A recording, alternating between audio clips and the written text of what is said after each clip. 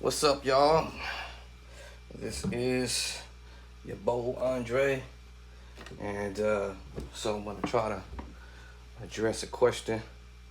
Let me get this thing set up here. Well, mic, come on, 3. Test it. 1, 2, 3. 1, 2, 3. Why? 1, 2, 3. 1, 2, 3. My wife was doing something last night, so she probably was messing with something. All right, let me see. My ears. Test 1, 2. 1, 2. All right. Not that I need a mic. Don't give me the mic.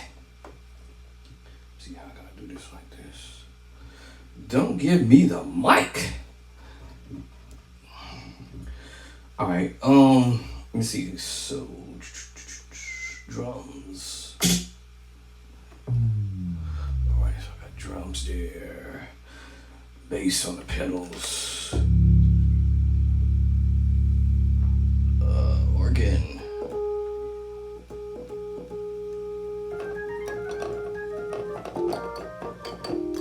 Oh, there it goes.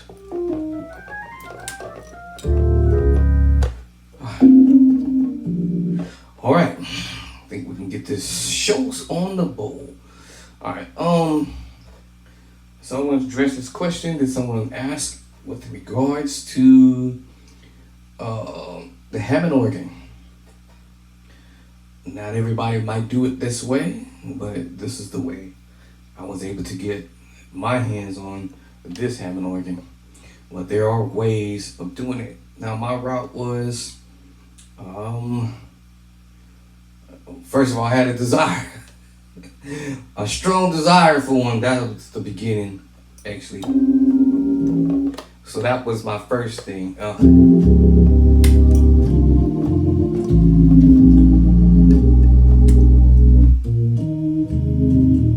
Alright, so that was the first key.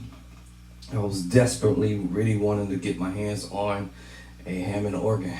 That was my first thing, but I could not afford it at the time, right? So I looked at how much I made on my job, my wife and stuff like that. So then I had the kids and all that good stuff. So my approach to that was God put it on my heart on how to do it, even though I felt like I could not afford it. But believe it or not, y'all, it's a trip how us human minds think, oh man, we can't afford this, we can't afford that, we can't afford to get this and that and the other, right? But it's interesting on how we quick to go get those brand new shoes. It might cost you $200, $300, $400. We quick to spend our money doing this and that and the other, but then when it comes down to something that you really feel that, as far as musicians is concerned, first thing we're like, man, I can't afford that organ, man. Now I wasn't going to, let's say, spend $5,000 on the organ, or just say that. You got to come with a quota in your mind. How much do you want to spend for an organ? First of all, you might want to find out how much it will cost you depending on the organ. All right, so if you're talking brand spanking new out the box, if you will, all right, that might cost you anywhere from $5,000 to $10,000 or up. You're getting it out the box. All right, so you got to figure out, okay, how much money is going to take me to save over a period of time. So it's up to you. Now, for me, what I did was I said, all right, let me search this thing out. Every Sunday, every time I step foot in any church somewhere,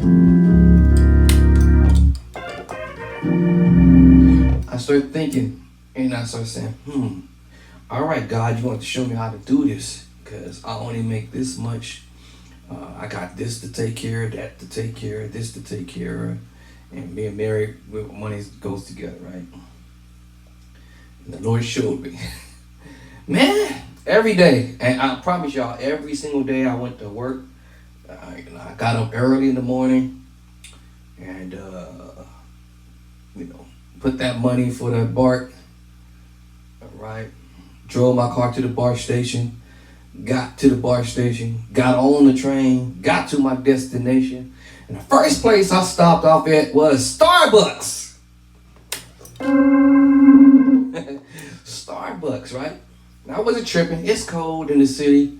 It's cold when, you get up or whatever. But this what got me, y'all. I didn't think about it in the beginning because it wasn't no big deal to think about it because I was like, man, I ain't wasting no money. It's cold out here. Let me buy this hot chocolate. My favorite, right? Be about the size cup, right? Nothing larger than that, but just the size, all right? I buy this cup of hot chocolate. I'm sipping on it on my way to work every day. All right? And the Lord showed me something. You wasteful. You wasteful for it. And I wasn't tripping at first. I'm gonna keep on doing this, right? So 3 months go by, 6 months go by, 8 months go by, a year go by, right? Think about it, y'all. Just give it a good thought. And the hot chocolate cost me about $2. No, it cost me $1.99 with tax. I think it was $2.14 or 15 cents, somewhere in that ballpark, and that was a while ago. So some times ago. You get your calculator out. You can sum this up later. All right. You can sum this up. Get your calculator. Get your calculator out. Y'all will see how much money I invested in Starbucks for 1 year. Just the 1 year, y'all. Just 1 year traveling to this job site every day. And I'm talking about every day religiously. I stopped off at the same spot. All right, got off that train and went to the same spot every day. Just about at $1.99 hot chocolate. All right, I call it the express. Y'all gotta put that cream whip on there and give me a little baby shot. All right, so that was $2.14 or 15 cents. So y'all do the math. Y'all let me know how much money I spent in 1 year. All right. Then I went to another job site. Guess what they had in that area? That's right, Starbucks. But now, that's not even it, y'all. Then on lunch break, or even on my break, that first 15-minute break in the beginning, guess what I stopped off at? Yep, that cafeteria. That cafeteria stayed open from morning to evening, man, all day. So you can imagine I'm going in there buying breakfast. As soon as I get to work, I'm buying breakfast, y'all. All right, and that was costing me about $3 every day. Getting that same sandwich, that breakfast sandwich. All right, you add that up. Then, yep, here comes lunchtime. At lunchtime, I was spending anywhere between $5 or $10 every day. That add up.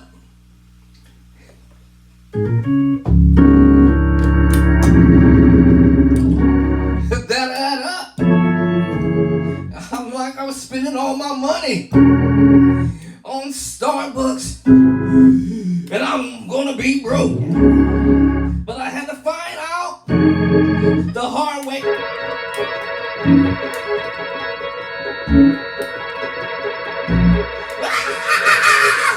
Oh Lord, the hard way. Oh Lord, oh Lord, Lordy, Lordy. But the Lord had to show me. What are you doing? You wasteful. Here's the cold thing about it, y'all. First thing in the morning, I'm stopping off at Starbucks. As soon as I get off that train, because I had to catch the train, go to Starbucks, and then I had to wait for a bus to take me up to the job site. Yeah, I had to spend some money for that bus too. That wasn't free. I think the bus then was $1. So you add all that up. Oh, not to mention a few times I had to drive to the job site, right? Cross the Bay Bridge. Yeah, the Bay Bridge back then and there. I think it was $2 back then. Yeah, $1, $2, something like that. So just imagining how much money I was investing in just to get to the city. Add it up. And we say, oh man, yeah, that's wasteful. Yeah, wasteful. Just wasting my money. So the Lord showed me that. Now, here's the cold part about it. Now, I'm going to give you the cold part about it, though. Remember that hot chocolate? Cup maybe like this. They fill it up to the rim, too. All right? And then all I drank was that much. And the rest, I forgot about it. You know, got a call to go do something. Got distracted because I was doing something at work, right? Whatever that job description was for that day. All right, it was a rough day. So that hot chocolate got cold. Y'all probably said, well, you got a microwave, right? Shoot. I got disinterested in it, and that was wasteful. Believe me, I did this every day. And I didn't trip off of it. Right? Until I had this little dream, and I started thinking like, man, or the Lord started showing me, why are you wasteful? You paying for this hot chocolate, and then you didn't even drink it all. Every day I went to work 5 days a week for a whole year. What is that? 20 days a month? You multiply that by 12 days. No, 12 months. Yeah, multiply 20 days by 12 months. I did not drink that whole thing, and it dawned on me like, yo, cuz you wasteful, cuz you wasteful. And then that's when I woke up. All right, the Spirit of God led me to say, and then when I bought breakfast, I didn't eat it all. Because either I got called away or I said, oh, I'm going to save this for later. I'm gonna eat this later. You know, y'all know how food get. You know, if it ain't right, when you go back to it later on, it's all cold and it ain't the same. It's just not it don't taste the same. It don't look the same. Yep, wasteful. Gone in the trash. Or either I forgot I left it somewhere. All right, and then I'm having that's wasteful, y'all. All right, wasteful. Yeah, wasteful, right? And then lunch came around. Bought something for lunch, but remember I had something for breakfast, right? Then I turned around and got something for lunch, and then I let that sit for a minute. Maybe I took a bite off of it and then let that sit for a minute, and then I never went back to it. Wasteful. Now, of course, you get that last break. Probably by that last break, I'm ready to go home. I'm looking at the clock like, yo, it's about to be 3 o'clock. I'm ready to raise up. It's about to be 3 o'clock, 3:30. I'm gone. Right? And then by the time I got home, of course, I was pretty hungry then. All right? Thirsty. But then, like I said, I wasted so much money in 1 year. Then later on, I went to another site and did the same. It's like they say, you know, you have a bad habit of doing certain things. And it was like hard to break that habit until they say, wake up and smell the coffee, if you will. Right? Till I woke up to smell the coffee. So, to address a question concerning how to get the organ, this is me. This is what happened to me. My situation. I started looking at the fact that I was wasting my money. All right. Of course, I was wasting time. All right. Wasting food. All right. And I got to thinking about that. I'm like, man, there's a bunch of homeless people out there. They need food. I'm over here wasting the food. This drink that I didn't drink at all.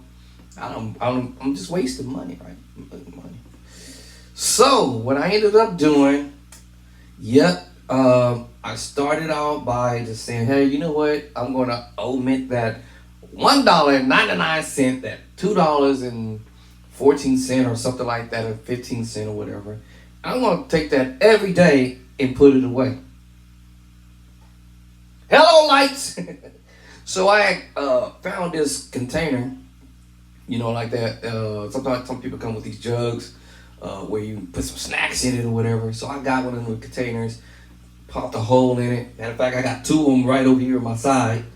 All right. And then what I ended up doing was every day, whether it was coins or whether it's dollar bills, I was saving it. Every day I got off that train, I looked at,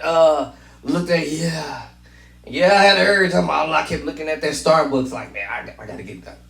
But then I kept saying, bro, you ain't gonna drink that all. You gonna sit there and waste that. Got to work. Now I fixed that work situation. I started going to the store, or have my honey go to the store. Right, going to the store. I'm gonna sit there and buy a sandwich from there, and the neighbor ain't gonna make it all 100% like I might want to make it. So the honey will make me the sandwich. You know what I'm saying? Put me a bag together, lunch bag, and start carrying my lunch bag with me to work. Yes, you gotta get smarter, right? Go to Costco, one of them, them stores where you just buy whatever you want to eat, whatever you would have wanted at that job. You can go to the store and get it yourself and fix it yourself. Whether it would be breakfast and snacks and all that kind of stuff, same scenario. I'm like, man, it's called save your money. Save your money.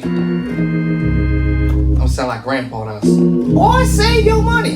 I sound like my dad. My dad would tell me in a heartbeat, boy, save your money, son. You never know when it's going to be that rainy day. You never know when the rainy day is going to come, right? So that's what happened, all right?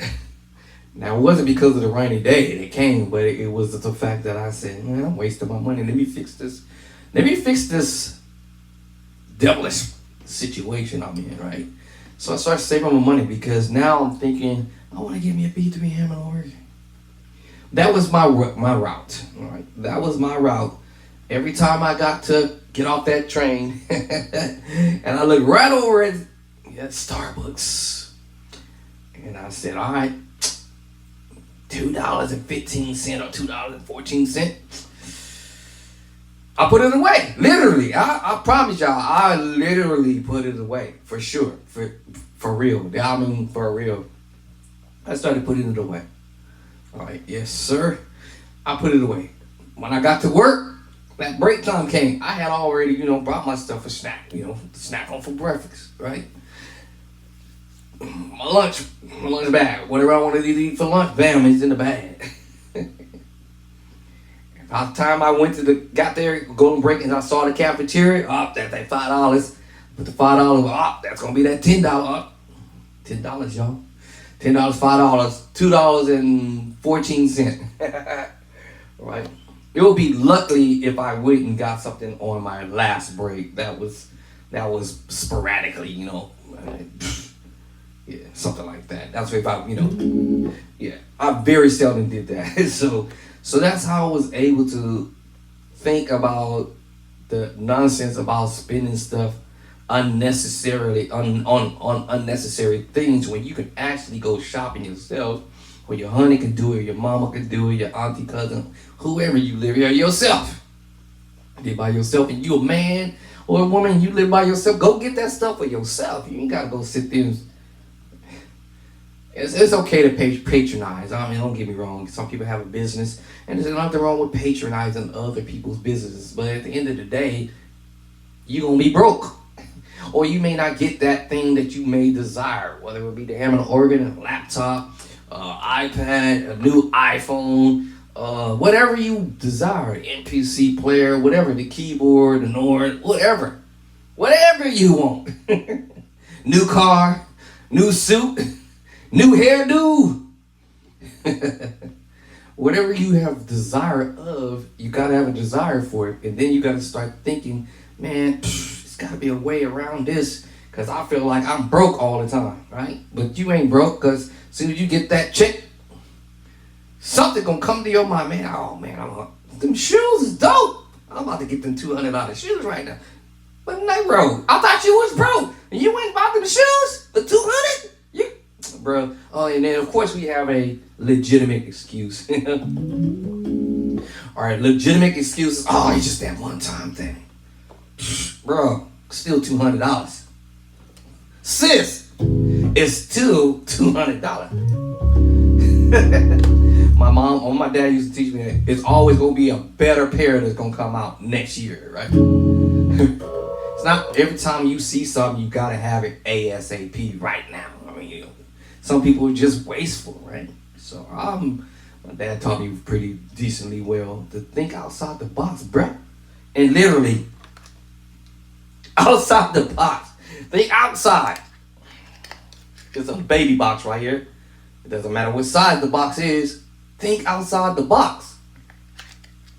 Think smart. I used to have a saying in my job. I think I still say it. Work smarter and not harder. All right, work smarter and not harder, y'all. So, to address the question that came to me on what types of options one can get when they say that they cannot afford it, I told you my story. I could not afford it. I already knew how much money I made an hour. I know how much money I make every week, every 2 weeks, or for the whole month. Right? I knew what I was dealing with and with my honey's money's too, whatever, because we lived in the same house. So I knew what I was working with. So I had to come to the conclusion, like, man, what's this little extra money? I'm sitting here spending this money on this stuff, man. I'm just wasting my money doing this. So when I told my honey, like, hey, you know what? Can we go to the store? Yeah, come on, babe, let's go. Take that $20. Back then, it was take that $20. You might get 40 items in the store back in the day. May not today. $20, you might not barely get one thing out of the store. You know what I'm saying? Shoot, Costco. I went to Costco, several months back. Walked in there, I'm like, man, I mean, you gonna get a quantity of stuff.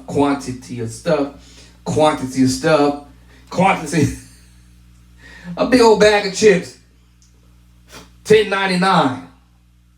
I looked at everything in the store. I'm like, man, is this everything $10.99? Yeah, the thing gonna be big. The bag gonna be big and blow it up with some air in it. Right? $10.99. Jeez. But then if you go to 7-Eleven, that bag ain't gonna be that big. It's gonna be a little bit smaller than that. And guess how much you gonna spend for that little bag with air in it?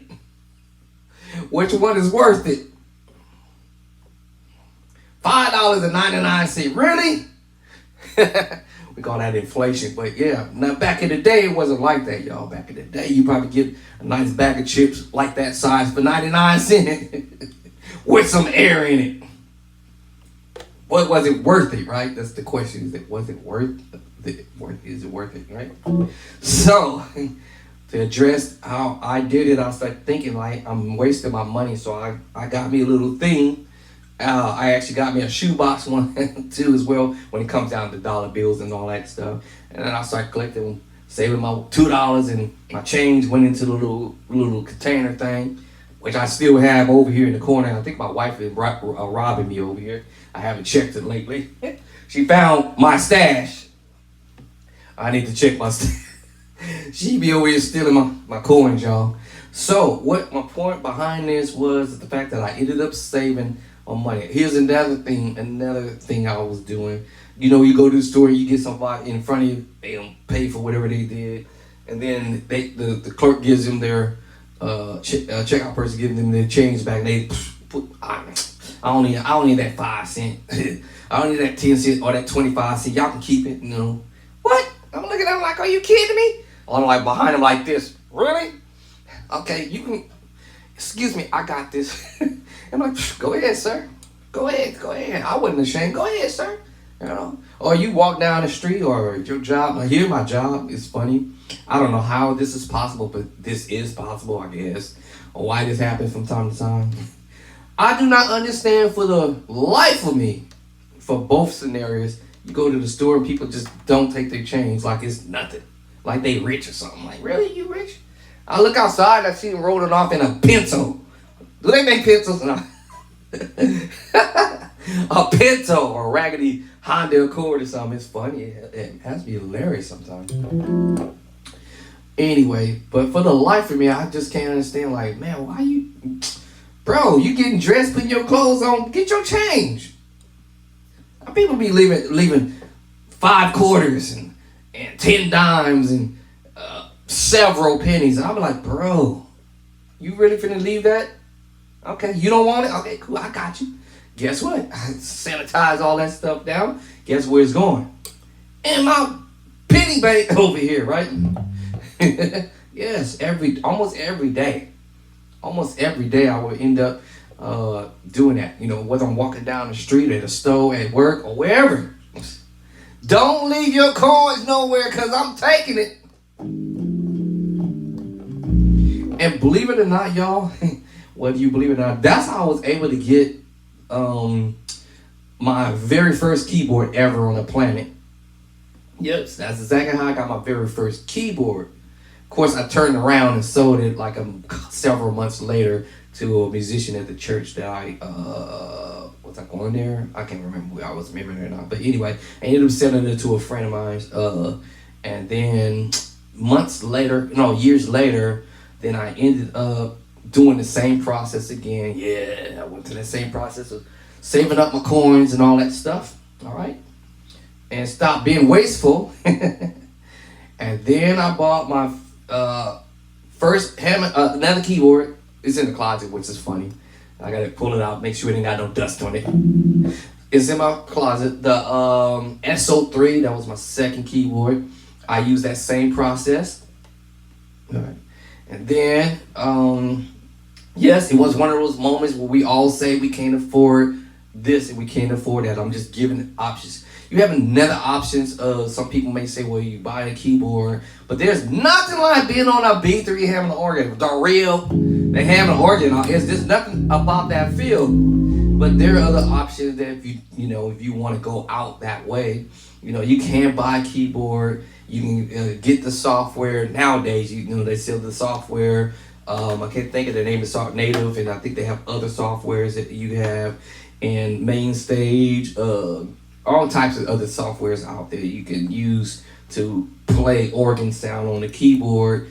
But like I said, it's nothing like that. Feel is just not. All my keyboard is built-in organ sounds in the keyboard, but I ain't feeling it. All right, I can sit here all day and download organ sounds to put in my iPad, maybe stems or whatever they call them, or whatever. Software. Native. I think that's what Native something. Organ B3 or B3 Native B3 having an organ sounds in the laptop. I got 3 laptops, but I could download that software and try to get close to the sound as the B3 Hammond organ and all that stuff. But can I give y'all that look like? Is no comparison at all. Like none. Like is this to me? It's like. That is no challenge. Now, don't get me wrong. There are people who are really, really good and professional with trying to use their ears and tune their ears to try their very best to get as close as possible to the organ sound using the keyboard and the laptop with the software. So don't get me wrong with that. But, you got to be really, really, really, really, really, really a good technician or skillful in your ears, but then what are you gonna use for pedals? There's nothing like having the pedals on the pedals. There's nothing like that. Okay, yes, they do sell that type of stuff, but you got to go through a whole lot of different stuff to connect to the back of your keyboard, to have the pedals. There's a lot to go into that. That does cost probably even more money doing that route, in my opinion, depending on the grade of software you get, right, and the keyboard to do all what I've mentioned. And I'm pretty sure most organ players out there, or musicians, organ players out there, would agree with me. There is no comparison, a great comparison per se, and I use the word per se, in my opinion, to use the software. But if that's what you got to do, it is what it is. If that's what you settle for, like some of us, we just settle for whatever. But if you one of the musicians who's just not gonna settle for just a whatever, just to get by, by the time you did all that, you could have still saved up your money continuously, even if it take you 5 years or 10 years to finally eventually get one. And that's pretty much what happened with me. I didn't get an organ in 5 years. I got married in '88. Well, actually, let me take that back. Got married in '88. Yeah, got married in '88. If my memory served me to be correct, I have to do my math here. Ooh, I'm going way back there. I want to say I got my this B3 Hammond organ in 90 something. I have to think about it now. But I bought this back in 90 something, I believe. Because I can roll back, if I try to roll back the calendar, if you will. I moved here in 2000 where I live now. All right. I've been here for 23 years. So I'm going to try to roll back for a second and see if I get this almost nearly to the year when I actually bought the B3 Hammond organ. But if I roll back, I've been here 23 years. I came here in 2000. Prior to that, I lived in Vallejo for 10 years. So if I go in reverse, 10 years before I came here in 2000, whoo, it'll make me have to do my math here. But I came here in 2000. I gotta do my math here. So 10 years before, so that means if I got here in 2000, 10 years prior, I lived in Vallejo.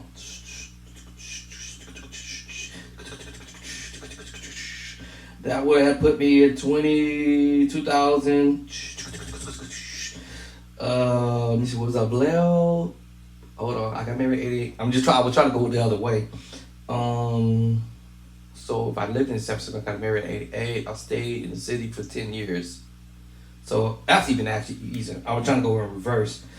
10, 9, 90. 2000, 2000. No, 2009. That's not wrong. 19.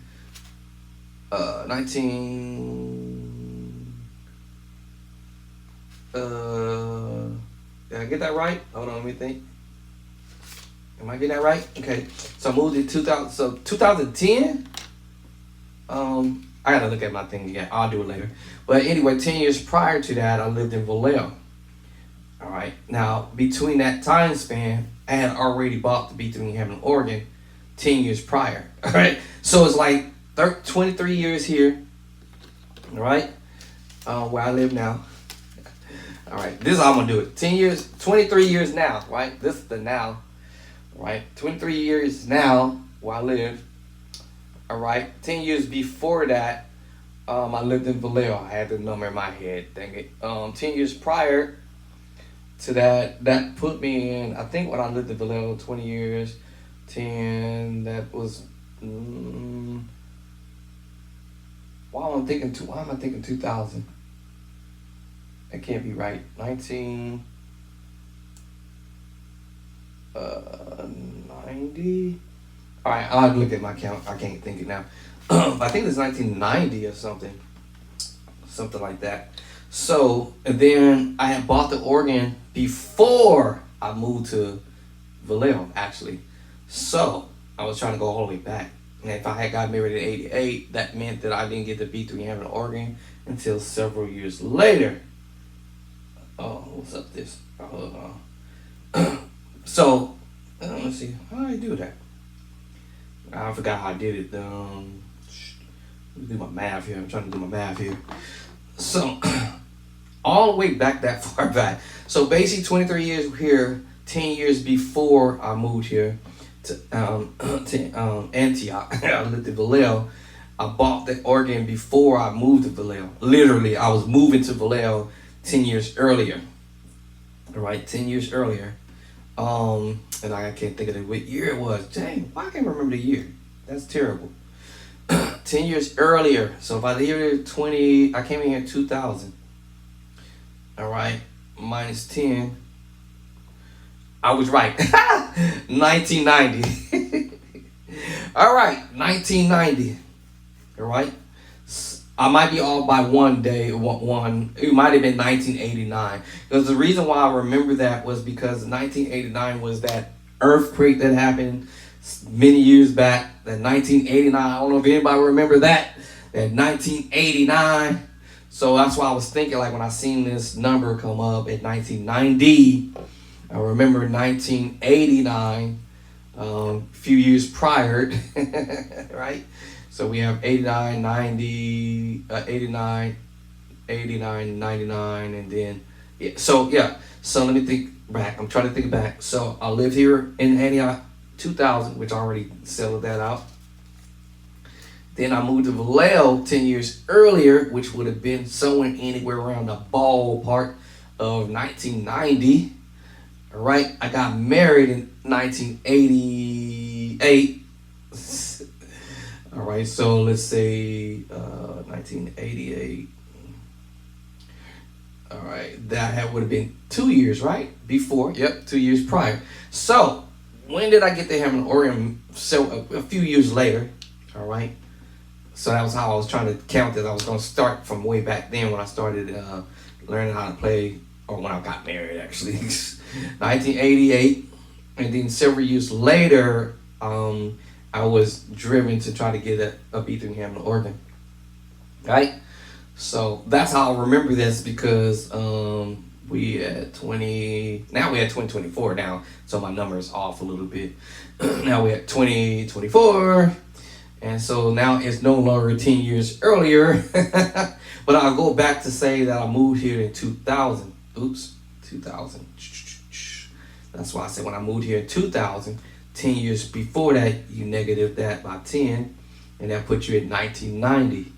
All right, and then I stayed in the city 10 years back that far. So if I negative that 10, 10, that can't be right. 1980, nope, that's incorrect.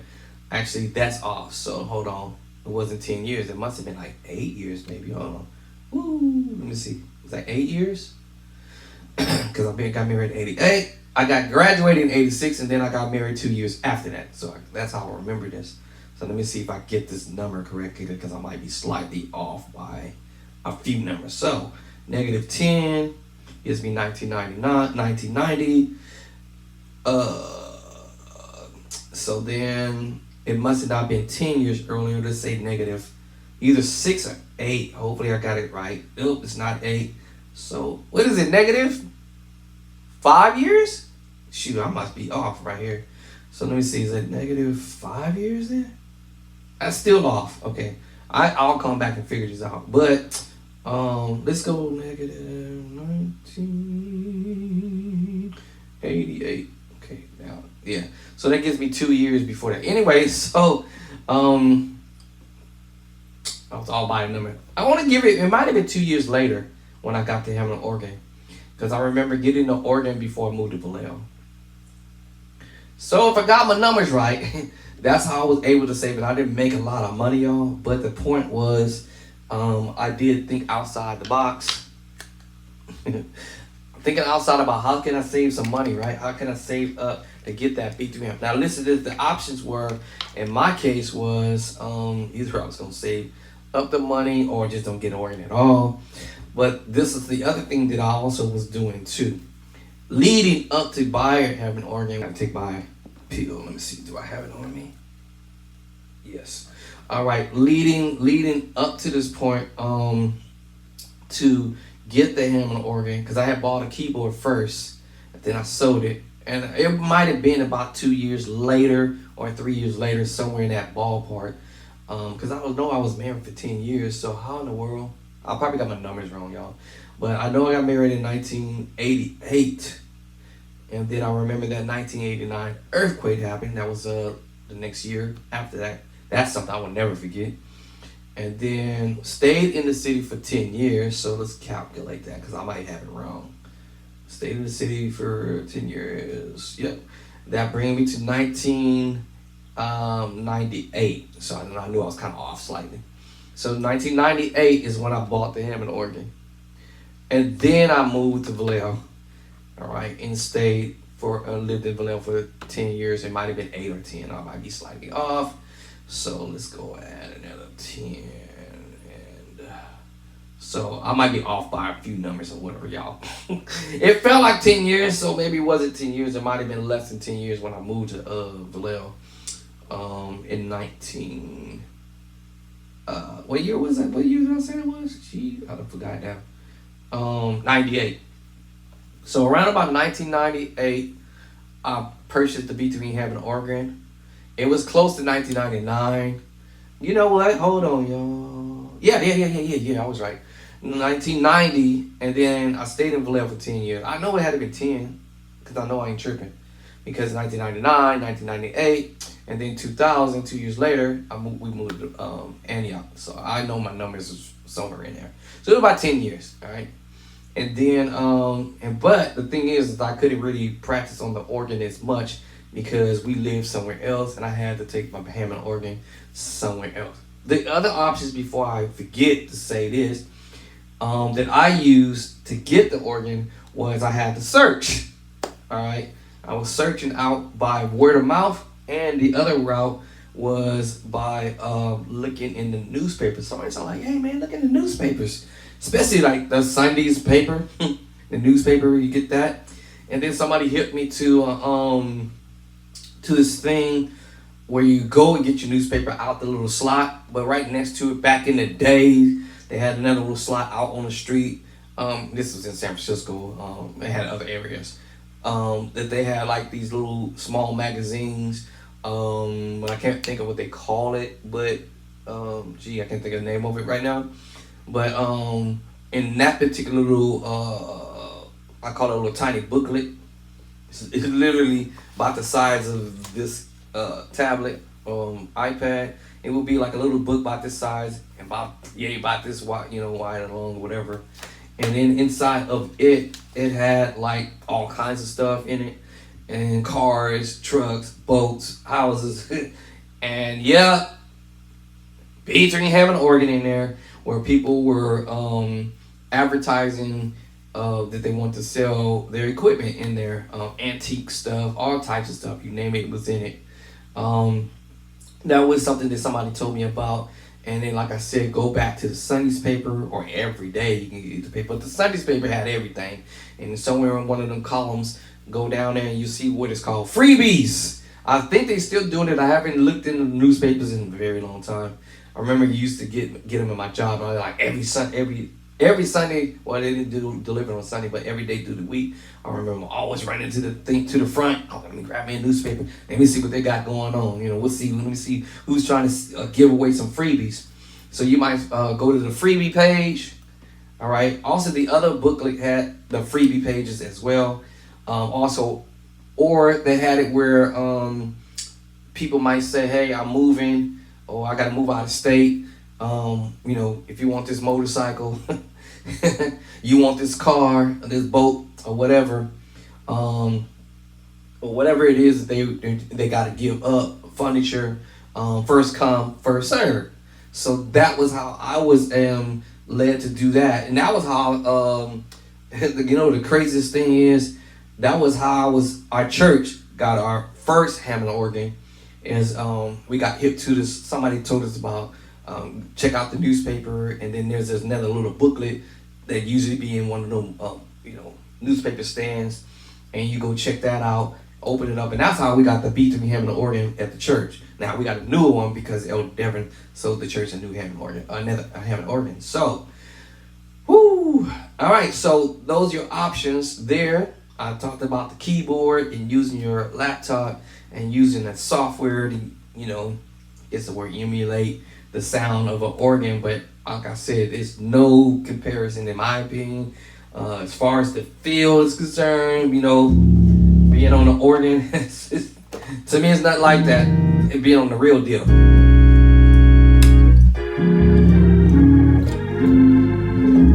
So, the moral of this story is save your money, right? Save your money up, and then decide. Now, that was the next key, was decide on how much you want to invest in the organ.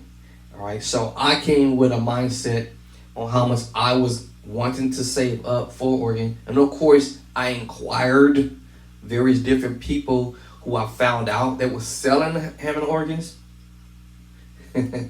All right, or knew of somebody who was fixing organs and selling organs.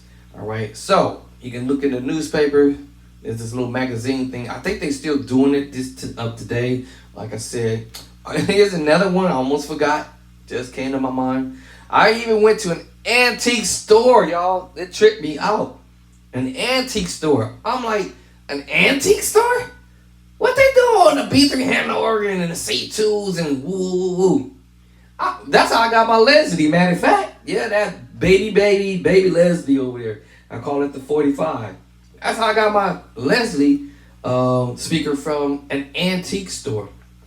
All right, I was at a barber shop, which was across the street, and I saw the antique store. You know, they got displaying their little antique lights and stuff like that, and furniture, and what else I saw in the window?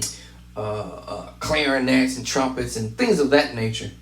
And so I was like, I would never thought in a billion years that they would sell. I had, yeah, Leslie's. They had 122s, 145s. I couldn't believe it. And then other types of name brands of Hammond organ, Leslie's. And guess what? While I was in there, they had the B3 Hammond organ C2. I was like, what?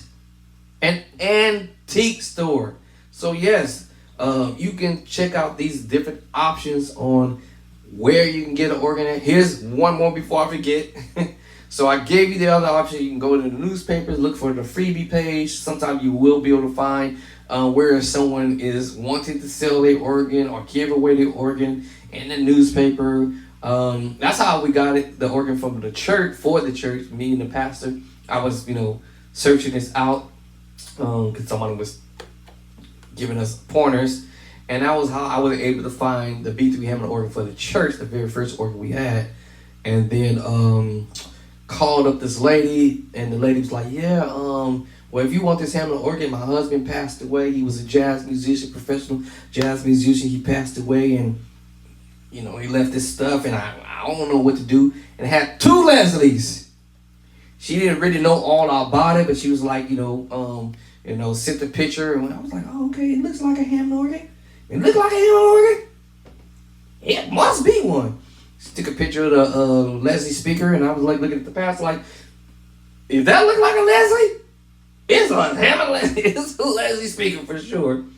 So she invited us to come down. Like I said, it was kind of like a first come, first serve, but she allowed us to travel from what were we at San Francisco at that time back then, from San Francisco to what was it at Monterey. So we had to literally drive from the city to Monterey. It probably don't, to me back then it felt like a long ride, but yeah, to Monterey, y'all.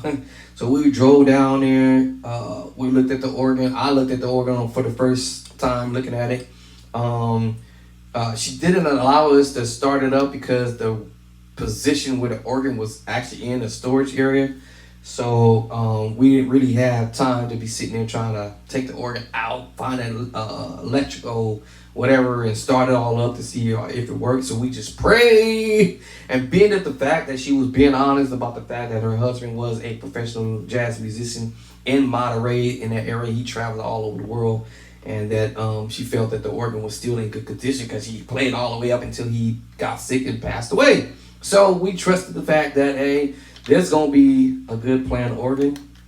And so looked at it, opened it up, looked at it, wasn't bad other than it just had these little weird little, what I'm going to call lines on the side.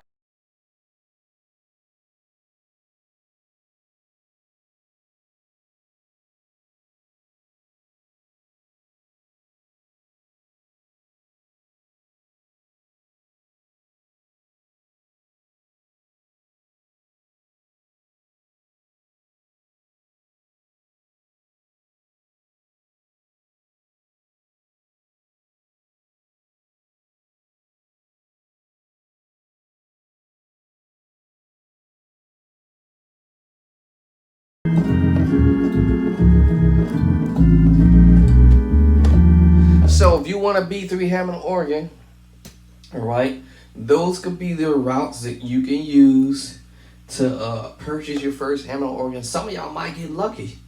I mean, when I say lucky, when I got this Hammond organ, I had to search this one out the same way as anybody else. I ran into an organ player, and I already said how much I wanted to invest. And my wife asked, how much you think it's gonna cost?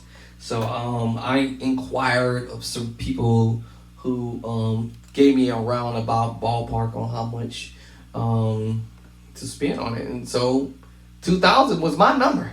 $2,000 was my number, y'all. Actually, to be honest, with 1,500 was my number in the beginning. So I said, all right, 2,000, no more than 2,500. I'm not going anything higher than that. Forget it. If I can't get it for that, then there's no.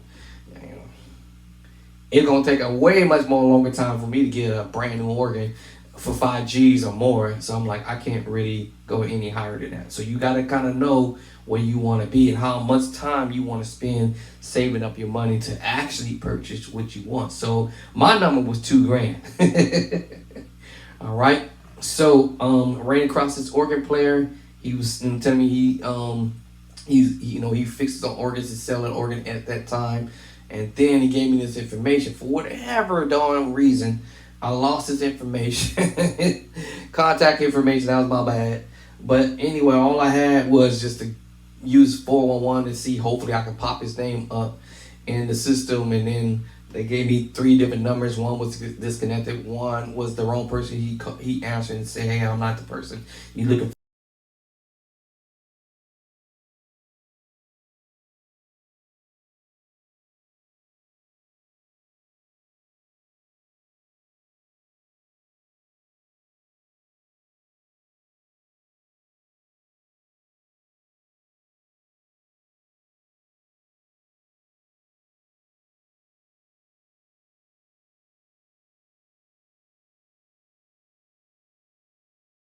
Of a church that he was pastor at, and this other person who had the same name as his, he was just a minister, 2 different people. So anyway, this reverend with the same name as the other guy I had contact with, he was like, hey man. So he invited me to his church, went there.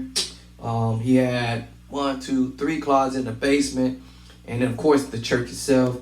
And then, so he just told me, hey man, you got to do 1, 2, or 3. You can go in there and look, and down in the basement. I'm like, I ain't going in no basements.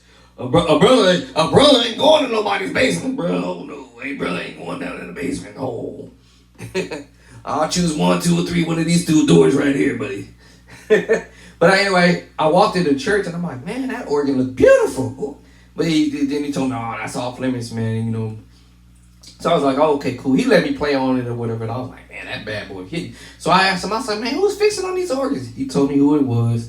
And a well-known musician, renowned known musician back in the days. And I'm like, oh, okay, all right, okay, I know him. Okay, I know he got your organ killing. It's hitting for sure. Anyway, door 1, door 2, I went in to check out door 1. I'm like, went to door number 2. Actually, door number 2 was question mark. Door number 3, I'm like, and you're like, well, you know, we got the basement. I'm like, nah, dog, I'm good. No, thank you. So he told me the same scenario as to what happened with our church when we got our church organ. He told me the same thing. This lady, husband used to play the organ, but he passed away, and she also passed on, but she donated the organ to the church. I'm like, wow, man, this is crazy. This is like 2 in a row many years later, right? So anyway, I was like, okay, cool. You know, I mean, it's okay. He was like, man, go ahead and go and jump on and see what's up. So I got on and pulled the cover off of it, you know, dust all on the cover because it had been sitting there for quite some time. Dust piled up on the cover, but the organ was covered up. And started up immediately. It was playing. I was like, Now, it didn't have a Leslie speaker. It had the regular, what I call regular, just speakers in the cabinet. But it still sounded nice, but it didn't have a Leslie switch. So I was like, okay, no big deal. That's minor things, So he just pretty much just gave me he didn't charge me for the speakers, the speaker that was with the organ, but I wanted the speaker because that was all I would be able to hear myself play. You can't hear this organ play anything without the Leslie speaker or some kind of speaker or something like that. So as soon as I played it, I was like, okay, I'm feeling it. No Leslie switch at the time. Drawbars were all working. I test all the drawbars. All right, the bass. See if the keys are sticking and all that.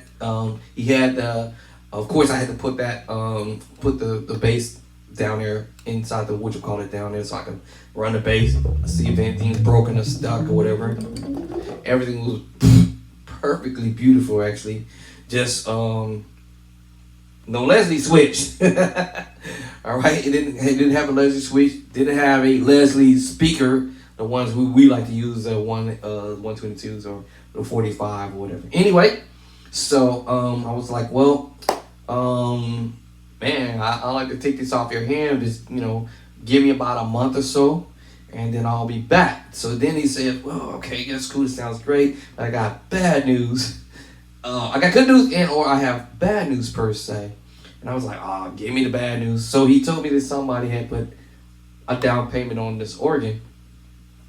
So I was like, okay, cool. That's no problem, no big deal. Get back to me in 30 days and let me know if this person who's going to come and pick up this Hammond organ or not.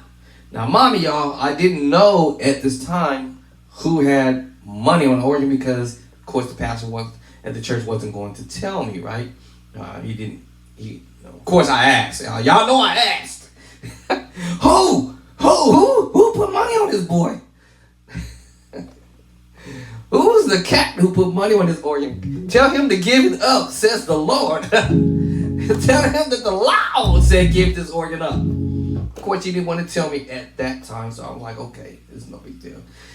Get back to that person, and then I'll be back in 30 days.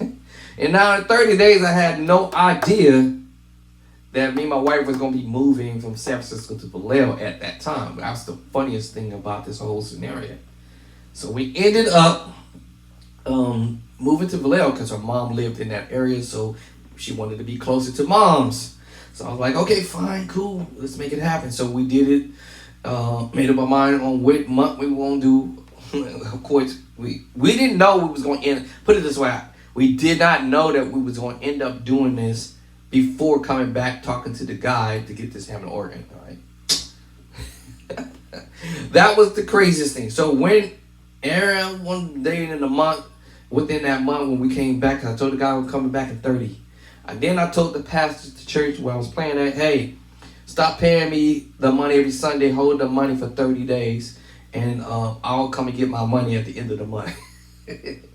All right, so I saved up between the church, my job, and people throwing their quarters, nickels, and dimes. Shoot, I even found people throwing $20 and maybe they lost it. I don't know. They dropped out their pockets and stuff. That type of stuff, right? Picked up $20, $30 here or there. Or people just like, man, really? All right. So I ended up doing it that way. And then I came back. But I didn't take that money that I was saving up per se. It was the money that I actually made from church. And I just told the pastor, don't pay me on Sunday. Let's hold that. I catch that. Do it like that. And then the 30 days, just write me a check. The pastor wrote me a $2,000 check. All right, $2,000 in the check. All right, and leave it open where I can sign off to whoever I need to sign the check off to. And then I came back, and somewhere in between that time span in 30 days, within that 30 days, me and my wife was like, well, let's move to Vallejo. So we moved to Vallejo, found a spot. Went to the guy, had the U-Haul truck already, made space for the organ on the back. Y'all talking about faith, right? That's faith, y'all. That's faith. I have some faith in God. And I came back, asked for that preacher, and he came in his suit after preaching preaching at the church down the street. I came back expecting a miracle, and God performed a miracle. That preacher came back and said, well, and I said, well, and he said, well. I said, well, I pulled out that envelope and I said, what up, what up, what up, what up, what up? And he said, well, it's yours. He said, it's yours. I said, for real? I feel a shout. I feel a shout. That man helped me load up that organ on the truck. I can't tell you how fast I gassed off. And this organ has been mine ever since. Okay, and some of y'all probably have heard on other videos, but the person who had put the money on this organ, I had already talked to that person and didn't know at the time that this particular organist had put money on this B3 Hammond organ. At that time as well, I did not know that later on that same organist ended up passing away. All right, so rest in peace, my brother, my big brother. I always love that brother. I always used to talk to him every time I see him. Convocations, you know, the big meetings that they would have, and he would always be polite and respectable. I remember him playing at the very last church in San Francisco where our pastor ended up having to preach by it of the way. And that time he was telling me, man, you know, I haven't been pretty much on the map as much. You know, I don't do any lessons as much and doing some other activities as far as repairing the organs and things of that nature, because he had gotten sick. And he was telling me how sick he was, and he wasn't for sure. He didn't go into major details, but I got the hunch. He didn't have to tell me too much because it wasn't much for him to have to tell me. But he was telling me how ill and sick he had been for quite some time, and I didn't know this. So he was telling me that he pretty much almost died, and you know, sent him to the hospital. So yeah, he ended up being sick for quite some time. Anyway, so I found out right after that conversation, a few days later, after our pastor had preached at the church, well, I saw him, he was there, playing the organ for the church service. And of course, I was there playing for the pastor. And then several days later, he ended up passing away. Meanwhile, by that time, I had already had the organ. So rest in peace, my brethren, the late Renard Webb.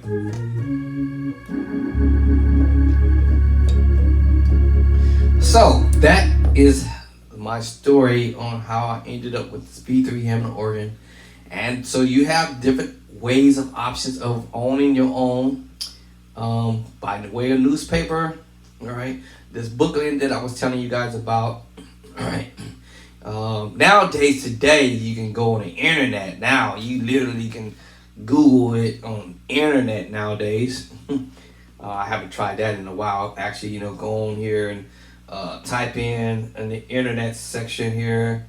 Let's say freebie B3 Hammond organs. Oh, no, not freebie, but free. Let's say free or giveaway or something like that. Free Hammond organ. Let's see, free B3. I'm gonna go put B3. Nowadays you can Google things now, right?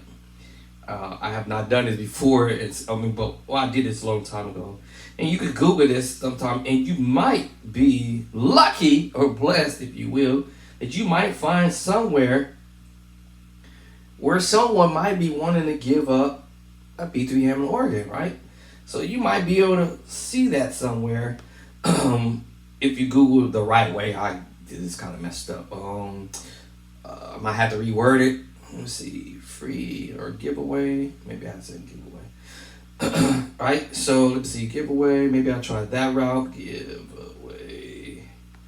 Hammond organ. Let's go ahead, Hammond organ beat. Make this simple. All right, and then bam, hit enter, and you never know. Don't want to log. Nope. You never know. You might find somebody talking about, hey man, this and that. You might find somewhere where somebody on Instagram might be saying, hey, I got a have an organ for free. First come, first con, or whatever, right? You never know where you might find that at, right? But my way, the old school way, definitely newspaper, right? You might find somebody who says, hey, somebody just passed away. They have a B3 Hammond organ. It's in New Orleans. First come serve you money. I don't know if you want to get on the plane to go all the way to New Orleans or drive a U-Haul truck just to go all the way out there. You never know. You never know. You never know. So yeah, nowadays you can Google this type of stuff. I should have said instrument, but let me see. Instrument. Yes, you never know. Instrument. I didn't say instruction, dummy. This thing picked instruction. I said instrument.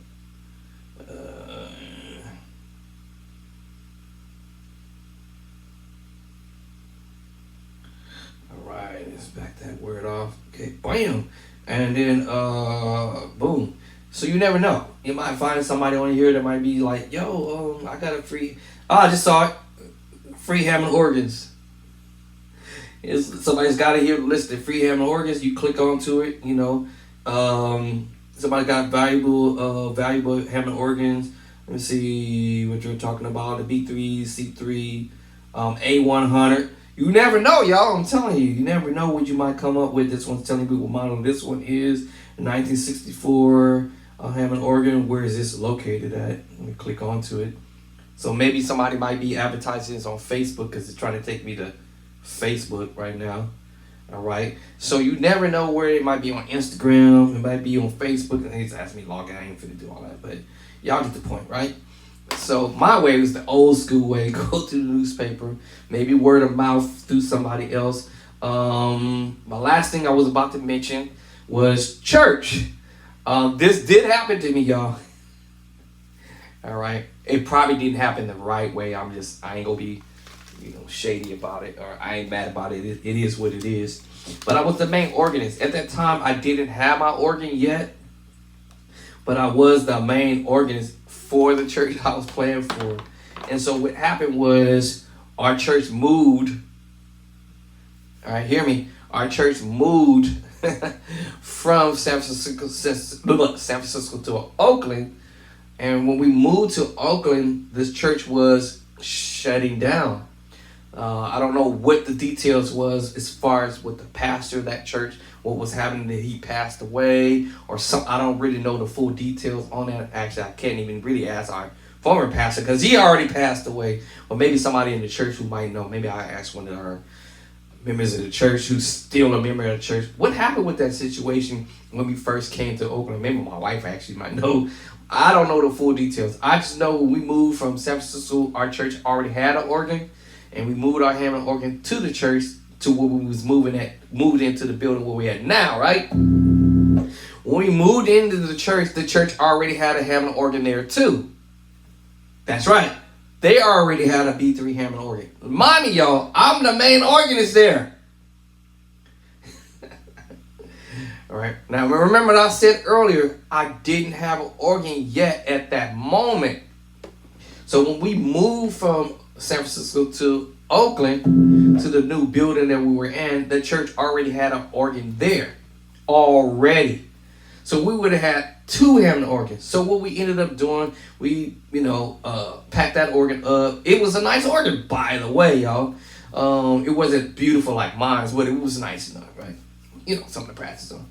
So we moved it out of the sanctuary. We put it in the multi-purpose area, right? So then I went and asked the pastor. I'm not mad. It is what it is. I was disappointed. I ain't gonna lie. I was a little disappointed. So I asked the pastor. I said, "Hey, listen. Since this other organ is here, I don't mind purchasing it. Pay for it. That organ and whatnot." or just let me have it. Because everything, since we had bought the building, yes, bought the building, right, paid for the building, anything and everything in the building was ours. Everything that was left from the previous pastor at that church where we at was ours. We paid for it, right? So I was basically going to the pastor, hey, can I have that organ? I can take it home and I can be able to start practicing. I don't have to what we have rehearsal on Mondays, and I think we was having rehearsal between Mondays or Thursdays, something like that. And occasionally on the weekend, Saturday, right?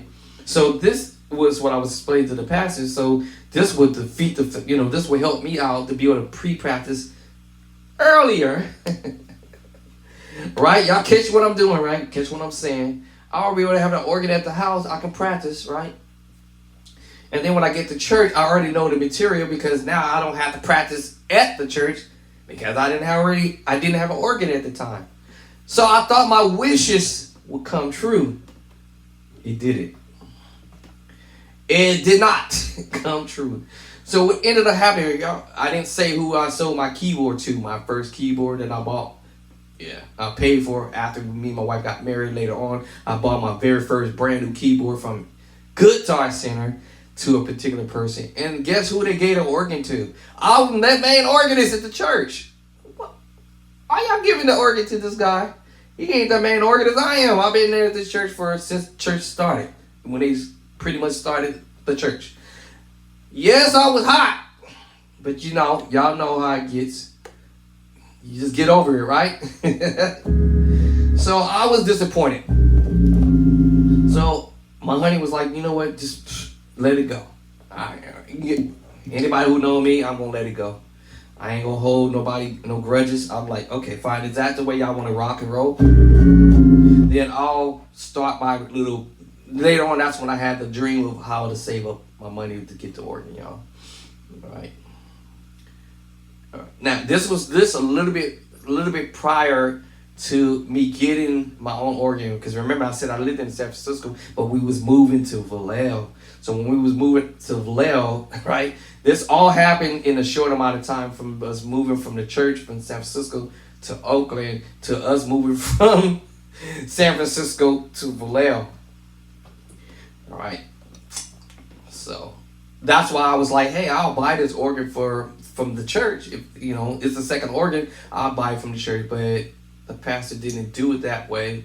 He gave it the organ. Didn't pay. The other guy didn't even pay a nickel or dime for it. He gave it to him. I'm like, I'm the main organist. What's wrong with this picture? What's wrong with this picture? I've been with this ministry since the very beginning when y'all started. Why y'all giving the organ to another person who wasn't actually a member at our church yet? So I was not happy about that, of course. So that's why I went the other route and said, forget that. You know what? I'm going to save my own money. The church going to pay me every Sunday when I come and play. And I'm going to buy my own organ. And that's how this came about. So, yes, I was a little hot at first, but I got over it, y'all. I'm over it now. All right? Because I figured, you know what? Y'all did me like that. Cool. I ain't gonna trip. I'm still gonna play. I'm still gonna let God use me and do whatever you need to do. And get over it. Yes, I would not forget that, right? Yes, I would not forget it, y'all. So I ended up going the other route. Showed them, hey, you know what? So then, I'm gonna say months later, the church found out, because they came to my house when we moved. 10 years later, yes, 10 years later to Antioch, and they came to my house to see my Hammond organ. I had already had it. They just didn't know it. Right? We moved to Vallejo. The church moved to Oakland, from San Francisco to Oakland. So meanwhile, I already had the organ, right? Because I started saying, well, y'all could have let me buy that organ from the church, but y'all gave it to somebody else that wasn't even a member. I'm a member of the church. Y'all gave it to somebody else. So I said, fine, whatever. Moved on. God blessed me with a nice organ at the end of the day. So that's how that went down. All right. And then we eventually was able to move from Vallejo to Antioch. And that was when I was able to bring my Hammond organ out and start practicing on, maybe not in here in this room. When we first moved here, it was out in the garage, and then I had a birthday party several years later. And then Devin Walkers and my former music teacher Steve Paca, and I think it was Nehemiah Johnson and Big Boy Jay Elliott. They all helped me bring the Hammond organ into the house, right? So that's how come. That's how I was able to get my organ. So you can go that route too, because you never know if a church is shutting down, downsizing. Keep your ears open, your eyes peeled. Ask questions to other people. Hey man, you know a church is shutting down. They might be wanting to either sell the organ or the equipment at the church. And yeah, I had that happen to me even after I bought my organ, even after we even moved here to Antioch. I had several occasions of this happening to me where people was shutting down their church or something like that, downsizing or moving, or what they call it, downsizing, or migrating with other ministries, or well, not other ministries, but with the same kind of ministry, but because the ministries, was folding, so they went to another Church of God of Christ or another whatever organization it is, Baptist or whatever, and they just joined together, and they were willing to just give up some of their equipment because they didn't want to take it with them because the other church already had that stuff. So yes, that's another route. I haven't had many of those, but I was already satisfied with what I already had. So the answer to those questions that everybody was inquiring about, how or what are your option 1 or option 2 or 3 on how to get an organ of your own. Save up your money. All right, save up your money over time. You know, if it take you 5 years, fine. If it take you 2 years, fine. All right, whatever it takes, you line it up. But also make sure you find out how much money you want to spend into it, or you know what I mean. You know how much do you want to, spend for it. So that's what I did. I spent $2,000, $2,000. Did I say $2,000, y'all? I'm incorrect. Sorry, not $2,000. I ended up spending $1,000. $1,000. $1,000. Why I get $2,000 from? It wasn't $2,000. I saved $2,000, but I only spent $1,000. My highest was $1,500 for what I wanted to spend, or $2,000. That was the highest I wanted. So no, I got this B3 Hammond organ for $1,000. $1,000. $1,000. All right, I came back with $1,000 in the check and gave it to the church, the pastor of that church, and gave me an organ, and I was out. All right. He did ask me a question: what was this organ appraised for? For whatever reason, I don't know why he asked me that, but I did give him what my thought process was when I saw this organ. I said probably I would. If I was appraiser, an officer appraiser, I would have said, as far as good condition, it may have some little, things right here is peeling off or whatever. It didn't have a Leslie switch that I could see. All the drawbars did work. It powered up 100% on the first shot. Some of the some of the knobs aren't working. Now, somebody told me something a couple weeks ago. Let me check this out.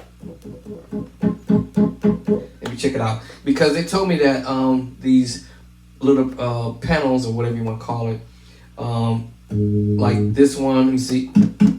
So that one worked. So they told me that the other ones were percussions work for the lower manual. So let me see if it was just me tripping, because I hadn't had time to look at this. And I think that might be the same scenario with my vibrato, swell, and great. I thought that they both would work on the upper manual. Which one? Straight.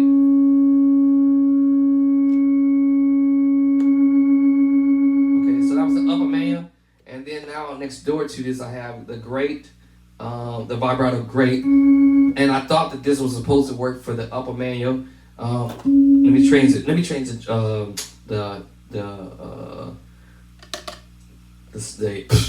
the drawbar setting for this one. So they didn't do anything. It did change there.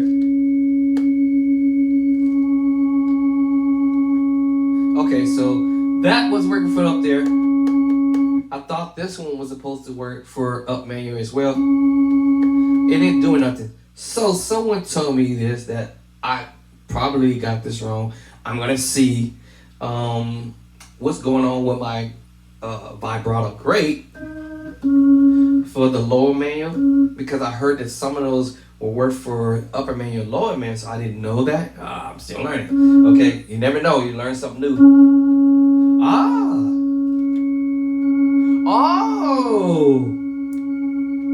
Oh, I didn't know that.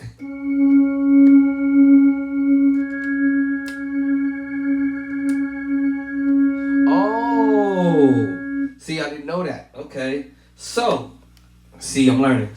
You're gonna learn something new every day. Didn't know that.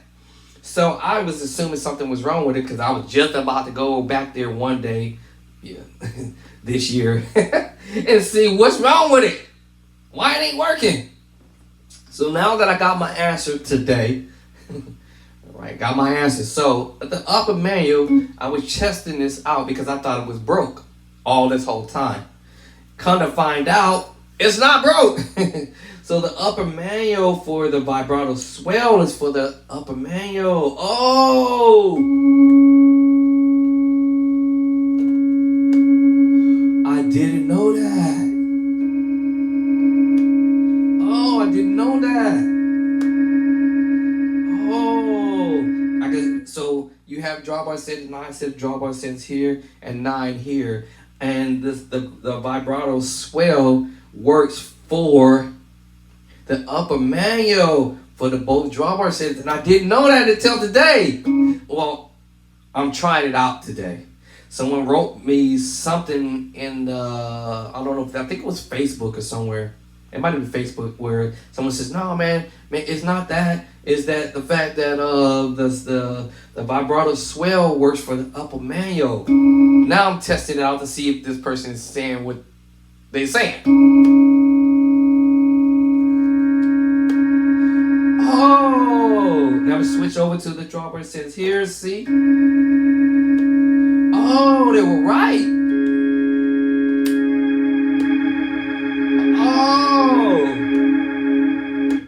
It's not gonna work for the. Of course, the vibrato grate isn't going to work for the drawbar settings up on the upper manual. I didn't notice, y'all. I thought it was broke. I'm doing this. Listen, y'all. I'm doing this on Sunday. Okay, well, I've been doing this for a while. Like, I'm in the middle playing.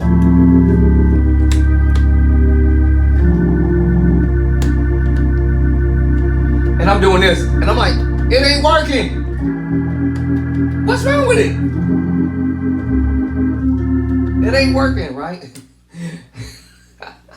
I'm assuming it's broke, because trust me, y'all, I was going to get my tools, unplug this bad boy. So today is my first day after seeing that message several weeks back. I was sick for a while, so several weeks back I saw this message come up. I can't remember who the cat was. I can't remember if it was on Facebook or here on YouTube. I can't remember. It's been a minute. So now that it just dawned on me, oh, it's only for the swell vibrato.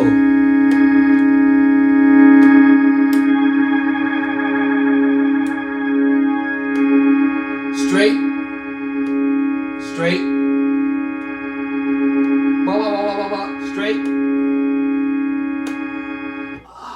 Oh. And for the B preset, the same thing. Straight. Straight. I didn't know that. All right, so this guy wrote this, and I'm like, he must be wrong with this. He must got this wrong. Okay, while I'm up at the upper menu, then we have 4 little tabs over here. 1, 2, 3, 4.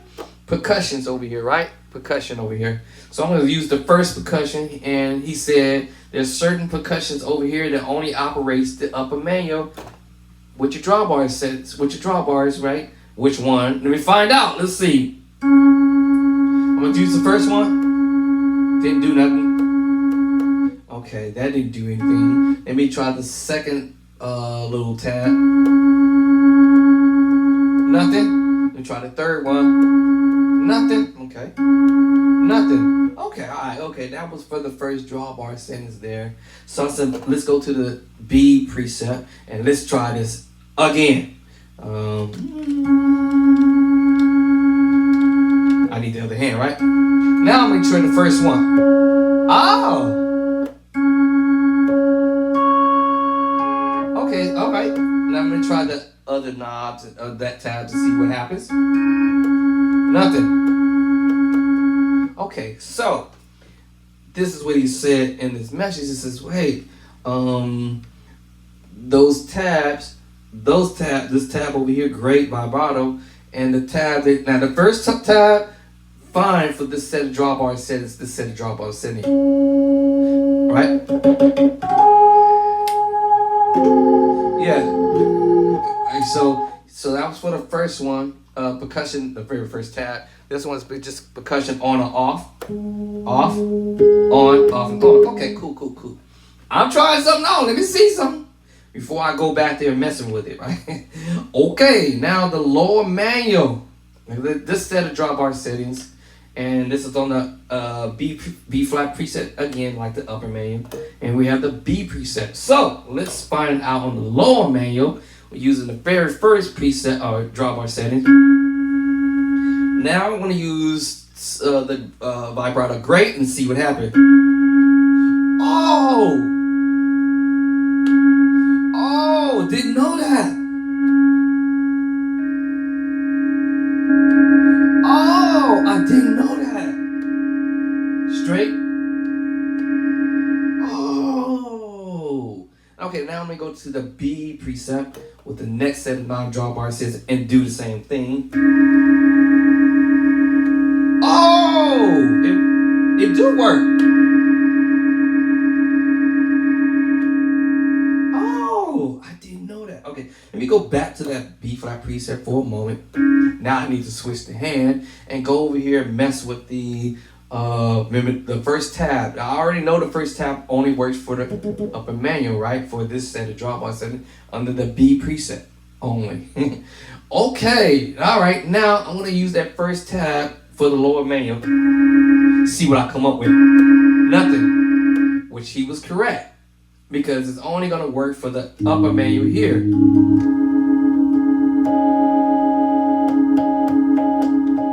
Station identification. Okay. Oh, see, you got to learn your equipment, right? So today, I'm learning the equipment a little bit more than what I didn't know. Oh, so I'm at the lower manual now. Okay, so now preset my drawbar settings here, Doc.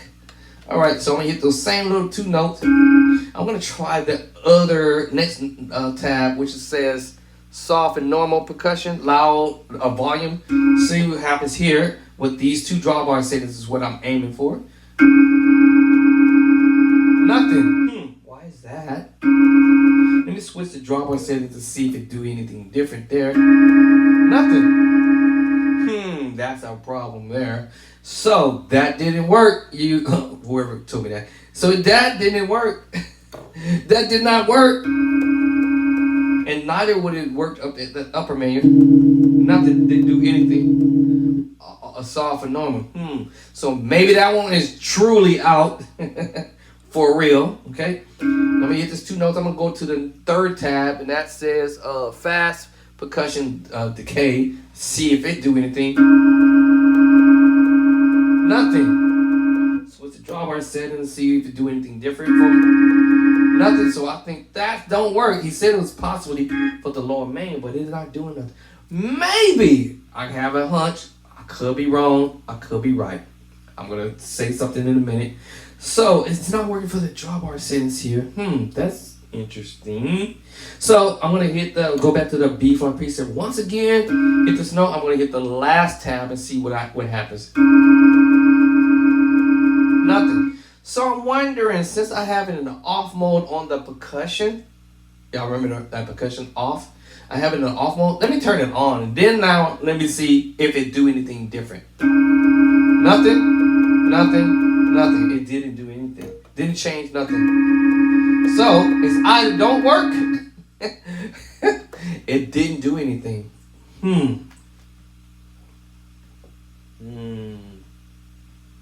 Okay. That didn't work. Now my other hunch. Potentially my hunch. I'm going to back up to the upper manual. Let me see if that works for the other precepts. Maybe. Maybe not. Let's find out. Let's see. Didn't do anything. I'm going to turn it on. Nothing. Alright, I'm going to try that lower manual and see what happens if I do that too. Nothing. I switch it over. Wait, hold on. Nope. Nothing. So, there's something wrong with those other three percussions on this organ. So now that leads me to think I might have to either look into it myself or I'm gonna have to call somebody to come and fix it. One or the other. Alright, so now I got my answer to this scenario. But yes, my percussions is not working. They're not working. Yep. Yep, they're not working. So now I might have to put a work order in for this to get fixed, or I'm gonna try to see if maybe some wire is missing, not contact. It's not something ain't working over there for these three little tabs over here. So other than that, you guys, when I use the word appraise the organ, what is this B3 Hammond organ would have been appraised for based upon my findings that, it might have some little scratches and scuffs or whatever. Didn't come with the Leslie switch. Now that I've realized that these three tabs ain't doing nothing for me, I would test, I think at that time when I got the organ, all of the drawbar settings, all the drawbars were working when I first purchased this. I got one trying to pull with the other one somehow, so that means they must be too close to each other. So yes, do all the pedals work?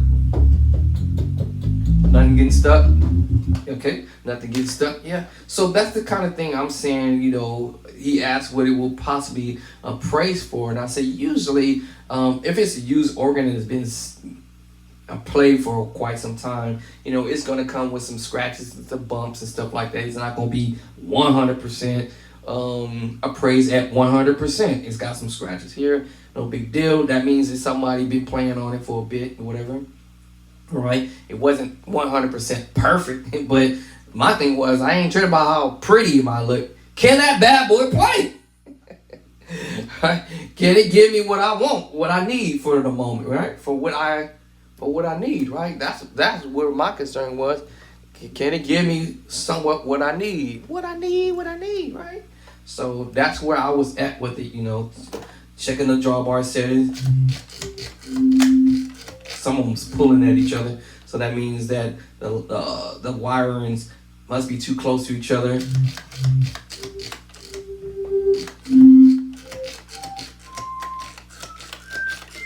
Right, drawbar set for the bass. Cool, and I'll start doing that type of stuff, right?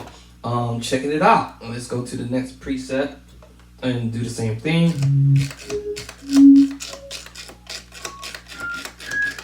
I got one kind of. That's not good. I gotta look into that. It's not supposed to do that.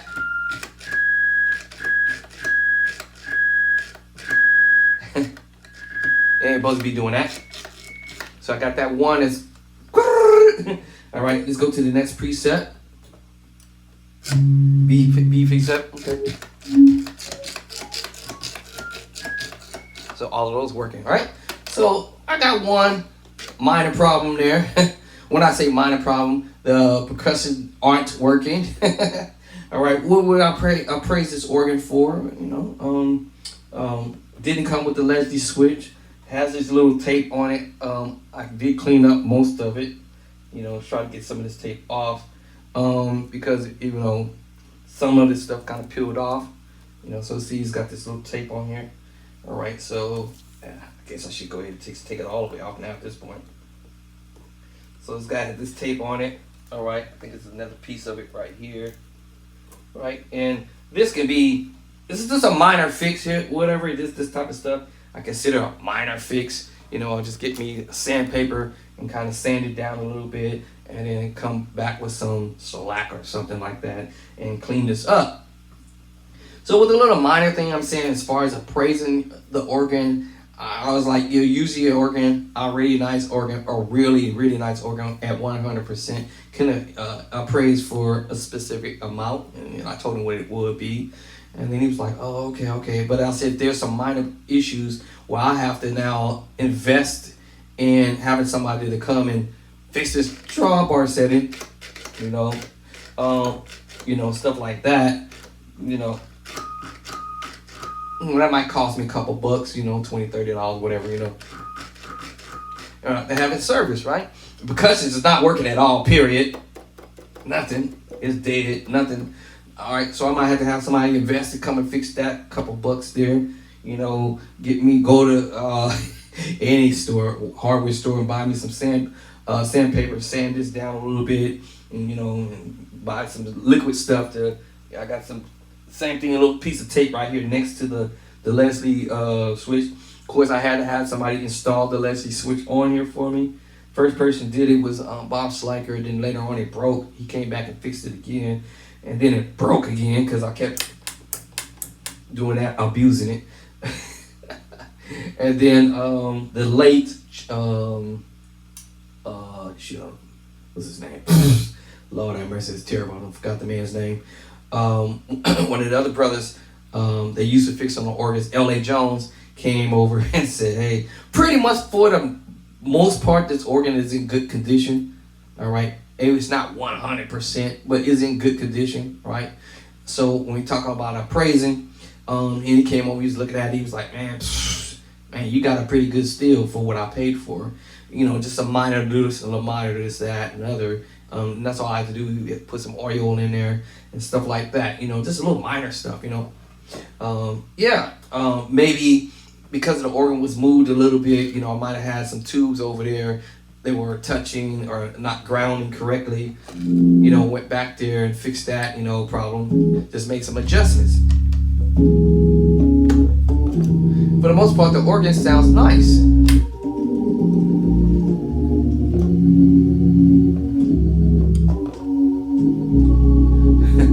So, for my opinion, it was a steal. That guy could have easily said, hey man, well, I know it's got some problems, but can you give me 5 G's for it, right? 5 racks. I would have said, well, I would have paid 5 racks, but if that was working, if this was working, if this was cleaned up, if it came with the Leslie switch, including a Leslie speaker, yeah, I would give you easily 5 racks for. Now some people may say, well, you spend 5 racks for an organ. Don't spend 5 racks for an organ if it's trash. I don't care if it's scratched up or not. Don't do it. Don't even. So yeah, get your organ. That's anywhere from $1,500. Nowadays, you're gonna spend $1,500 or $2,000 in good condition. Maybe with some scratches, but it's still. I feel that's a steal. All right. And if you lucky, it will come with a Leslie speaker 122 or something like that. Yeah, if you lucky. And that might be all all messed up looking, scratched up or whatever, look like the cabinet and all that is abused. But can it kill? If that bad boy can kill and send the folks jumping and running around the church, you got a good deal. Yes, you got a good deal. For sure, I promise you that. If that organ can kill, that organ can kill, you good to go.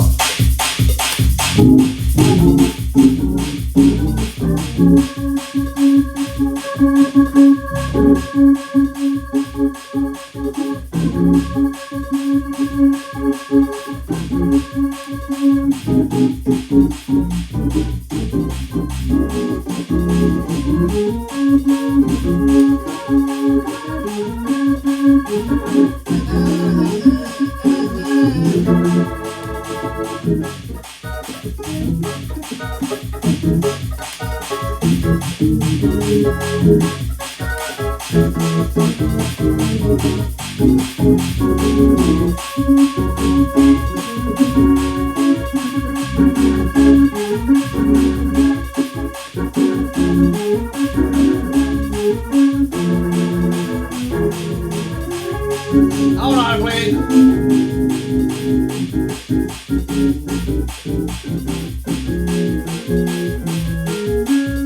I want to play this song. Well, you gotta steal. At the end of the day, you gotta steal, right? So yes, I paid $1,000 for this. My Leslie speaker, the baby speaker, I call it the Baby 45. Yes, let's talk about the Baby 45 for a second. The Baby 45 Leslie speaker, I call it the 4547. You won't believe where I got it from. Yes, the antique store.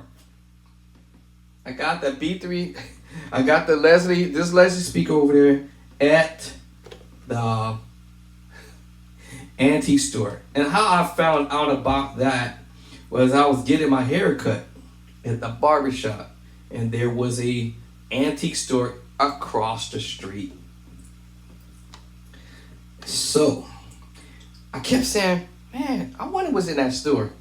All right, because it looked like they was selling instruments. I used to play the trumpet, so that's what got my attention, was he'd be hanging on the wall or, right at the window and stuff. And I'm like, man, they got horns at an antique store? Who sells horns at an antique store? I'm thinking lights, stuff like that go in your house, just different things like that. And because if you think antique, you think in furniture. So after several times going to get my hair cut, it was just that one time I decided, let me go there while I was either waiting or after I had finished getting my hair cut. I can't remember what sequence that was, but either way, I ended up going over there. It was across the street. Can't go across the street from the barber shop. Walked in, browsed around. They was asking me if I needed help. I'm like, I'm just browsing around. And got to walking around the store. And I was like, man, is that what I think it is? And the guy came on, was like, yeah, it's Leslie speakers for organ. I'm like, are you kidding me? You're like, no. I'm like, you're not kidding me. And I couldn't believe it. I was like, I can't believe y'all have what? I was floored. I couldn't believe it. And that's how I found out about they sell. To my surprise, like I said, that they sell. It was in there having, and then as I went further on, I saw that they had keyboards, drums, you name it, that you would pretty much have in a church, basically. And they had Hammond organs in there, and I was like, is that what I think that is? And he was like, yeah, sir. I'm like, is that an organ? And he's like, yeah. So I saw that they had a C2 or C3, C2, B3 Hammond organ, A100. And I was like, and then they had another version of the Hammond organ. I can't think of the name of it, B something, whatever they call it. Man, what do they call that doing thing? CV something. So they had different ones in that store. So then while I was in there, while we were talking, I was like, well, let me check out these Leslie speakers. So, because that's what I only needed, was the Leslie speaker, because I already had the organ. So we talked about the speakers that he had in there. He didn't know a lot about it. So his boss did, but he was looking for the boss. So meanwhile, I'm looking, I'm like, oh, okay, I saw that they had a few 122s. I just didn't like the way it looked. Even because they allowed me to turn them around so I can look at the motor, and so some looked like they was having some burnouts, and I'm like, I really want to spend my money on that. So then I finally seen this little shorty. I called it the shorty. I think he had like 3 of the shorties in there in this antique store. So basically, I took my pick, and then I saw the one that looks the cleanest. The motor looked fairly well, wasn't too dirty. Dustiest. It looked like it had been there for quite some time, I guess. So just bring up what happened there. So I talked to the guy. He was like, "Hey man, I'm looking for a Leslie speaker. Do you think this thing works?" He was like, "I don't know. I mean, it's been here for a while." All right. So it had been there for quite some time. So I was like, "Okay, fine. I tell you what. I'll come back." I think the next day, which I didn't come back the next day. I came back a few days later, and then came back to talk to whomever the guy was who owned the shop or that store. So I came back and talked to him, and I was like, "Hey, I need a Leslie speaker." The one thing was a problem with this one was one thing. That little, I call it the little belt that makes the horn go around. It was rusty. Looked like it was about to eventually pop loose. And then so he was like, "Well, I mean, you can have it if you want it, just how much you want to spend for it." And I'm like, "You asking me? Are you asking me?" So he's like, "How much do you want for it?" And I'm like, "Okay, well." He said the thing been sitting there for a very long time. He said that someone else had interest in it, but they never came back to put money on it. That's what he told me. So I said, "Okay, cool. Nobody put money on it. I'll take it off your hand." So of course I had to work and save up those coins y'all been talking about. So I said, "Well, I'll come back in a couple weeks." And that's what I did. I came back 2 weeks later. That's a couple, right? So I came back 2 weeks later, got my hair cut. All right, I got my hair cut. It was just to my surprise when I came back, it was still there. That's what had me going. Like it was still there. And being that he had told me that somebody else had interest in it, but they never came back to purchase it. So that's what he communicated to me. So I came back 2 weeks later, had the money in my pocket, more than enough that I would expect that he would tell me more for it. So he's like, "Hey man, you here? I mean, I'm trying to get some room in this store." So I'm like, "Okay, yeah." Now here's funny. This the funniest thing is I was trying to figure out. I mean, the size of this thing. Man, how am I gonna get this thing back to the house? Because I didn't think about getting a truck or nothing like that, or something big that I can pick this bad boy up and put it in the car or a truck. And I didn't think about that at the moment. But when I returned back, I was like, "Well, it's still here, sir." He was like, "Yes, still here, sir. It's up to you if you want it. I can write this ticket. Just tell me what you want to pay for it for." You don't ask the customer how much they want to pay you. And usually a store like that, they will tell you how much they want to sell it for. But since he asked, and since the man asked, I said, "Well, I'll give you $65 for it." And he said, "Well, it's yours." He wrote up the ticket, and he's like, "It's all yours?" I said, he's like, "How you gonna get it out to where you?" I'm like, "I don't know, I didn't think about that at the time." So he was like, "I got a dolly. We can roll it out to your car." I had a different kind of car back then. So we rolled it out to the car, and I'm looking like, man, how in the world am I gonna get this Leslie speaker in that car? But didn't take long, right? So it wasn't gonna fit in the front seat.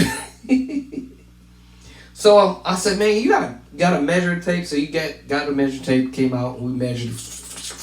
I measured it, measured the door. Quite quickly, I knew immediately it wasn't going to fit in the trunk. That wasn't going to happen. Secondly, I did not think about going to rent no truck. So then I started thinking about who can I call that could come and help me pick this bad boy up that I've already paid for it now. And we already got it outside. I'm looking at the car, so I was doing tape measure, the Leslie, I'm doing the door. So I realized, wow, I'm barely gonna get it through the door in the back seat, but it was gonna work out. Of course, standing up like this is not going in the car. Duh. Turning it sideways, right on the side, sideways. Definitely standing tall. This wasn't gonna fit in the car. So I'm like, all right, let's look at this measurement again. Oh, cool. It's gonna barely make it in this car for sure. Pull up the front seat on the passenger side, no problem. Turn it sideways, and he helped me put it in the car. And literally, I just kitty cord sideways a little bit, and it literally fit in the car, barely through the door. And yes, I was able to get it into the back seat, no problem. And plenty of room between the door and the other door, and it fit in the back seat of my car, and that was it.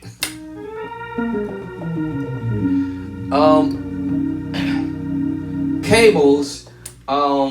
So it came with it had cables, or he had cables, and I basically pretty much got the cables for free. Basically, I didn't pay for the cables, but that was off from another organ he had. It was another organ that was raveled with the cables, so I took that. That was mine. It's gone. Can I have the cables? He was like, yeah, and it happens to fit in the proms of that particular speaker. Thank God, I didn't have to go purchase or order.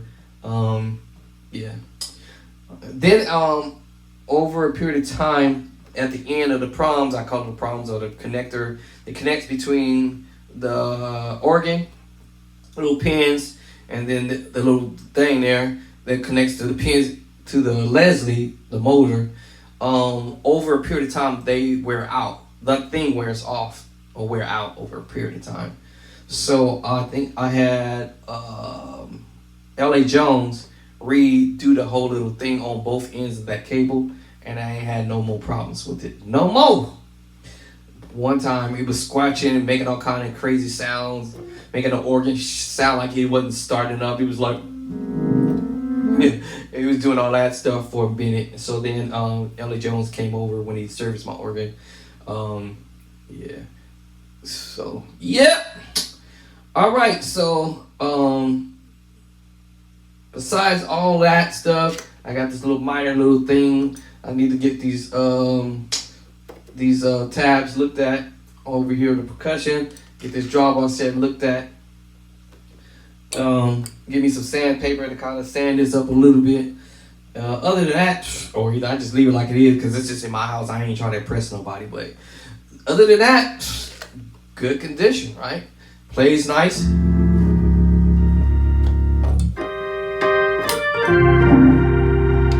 I gotta remember to stop hitting this tab over here because it doesn't operate nothing but the lower manual. Now I gotta remind myself it only works for the lower manual.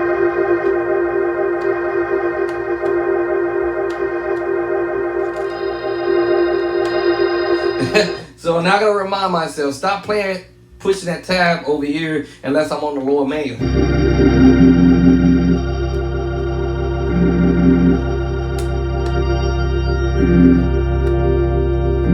It only works for the vibrato grate, only works for the lower manual. The vibrato swell works for the upper manual.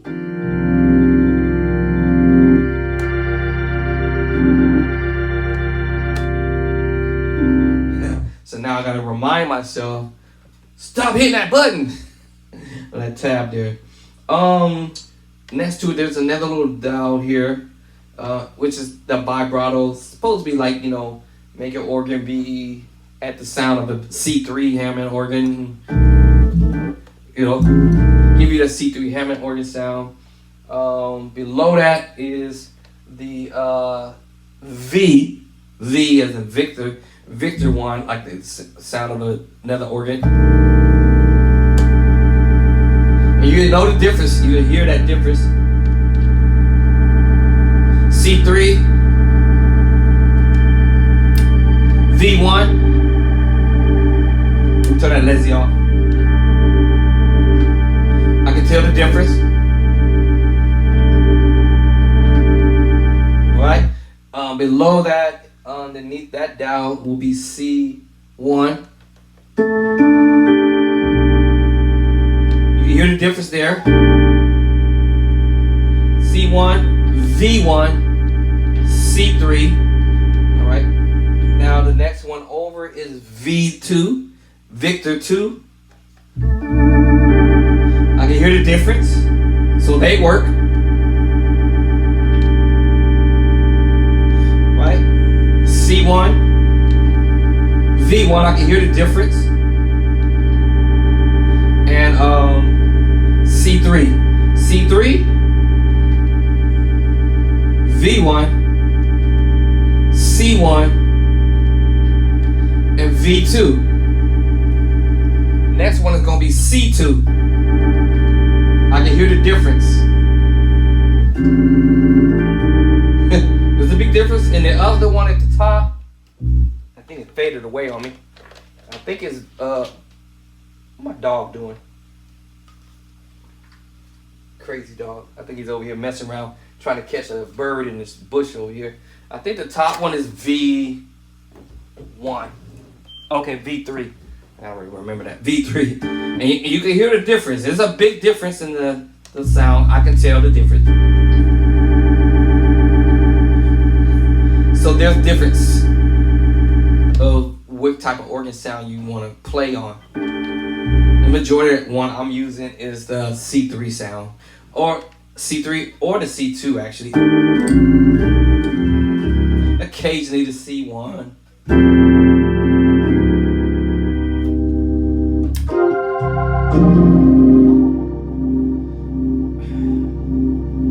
And the V2 is cool. I really don't too much care for the V3 because I mean it's got its sound for whatever it needs. My wife be like, "Why are you playing that funeral music?" It sounds sad. Oh, it sounds sad. It sounds sad.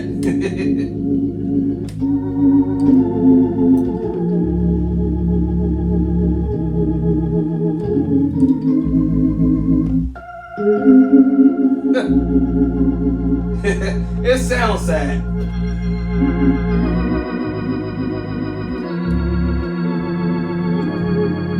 It sounds sad.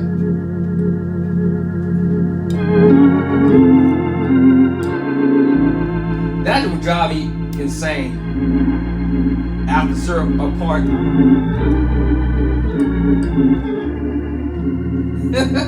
My wife asked me one time, she's like, "Bro, why are you playing that funeral music? Bro, turn that off." She even noticed the difference with that sound. So, yes, she called it funeral music. All right, so you get to learn your instruments. As you see, I'm messing with it. Yeah.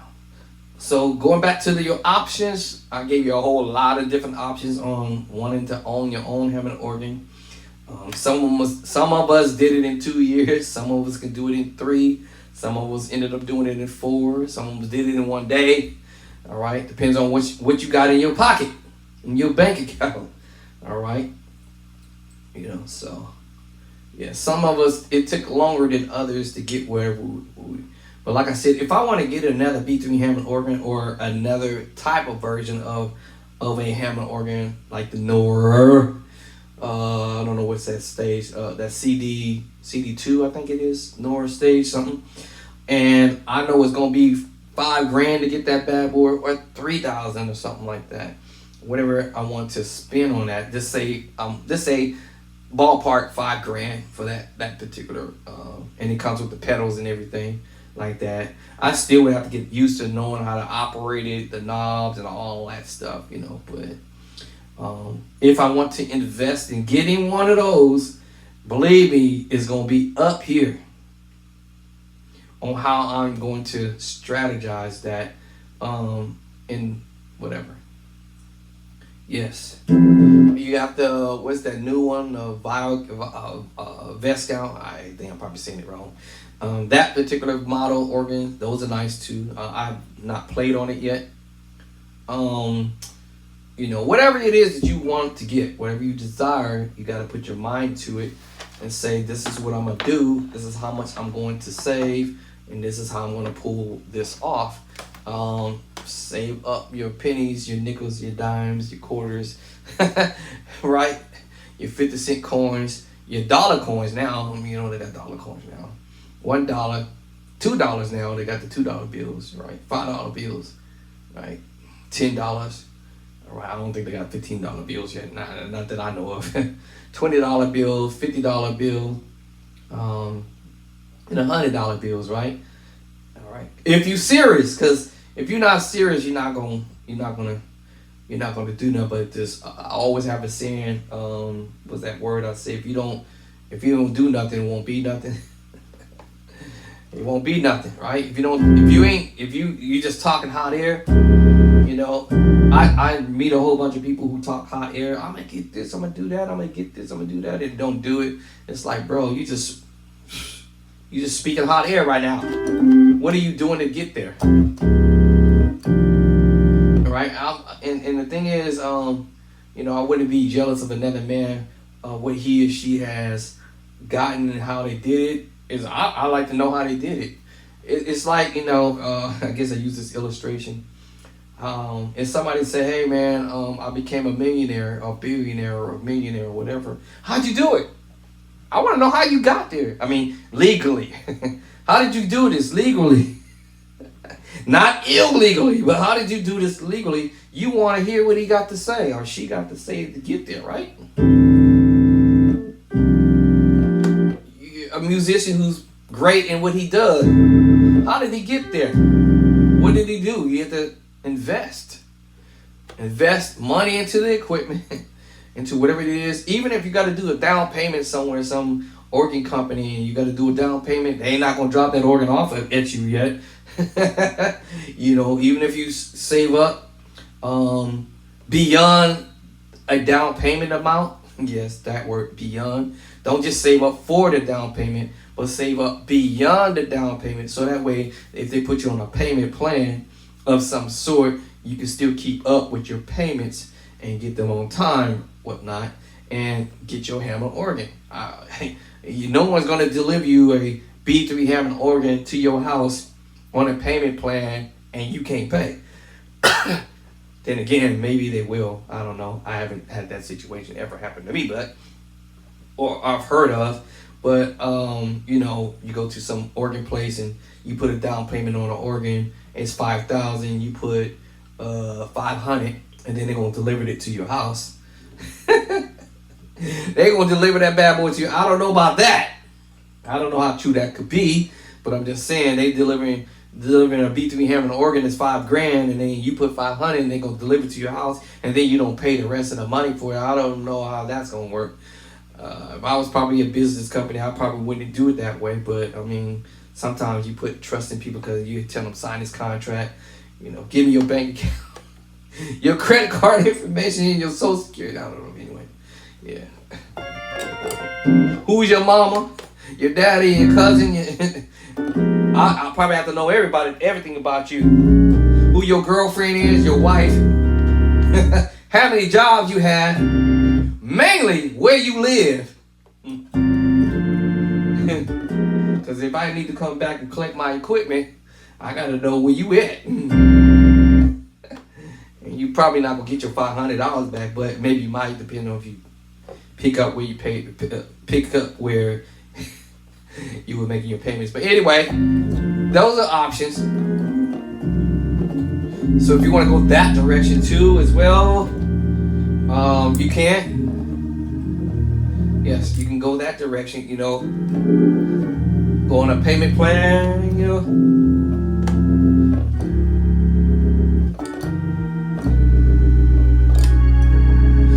Okay, y'all, I sit here and played on the organ for a bit, share some ideas on how you can own your own organ or any equipment that you want to get. There's nothing that I did that no one else out there has not done.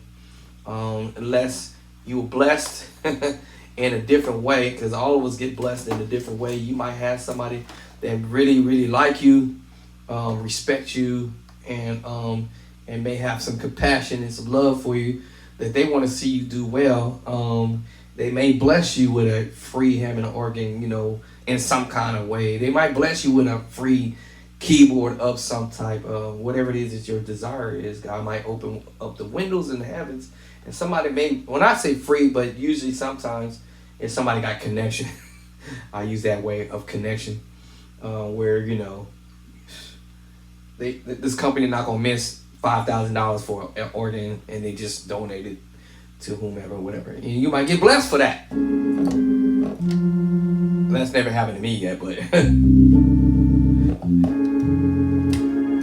because I've always heard of nothing in this world, like this lady said the other day, a few weeks ago. I was somewhere in the store, and the people was telling her, I think it was a phone company somewhere, and the lady was talking to the guys about a bill or something. She said, the guy told her, oh man, you can get this thing for free, blah blah blah. She said, ain't nothing in this world for free, y'all. There's nothing in this world that you're going to get for free. You're going to pay some kind of something. Right?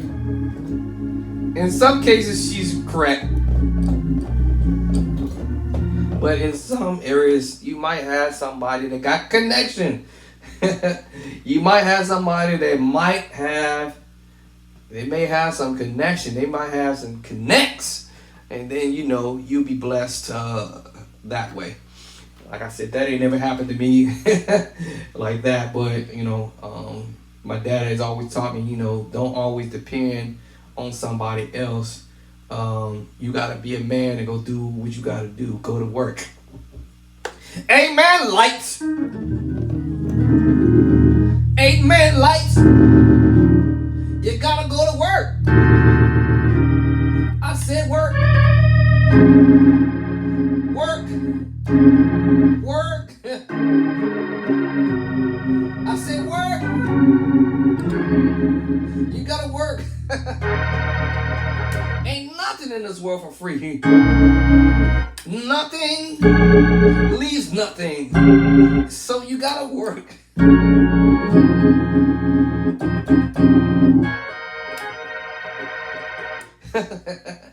So I ain't never got nothing free without having to do something financially, right?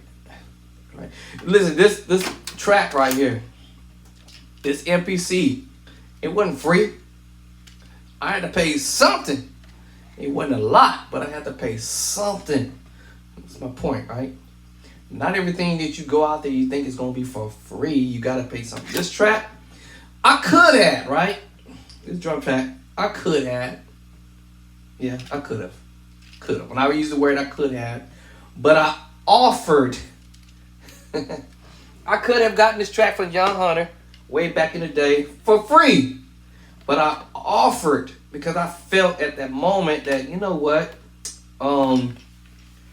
this brother was, allowing me to come to the rehearsal where he was playing at this church out in Vallejo at the time. He was willing to help me out with some beat, some beat, Not, it wasn't a whole lot, but it was the point. He helped me out, I came in there with some empty discs. Did I? Yeah.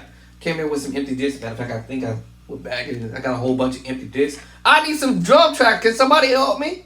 And I'll pay you. Because I know everything ain't free. I need some more drum track.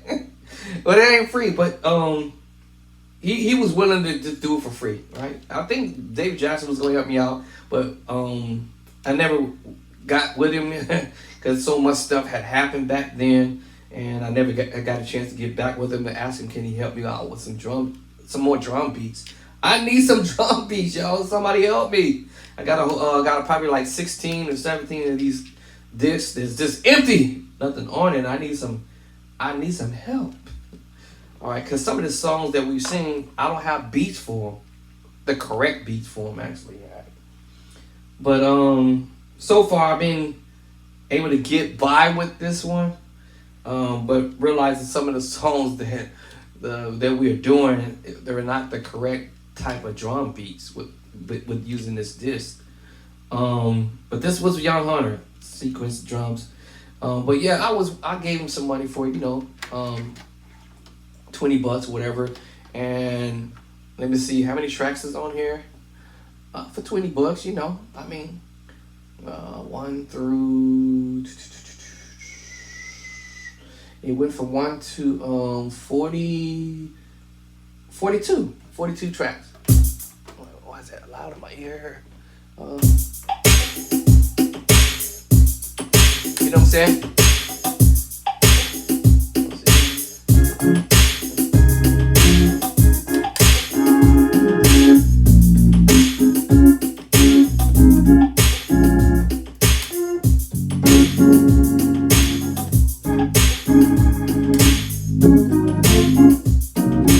Okay, oh, there's gonna be another song. You probably saying, well, how's that track still playing?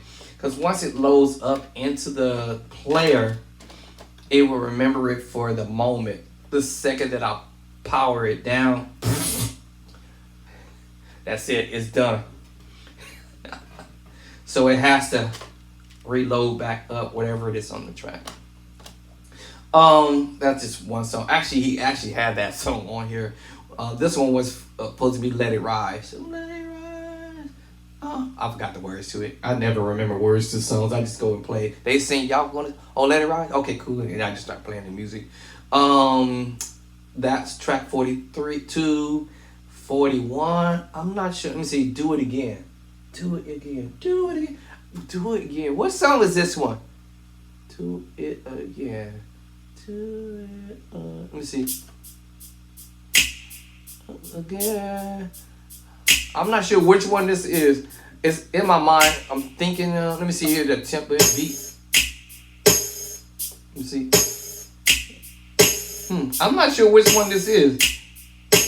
Do it again. Anyway, I don't know what track this one. But I can mute some of the tracks off of here and use this for whatever I can make up some ideas. But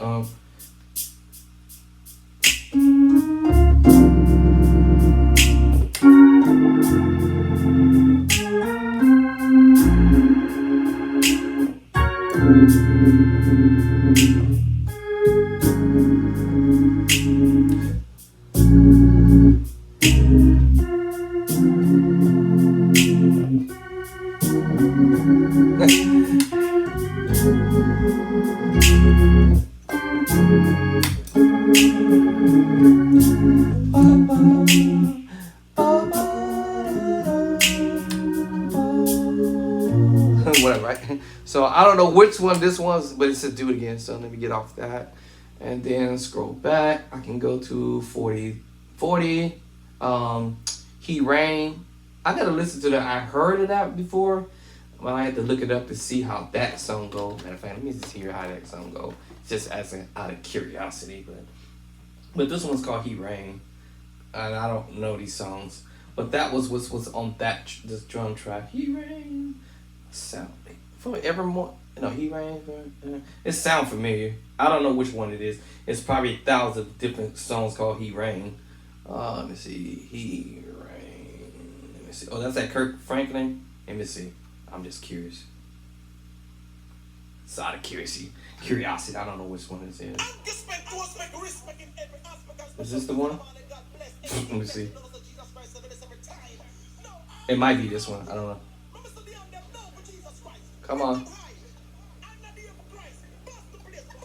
I'm not sure if this is the one. Let me see.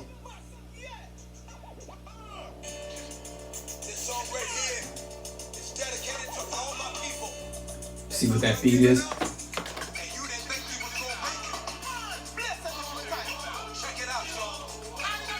I don't think it's that one. Let me see. So it must not be that one. So it must be the other Rain. So let me see. He Rain. So it must not be Kirk Franklin. Who else does that?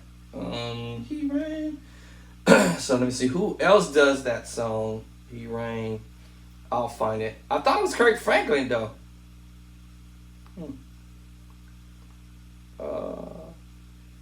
I thought it was Kirk Franklin.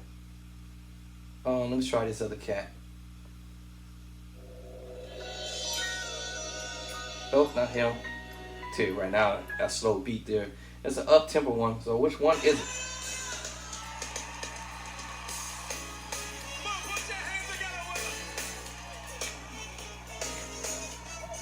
I think it's this one. Yeah, I think it's this one. I think it's this one. No.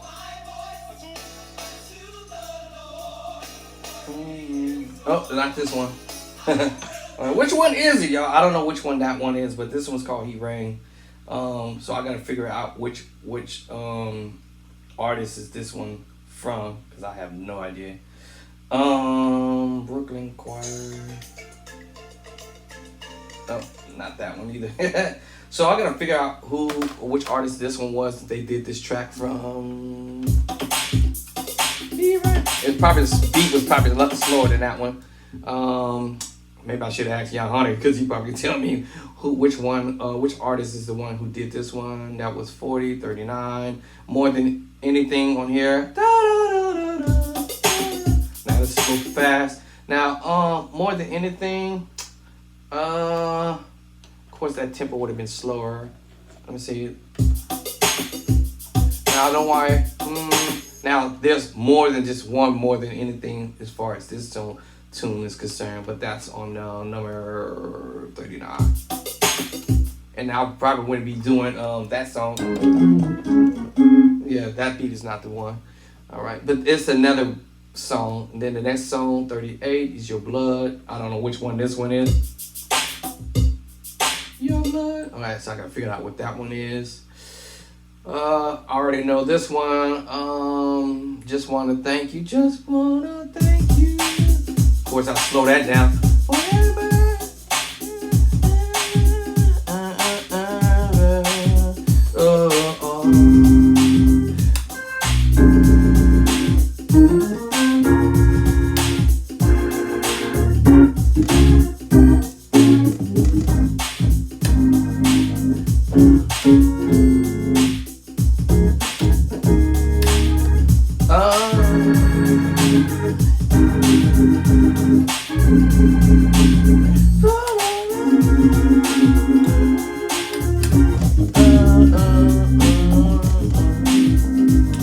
That's up a little faster tempo. I'll probably slow that down slightly. All right, cool. So at least I have a few of songs actually that is actually in here that is written as which one. Emmanuel, y'all know that. Emmanuel.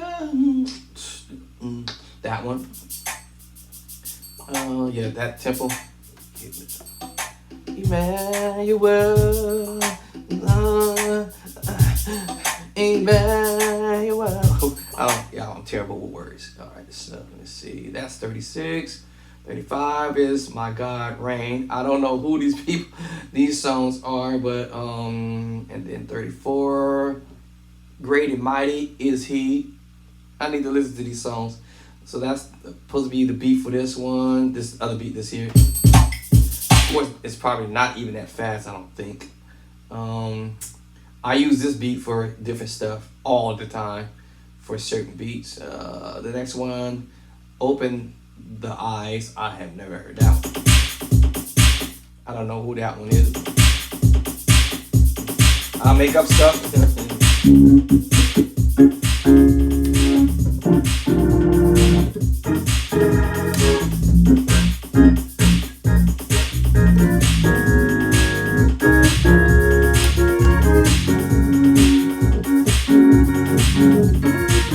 Oh no,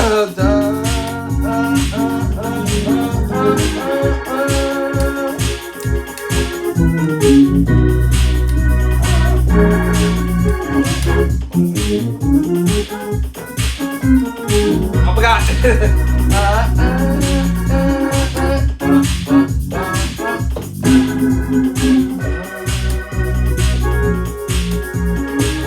Anybody remember?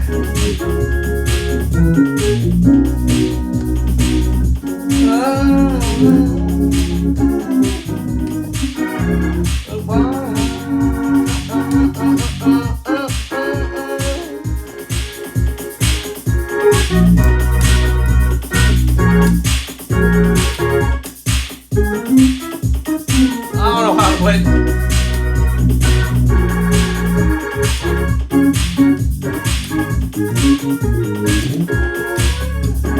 I forgot. fact, y'all, the funny thing is I never really played this song before. Actually, I used to hear that thing every Sunday back in the day when I was at AOH Church of God, and we used to sing that song. I'm like, boy, if we didn't sing that song one more time, I'm about to lose my mind. That song, and don't wait till the battle is over, shout out. I think that was in B flat.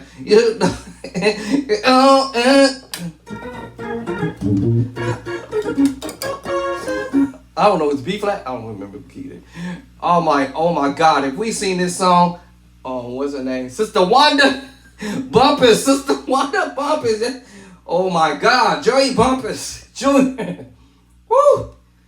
We used to sing that in the choir it felt like every Sunday. I'm like, boy, we sing that song one more time, I'm gonna lose my mind. Yeah, they had me in the choir.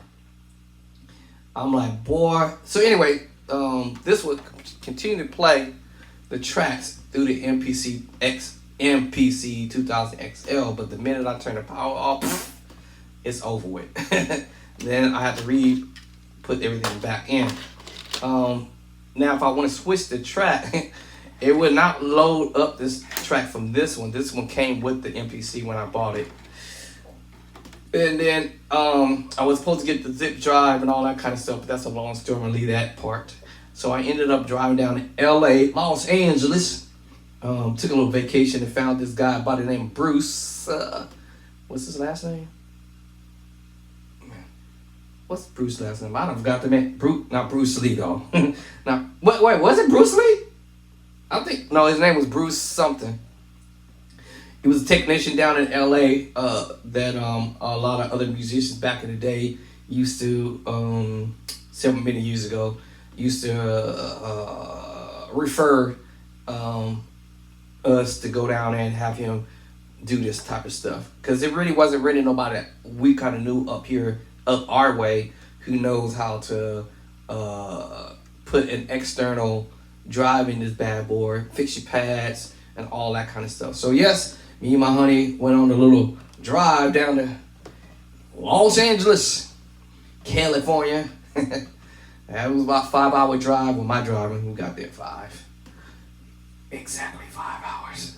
All right, we got there 5. I was flying, I was gone. Man, I wasn't about to be on the freeway for no 6 hours just to get to LA. No, 5 hours. 5 and a quarter, something like that. All right. So, what he did was, it had a floppy back in the day. Floppy disk. Like, floppy. One of the real floppy. So I went down there, and his name was Bruce. I think I still have him locked in on one of my phones. But yeah, took this thing down there. He opened it up. Spent a couple $100 for him to do that. Get on my pad. Working. My knobs were stuck a little bit. So he went in there and replaced all that. And put me an external drive. Sometimes you find the MPC coming with the zip drive.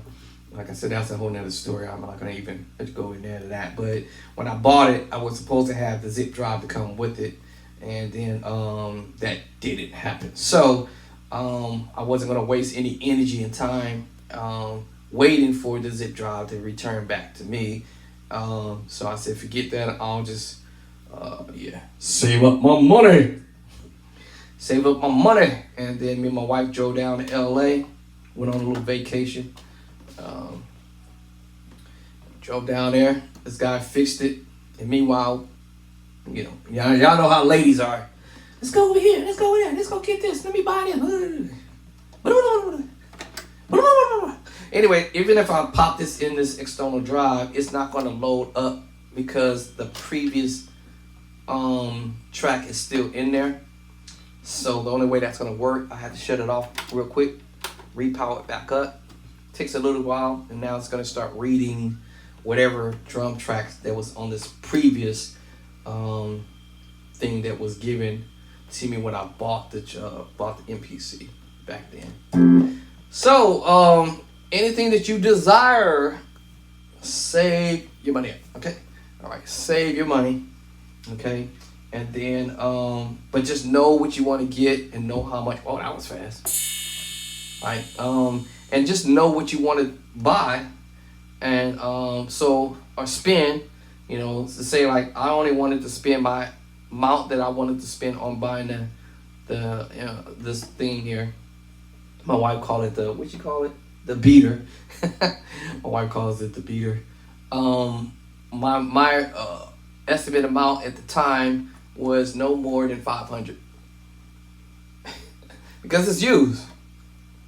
I'm not gonna spend $1,000 for something that's used.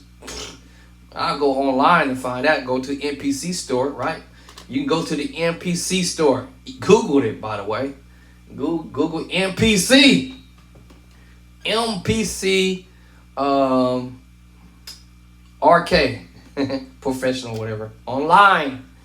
And you can Google this bad boy. And they may not have this model there yet. I mean, anymore. They upgraded to a whole nother level. These are the dinosaurs. I'm gonna call this the dinosaurs. This is the dinosaur model. So if you're trying to get one like this, then you have to go to eBay. eBay and Amazon. I would say eBay will be your best bet. eBay, for sure. It may not be in great condition, but you better read the thing to make sure to see what you're getting yourself into before you purchase one. Now, if you purchase one for somebody you know or heard or you know in your neighborhood, at least you know them some kind of way. So yeah, and then you know it's gonna somewhat work, hopefully. And hopefully, if it works, if it don't work, I ain't gonna tell you what you might need to go and do. I ain't gonna give y'all no pointers on which you might have to go with. But anyway, somebody said, do the right thing, don't kill nobody. Oops, I gave somebody the wrong idea. Anyway, so this one has church. Did I turn this down already?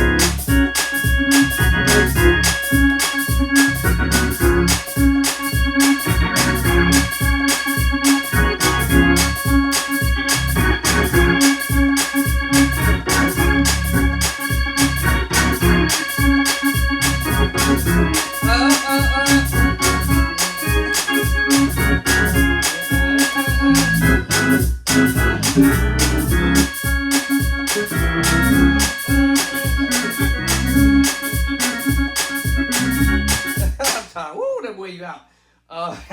Woo, that's that church right there, y'all. I'm telling you, man, I might have to clap this on Sunday. Woo, I might have to clap this on Sunday.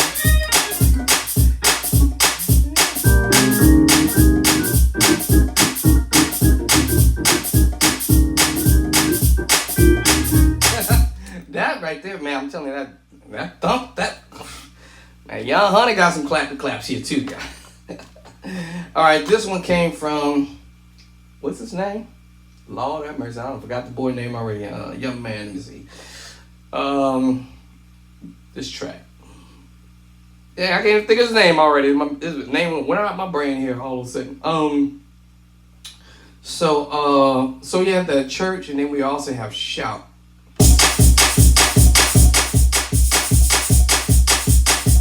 Speed at 155, you know.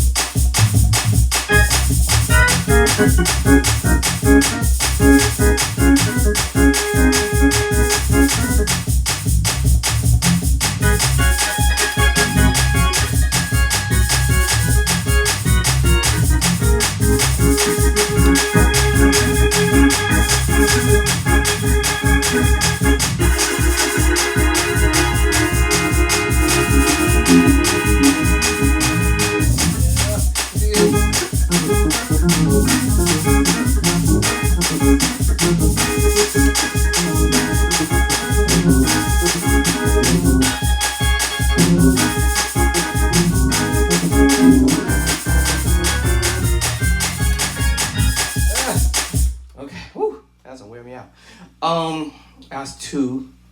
Let me see, I'm not sure how many tracks is on this one. The other one was 43. Let me see, how many tracks is on this one? Oh, okay, so this one was about 27 tracks here. So yeah, that's that church, shout. The next one, I don't know what song, hold on. The next one, number 3 was worship. I'm turning, let's see. I'm missing the bass. I'm missing something. Let me see what that one is. Okay, so that's praise and worship of some type. And if you don't want the bass, take the bass out. Wait, which one is the bass? Yeah, there it is.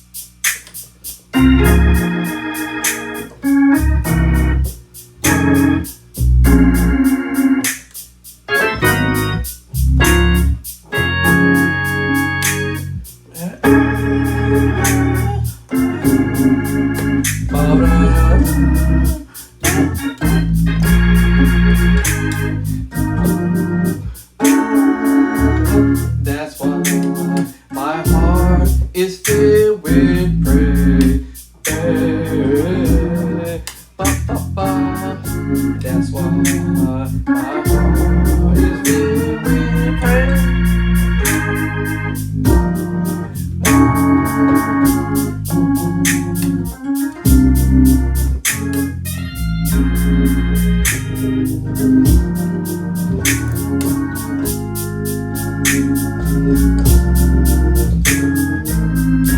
And if I want the bass, take it out. Bass. Just simple.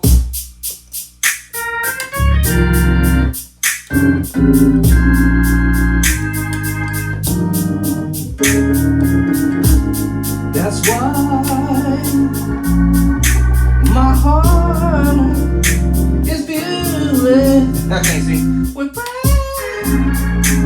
praise.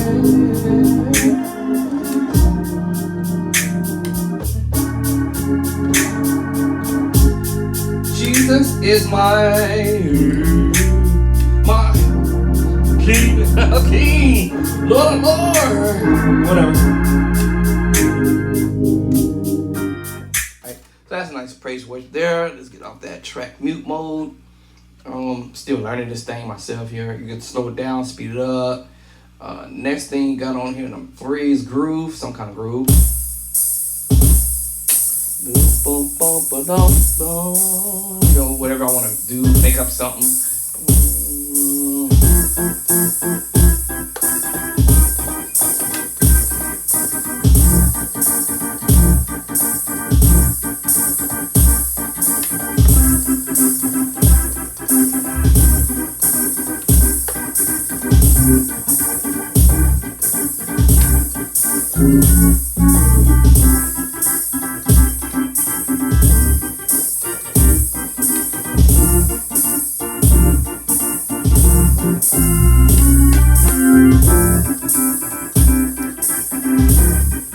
Can't hear it in my ear. Hold on. My ear.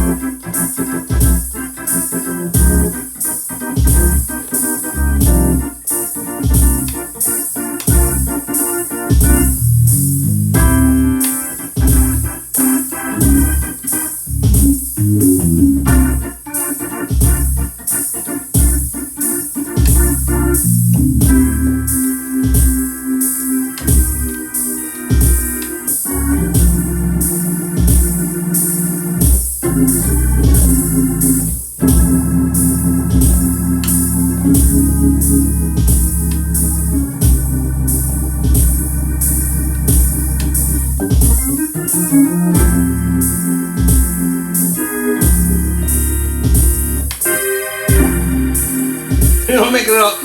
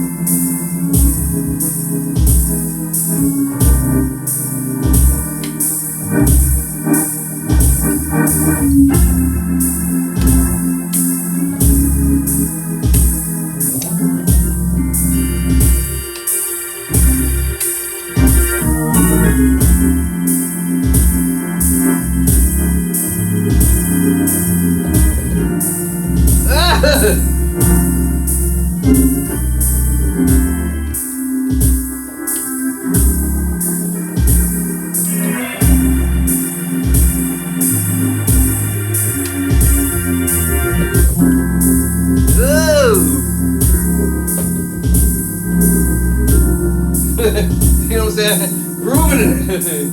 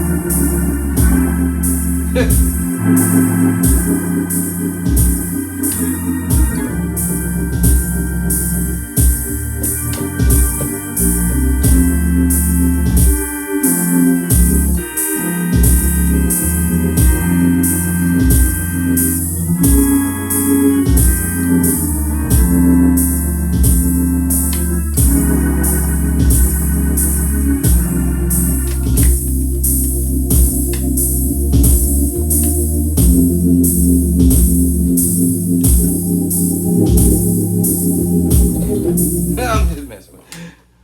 Whew. I just mess around with this groove, but you can groove on whatever you wanted to. That idea here was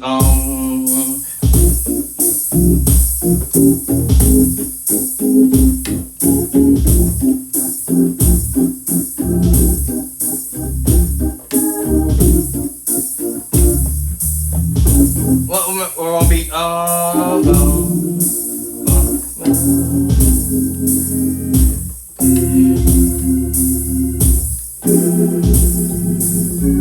you see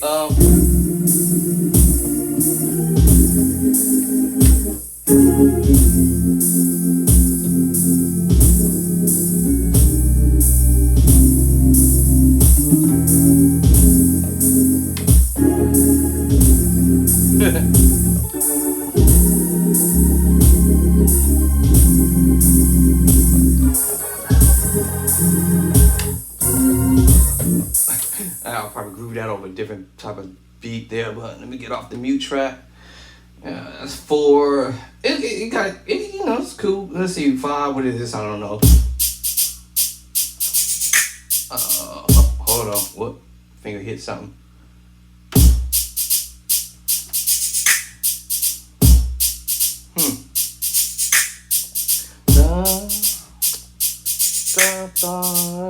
Whatever, you know, you come up with your mind. Come on. Let me see a thing.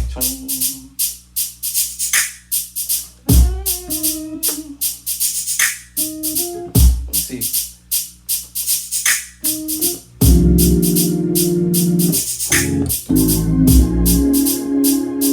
Let's see. A beat in my head.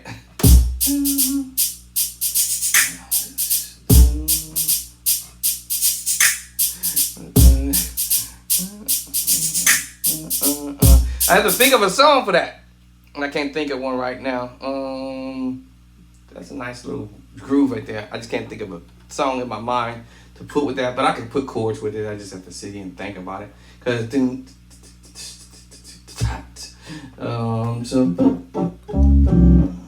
let me see.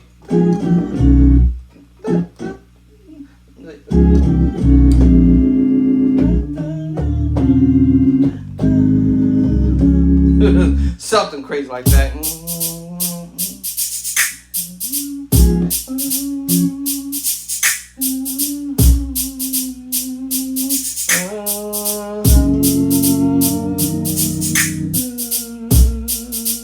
You see.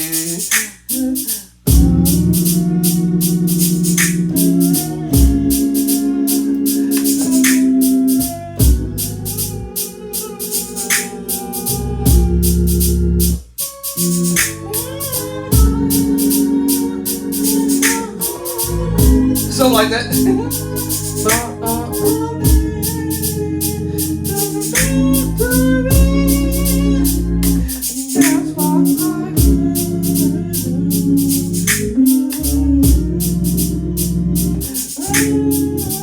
Something like that.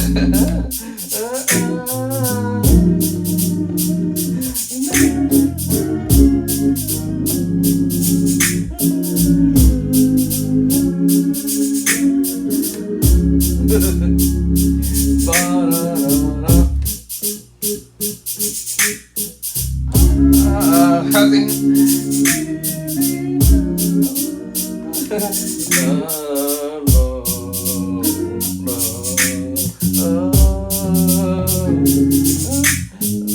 don't know how to play. You say, I really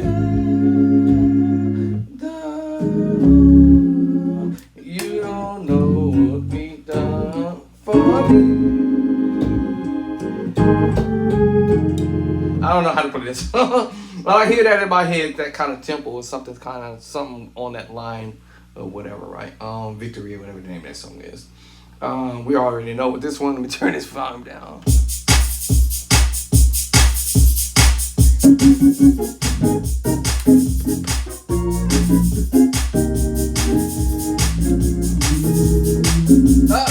I forgot how to play it. Hallelujah. I forgot how to play this song. How you play this song? It's A flat. How does the song go?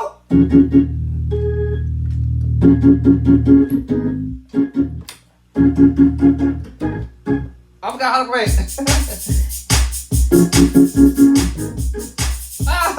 Oh, I forgot.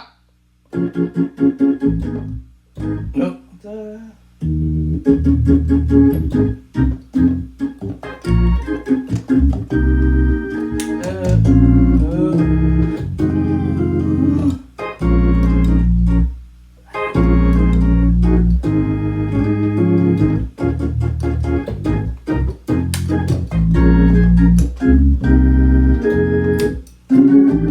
I forgot how to play this song.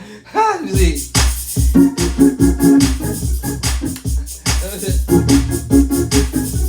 Oh, I forgot it.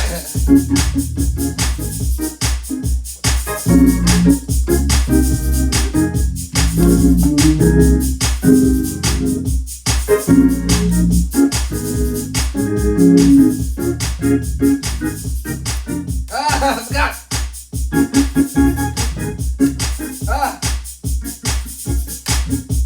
I've got it.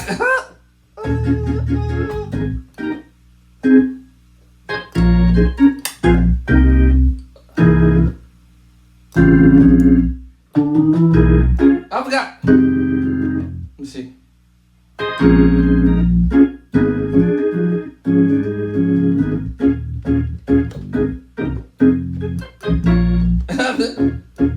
me see.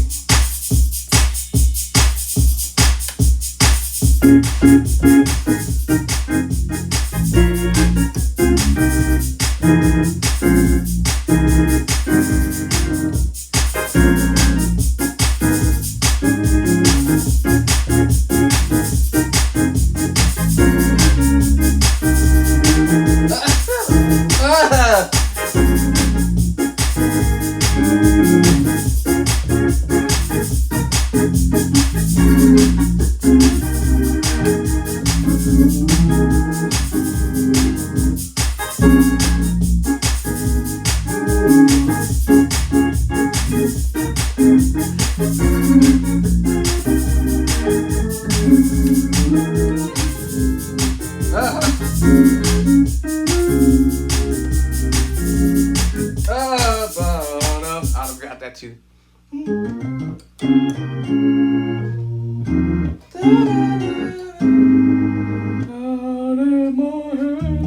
I forgot all this stuff. So we got that on here too. Now, Ricole. All right, it came back to me. Ricole. He got on here. You Rain. I don't know how that song supposed to be. You Rain. I heard that before somewhere. You Rain. Track on. We see something. Right. So that mute track. So I don't know the name of that. How to play that song. I've heard of it. That's 7. Happy. I heard of Happy before. I don't know. I don't really listen to this type of stuff. But this Happy. You have to stop the track in order to go to the next one. Well, if you try to go to the next one, we'll do it. Okay, hold on, my bad. Shut up, right? So if I try to go back to the first track, yeah.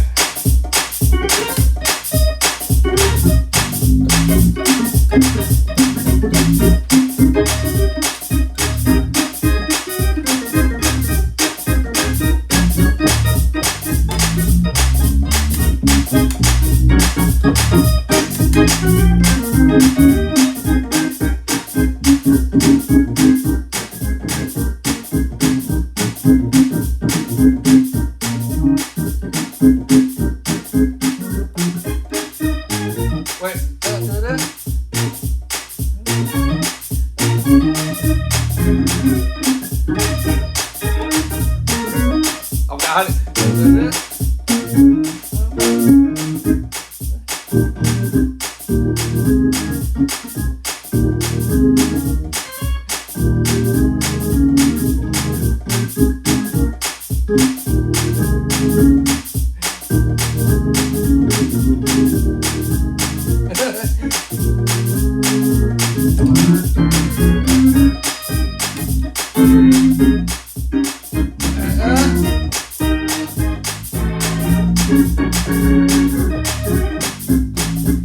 Got that church.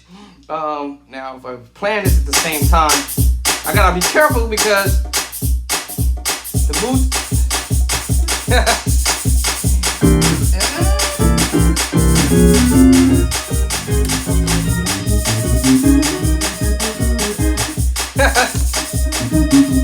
Never did that before.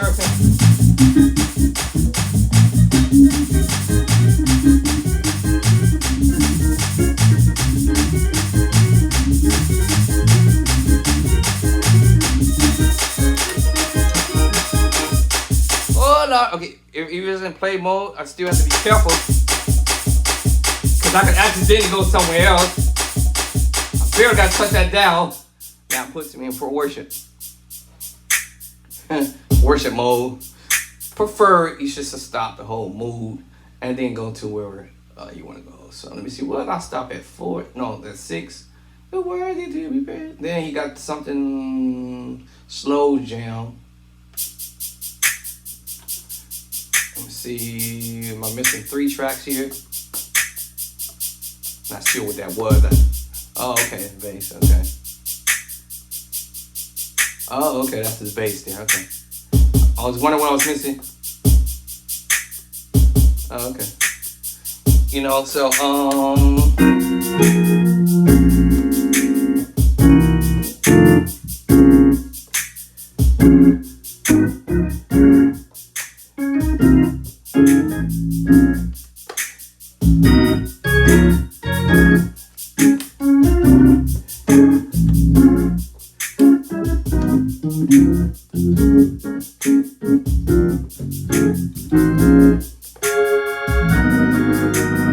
you know what I'm saying?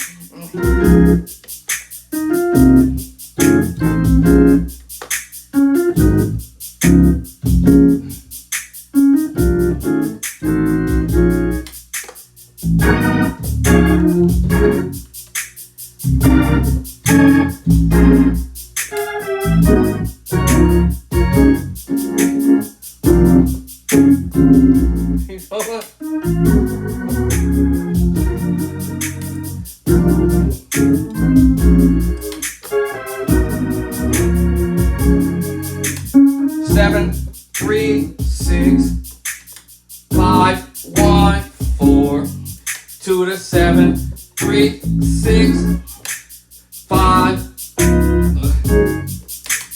7, 3, 6, 5, 1, 4, 7, 3, 6, 5, 1, 4.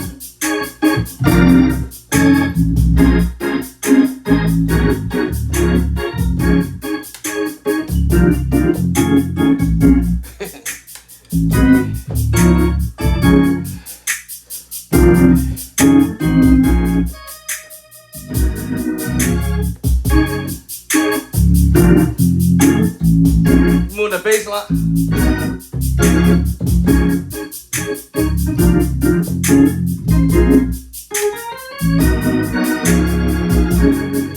7, 3, 6, 5, 1, 4, 7, 3, 5, 1, 4. I'm doing it a different way. And what I'm doing is just changing the chords around, switching chords, playing the same 7, 6, 6, 5, 4, but changing the chords now. 7, 3, 6, 5, 5, 1, 4, 7, 3, 5, 1, 4.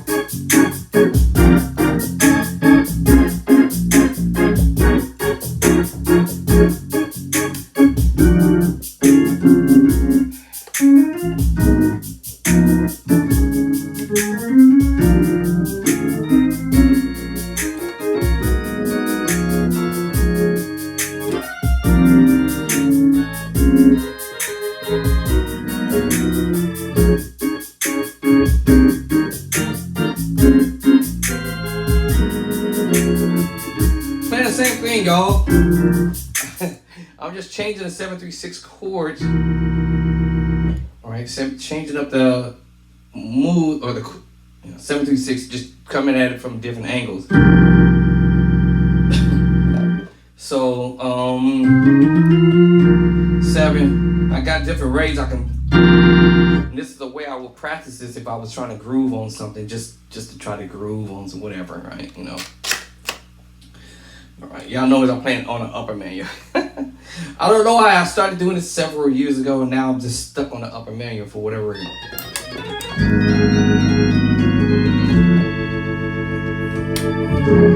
You know, so back to the 7, 3.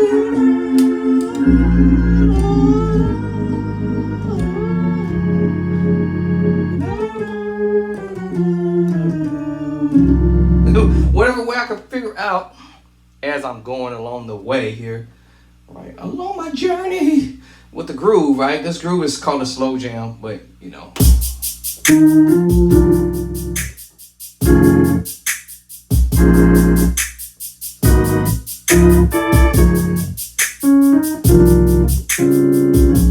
Trick y'all that time. 7, 3, 6, 5, 1, 4, 7, 3, 6. Sometimes I won't go back to the 7, 3, 6.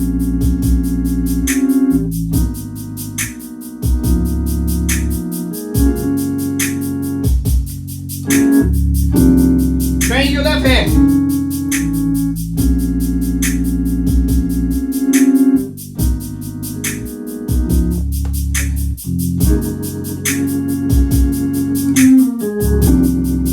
Get that left hand going.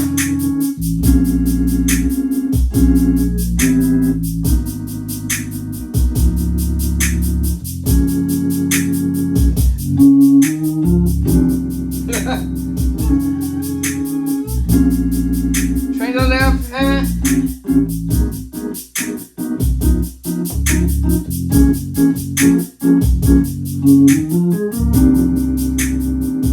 And the right hand.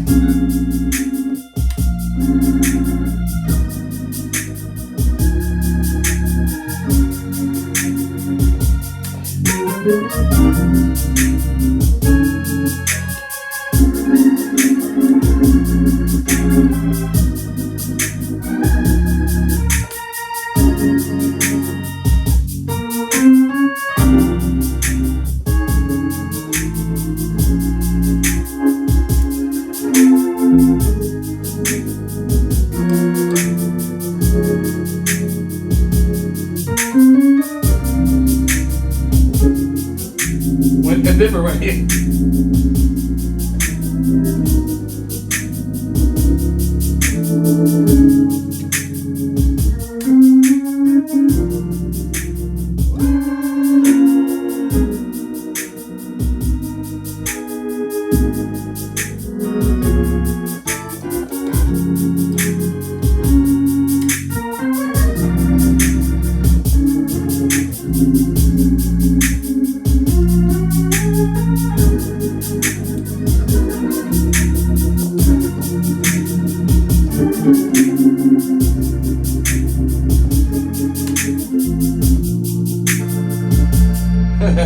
All right, so train the left hand to do chords.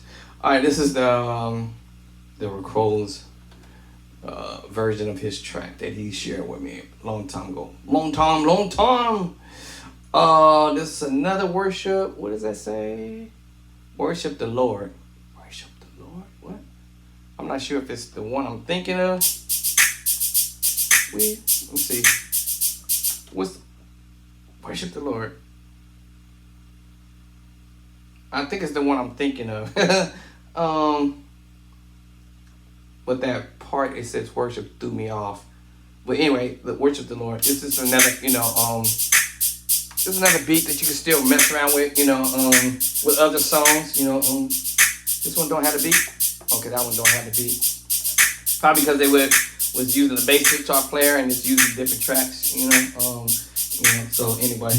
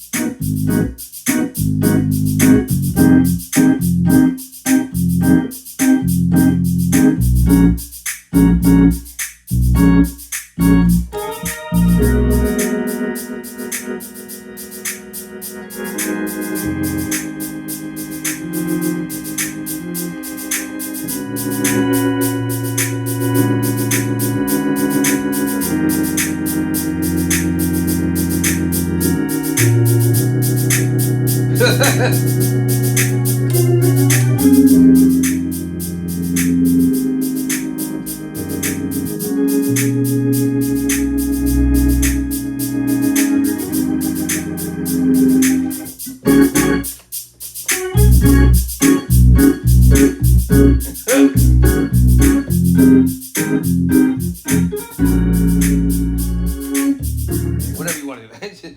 Just groove off of that. Worship the Lord. It's the one I'm thinking in my mind, but I can't think of the way it go. Worship the Lord. Anyway, so let's get off that track. That's number 10. It was number 11. Wonderful. Y'all know that. Wonderful is your name. That's his kind of walk, I think. Da, da, da, da, da, da, da, da, da, da, da.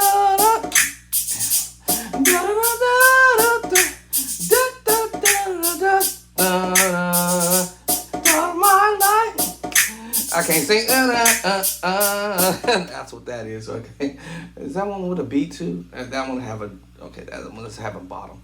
So probably more than likely, whoever plays the guitar player will carry the bass line. Of course, if you're on the organ, you're carrying the bass line. So that's what that one is. I had to learn that tune. That's a nice little tune, actually. Hezekiah Walker.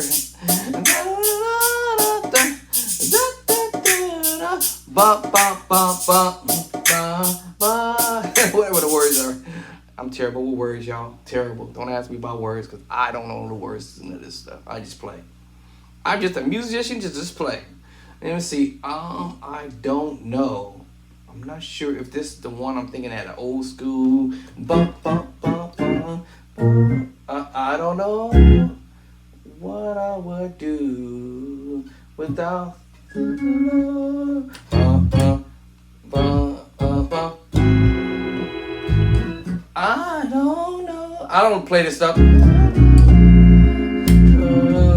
don't play this stuff. So.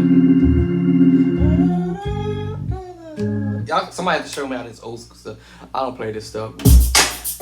Okay, that's the up tempo one. Oh, more like the worship. I don't know what you come to do. I think that's what this is. Okay, my bad. I don't know what you come to do. I don't know what you come to do. I don't know what you come to do. Oh, I don't know what you come to do. I don't know what you come to do. I don't know what you come to do.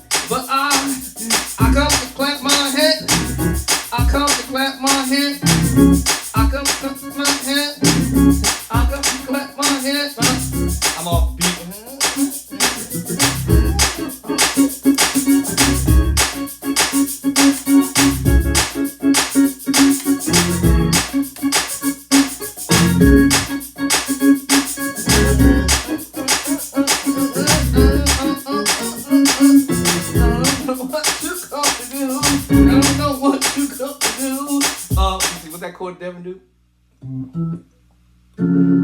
Let me see. What's it called? I got it already. Oh, I gotta go back to the stuff. Okay. Let's see. I don't know what you come to do. I don't know what you come to do. I don't know what you come to do. I don't know what you come to do. I don't know what you come to do. I don't know what you come to do. I don't know what you come to do. But I come to back my hand. I don't back my hand. I don't back my hand.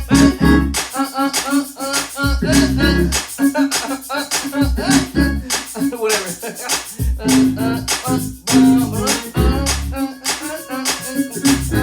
Well, that's what that is. I'm a little off of that, but anyway, y'all better wait for me. I'm gonna catch up. All right, I got to catch up. Let me see the next. That's 12. I don't know what this one is. Glory.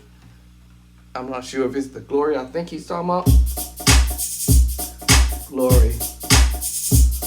Let me think. Hold on. What's the glory I'm talking about? Glory, glory. I'm curious, actually. Which glory was this one? Glory. I don't know. I can't remember. Did I hear this before? I am not sure.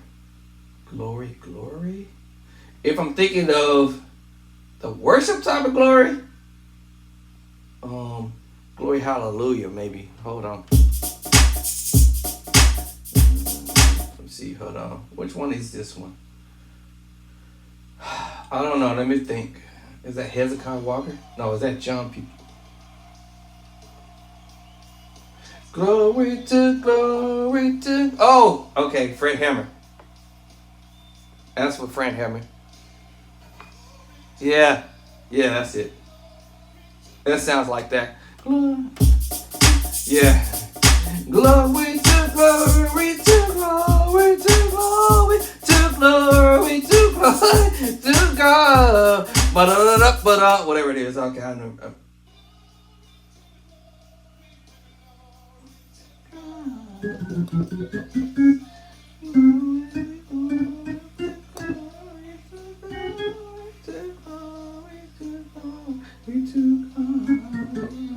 Yeah, that's what.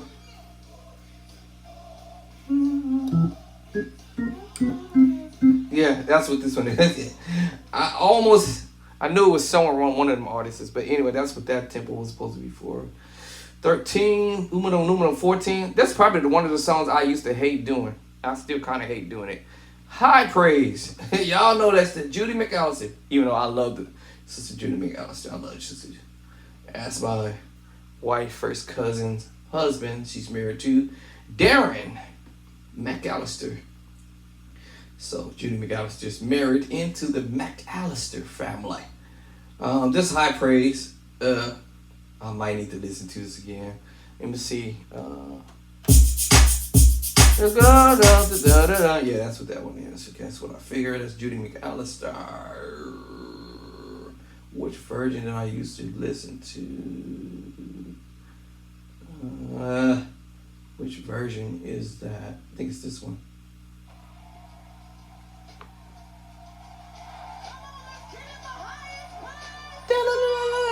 I gotta relearn this song. Yeah, I think it's this one.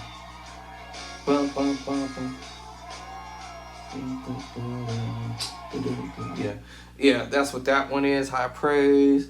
That's A flat, and I think they modulate to the next key up. So I gotta practice this stuff, y'all.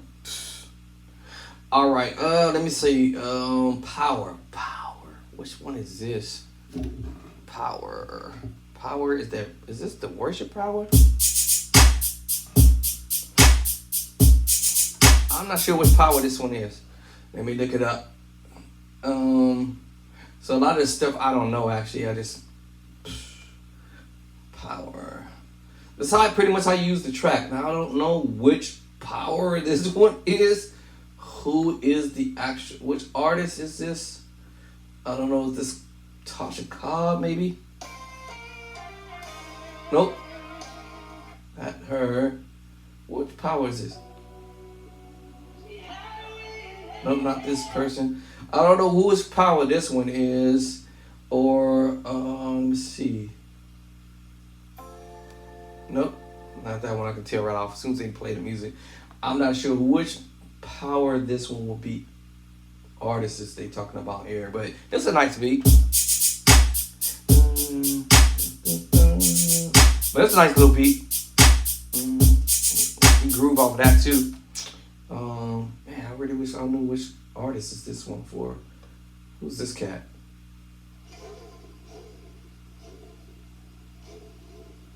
Oh, that sounds crazy. All right. I gotta figure out which one that is.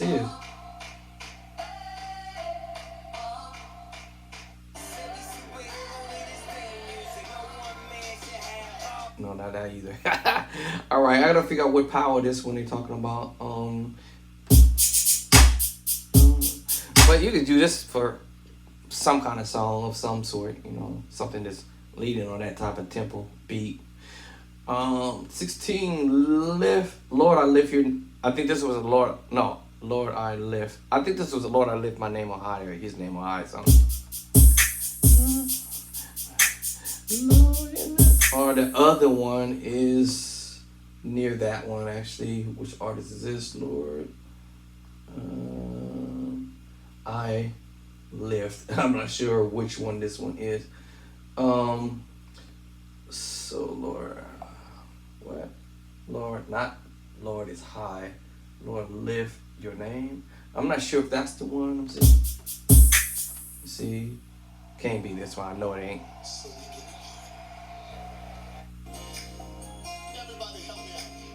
Maybe this.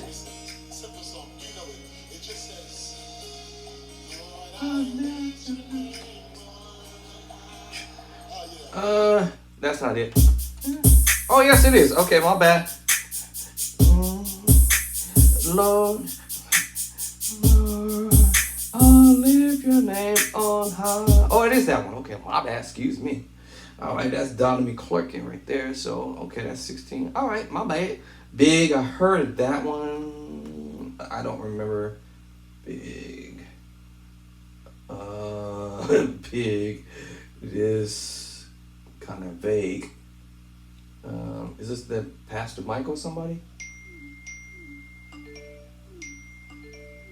My season. It's my season. You ought to declare that over your own life. Say, I believe. Breakthroughs in the room. I don't think so.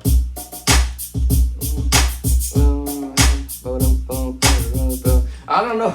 I have to look these stuff up. I haven't did this in so long, but guys, and I've been sick and wild for a while, so I have no idea who these cats are as far as that is concerned. But I mean, if I wanted to use this track for other songs or whatever, you know, make up some chords or something to that.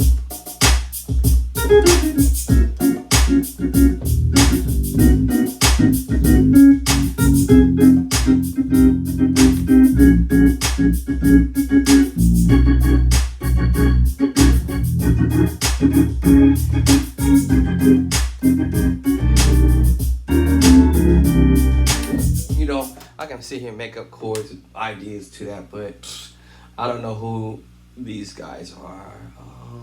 Amazing. I think I heard of that. Amazing. Yeah, I think I heard that one. That's amazing. I think I heard that before. I don't know how it goes, but whoo, there's a lot. Actually, not many anthem. What's the anthem? I don't know which anthem this is.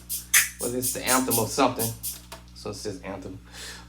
Strong. I heard of that before. So whatever that song is, as far as where to find it. Then this one just says Sequence 21. I don't know what happened. They must have was in a hurry. Come on, put your hands together. Come on and clap those hands. Come on, come on, come on, clap those hands.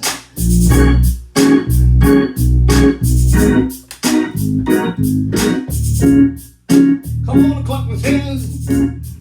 We're gonna worship God right now.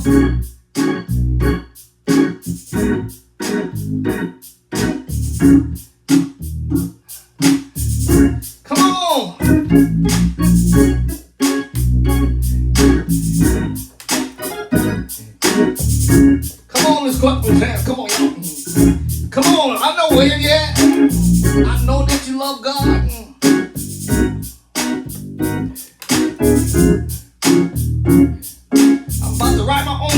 right now. Come on and clap those hands.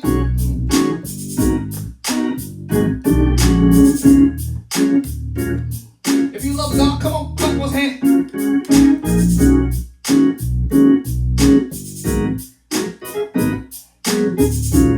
Woo! Come on.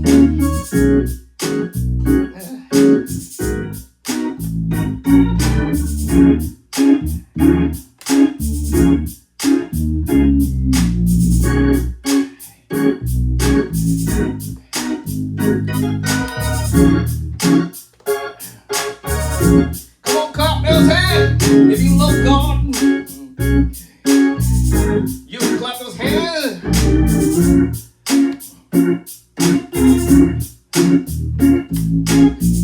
I said,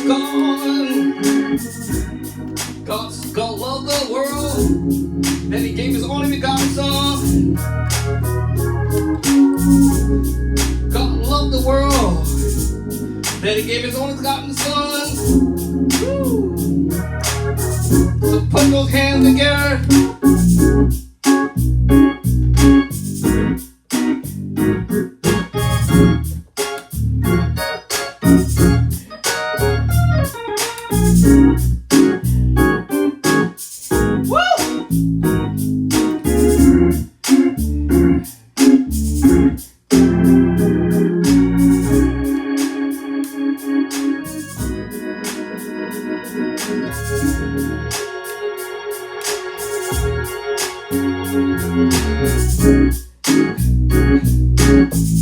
I know y'all love God. Put those hands together. Come on.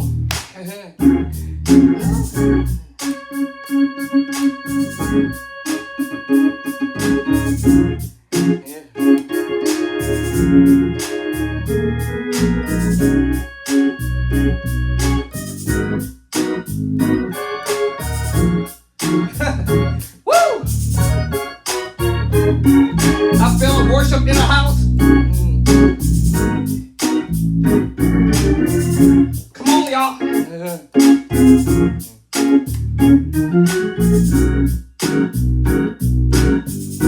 Come on. Woo! I feel the worship here.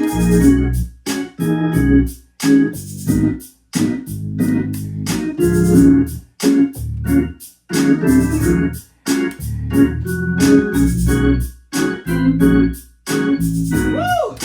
I feel the worship here. Woo!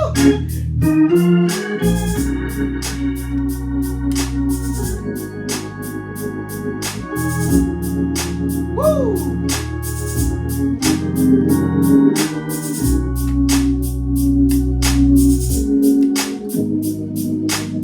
Y'all just, you can make up all kind of stuff, right? Anyway, y'all gonna make me start writing my own stuff again. Woo! All right, I'm copywriting this though. This is my copywriting. I'm copywriting this.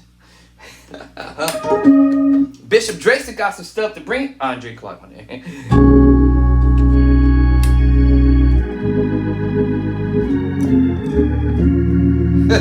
I got chords to bring to the table. Man, y'all gonna make me start writing chords, songs again. Y'all heard this one. The devil is defeated. The beat is slow, but I heard that song before. This is kind of slow. Speed that up. But the devil, that's 22. Oh, yeah, 21 I did already. 22. I think it only have 23 tracks on here, and I think that's it. Let me see. This is just saying sequence 23. But I think he was in a hurry when he made this track, so.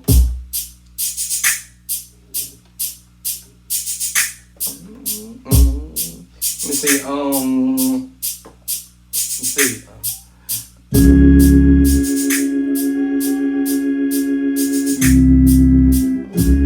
Oh, hold on. Okay. Okay, it's a different song, but you guys get the point. I hear these tracks and I'll be thinking out of the idea.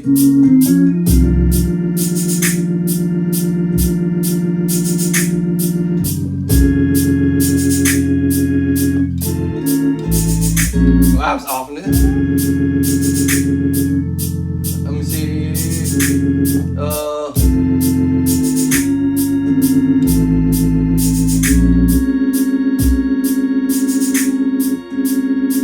I was in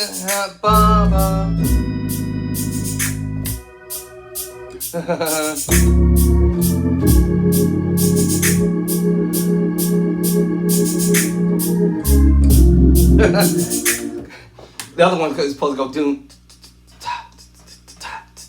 doom, all right, but this one skipped.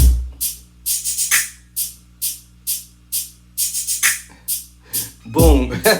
All right, I think this one can be for one of the Donnie McClurkin songs too. I can't think of one of the not Great Is Your Mercy. I don't think Great Is Your Mercy.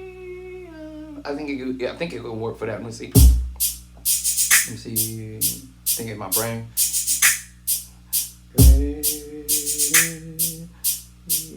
No, not that one. Okay, cause all right. So this is all the tracks on this one. I think it's 23. Oops. Oh no, more. What? Oh, excuse me, my bad. 23. I thought that was it. 24 is Bless the Lord. I don't know if it's the one I'm thinking of, Bless the Lord, oh my soul, or the other Bless. Okay, it's the other Bless. All right, the other Bless. Oh, hold on. My finger hit the knob by accident. Hold on. Bless the Lord. Let me see. Which one is this one? Sound familiar in my head. Oh, must be Judy McAllister's song. I don't know the words. Let me see. I hear it in my head. I think that's that Judy McAllister thing. In fact, the funny thing is I just saw it 2 seconds ago when I was sitting here fooling around with her name. Yeah, I think that's Judy McAllister, Bless the Lord. That other little bless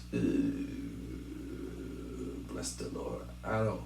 Let me see. Bless the Lord. That's that Judy McAllister. Gotta be. Bless the Lord, oh my soul. I'm pretty sure by Judy McAllister. I'm sure. I think it's her. I would think. Yep. Let me see. Boom. Yeah, Judy McAllister.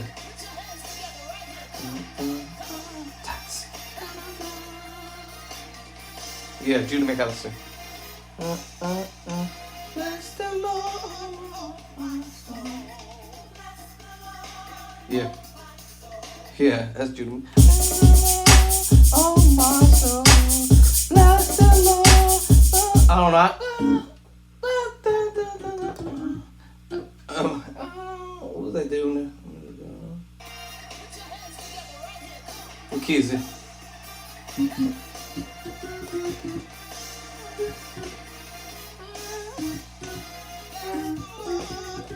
Okay. Okay. Yeah, that's that Judy McAllister.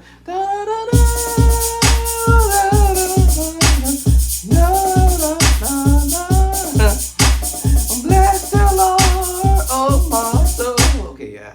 I some stuff I've heard this before. I just don't know them like that because I ain't never had Lost. I don't know what this one is.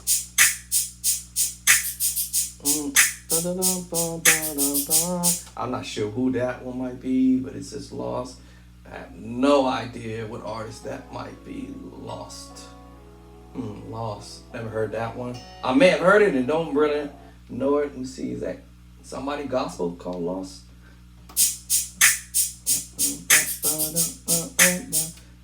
I don't know who that could be by. Lost, and it's Never Lost?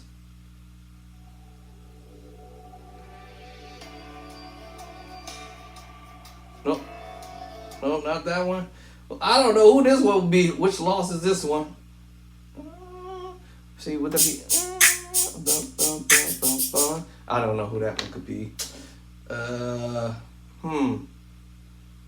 Lost. Never heard that one. Who could that be by? It's gospel? I don't know.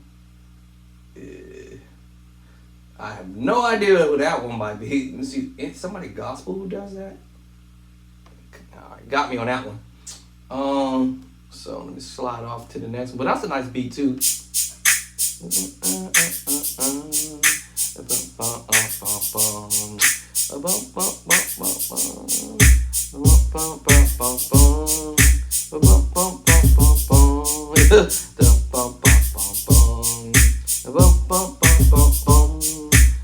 Who lost?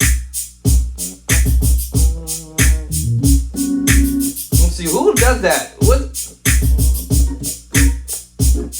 I don't know. I have to find that. I have no idea. I looked through here, but I don't know who that one's by. So that's 25, 26, A New Beginning. It sounds familiar. A New Beginning. I don't know who that could be. Sounds familiar. A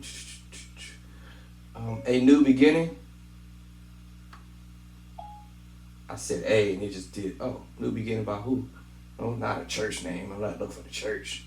I didn't say New Beginning. And I didn't even say church. Did y'all hear me say church? New Beginning. I didn't say nothing about no church. New Beginning. How you do this thing? I drag. I don't know how to drag, y'all. New Beginning. So let me see. Who does that? Some type of worship? Let me see.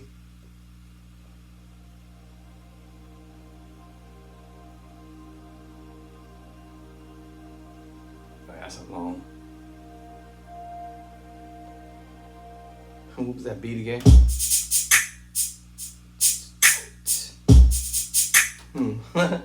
Well, that's definitely not them for sure. Fast forward. Definitely not them. All right, some Caucasians there. Let me see. Who would that be? New Birth? Aha, New Birth. Never heard this one. Ooh, that's nasty.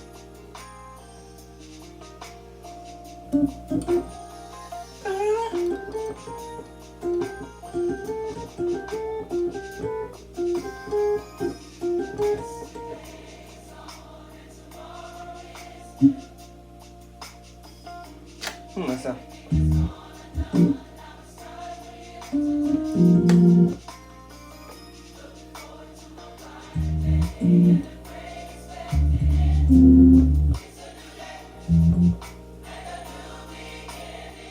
E flat.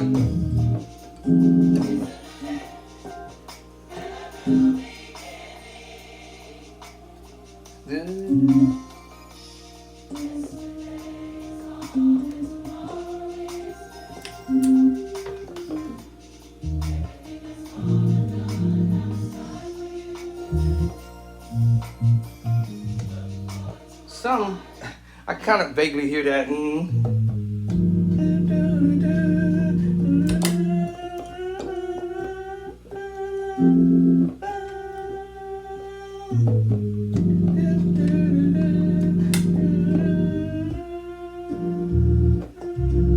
Something, let me see, hold on. I hear this idea in my head.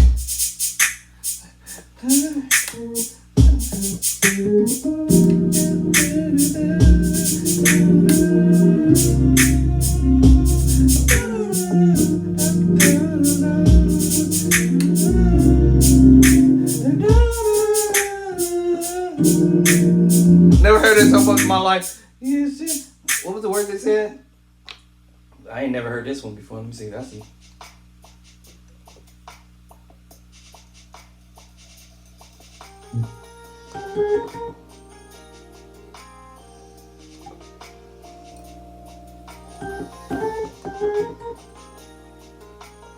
I have to do this on keys.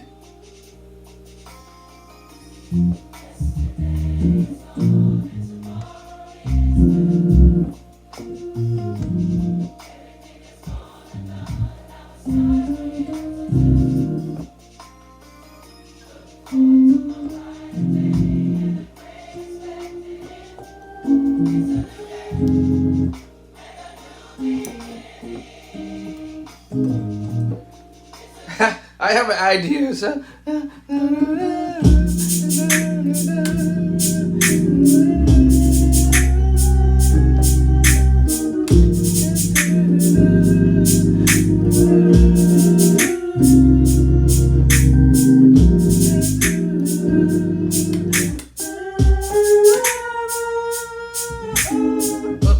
Wait.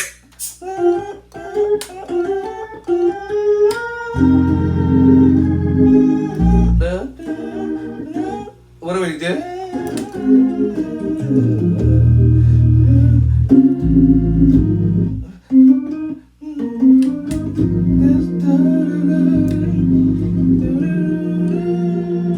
Pattern.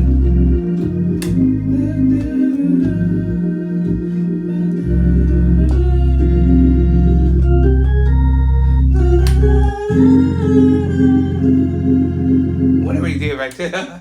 Let me see. I get ideas, right? Never played it in my life, let me see.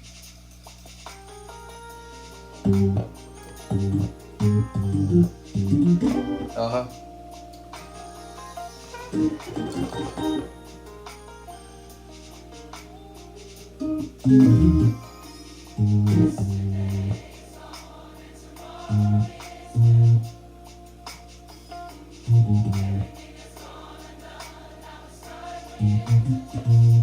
So it sounds like you're going to the B, E, G, to the B, to the C.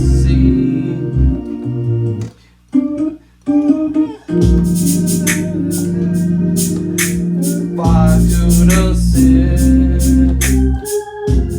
to the three, to the five, to the six.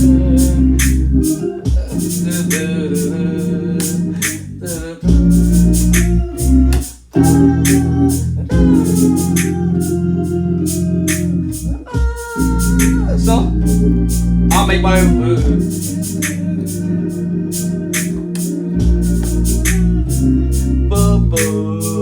I never played this song in my life.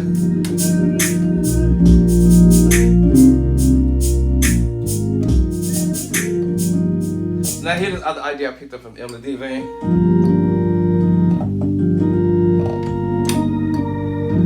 You know, so secret sauce. Yeah. To the 5, 5, 4, to the 6, 6, 5, 4. I'm walking up, I'm just going straight to the 5, 3 to the 5, to the 5, 6, something like that.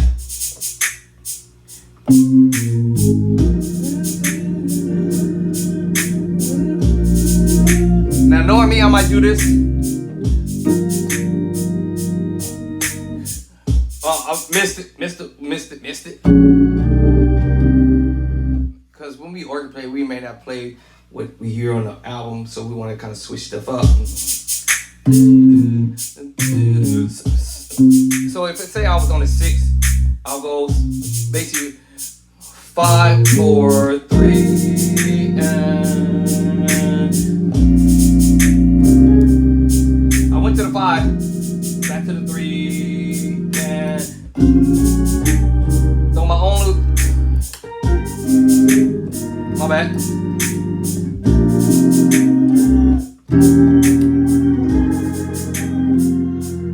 Whatever else you was gonna, I can make up some chords in my head, you know. Even if I don't even know what I'm doing. But it sounded like I hear it was going to 3, whatever the words is.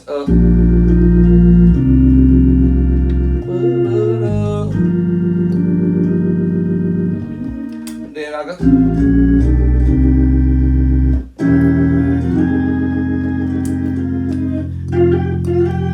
Because I heard the melody line.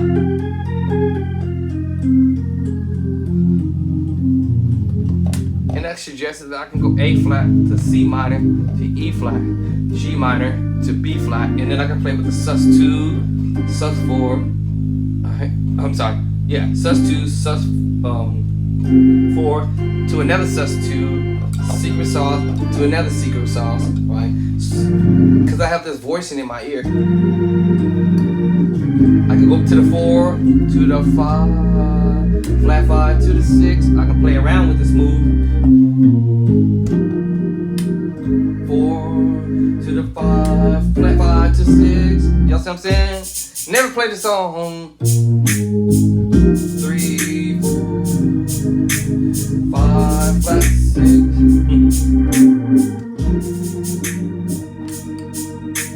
I was supposed to hurry up and go to the 4.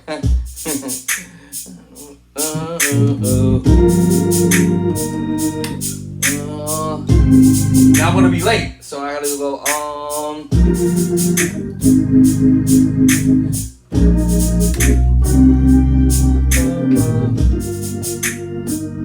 I'm gonna skip the 4 to the 6.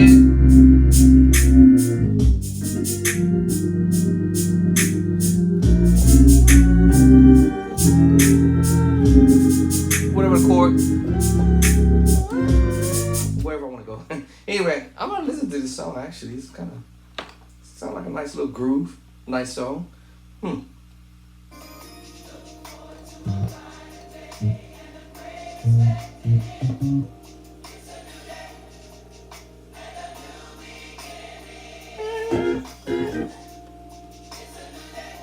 I like that voice. I like this song. That's a nice little song. Okay, I might learn this one. That's on that track. Shoot, hey, that's gonna be a new song. New beginnings, right? So yeah, I'm gonna add that to my little repertoire. Actually, add that to my little learning night folder. Actually, all right. So yeah. Let me see what else is on this thing here. 27. Make me over. Make me over. Does that sound familiar? Make me over. Make me over. That's got some. That got some slap. Ooh. Yeah. Okay. All right. That's nasty too. And that's it. I think this is it. Yep. 27. All right. So 1 to 27. Anyway. Giving me some ideas now to practice on some different stuff. It's been a while since I've been on the organ. I just wanted to come on and address 2 things. 1, the question, and number 2, play some stuff and get reacquainted with the Hammond organ again, because I haven't been on it for a good minute here because I was out, messed up.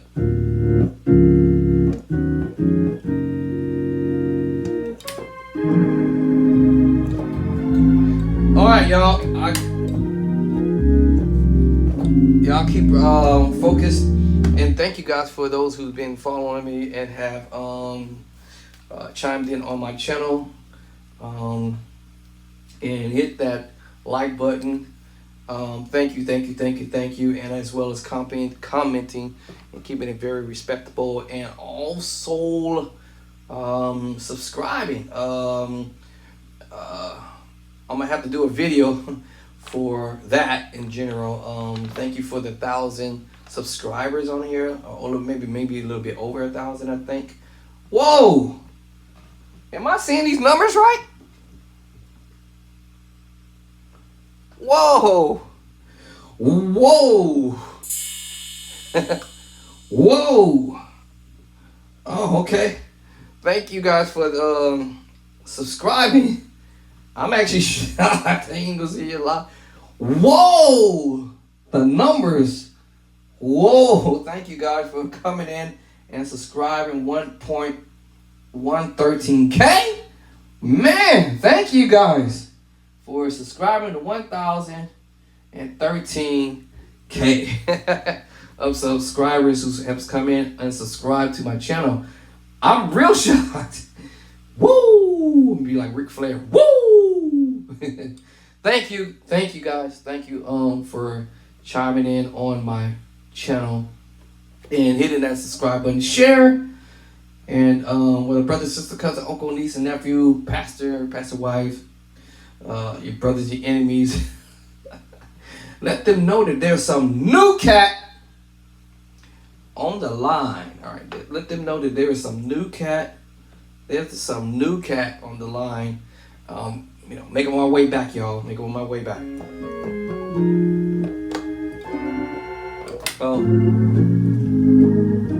So I made a commitment to do the keyboard business. Later on, I'm gonna jump back on. I'm gonna jump on later. I'm gonna jump back. I'm going to jump on the keyboard. I have been faithful, faithful, faithful, faithful is a God. Faithful. Yeah, I've been faithfully almost every day now. Been riding on the keyboard, not piano. Piano sounds in the keyboard, but keyboard.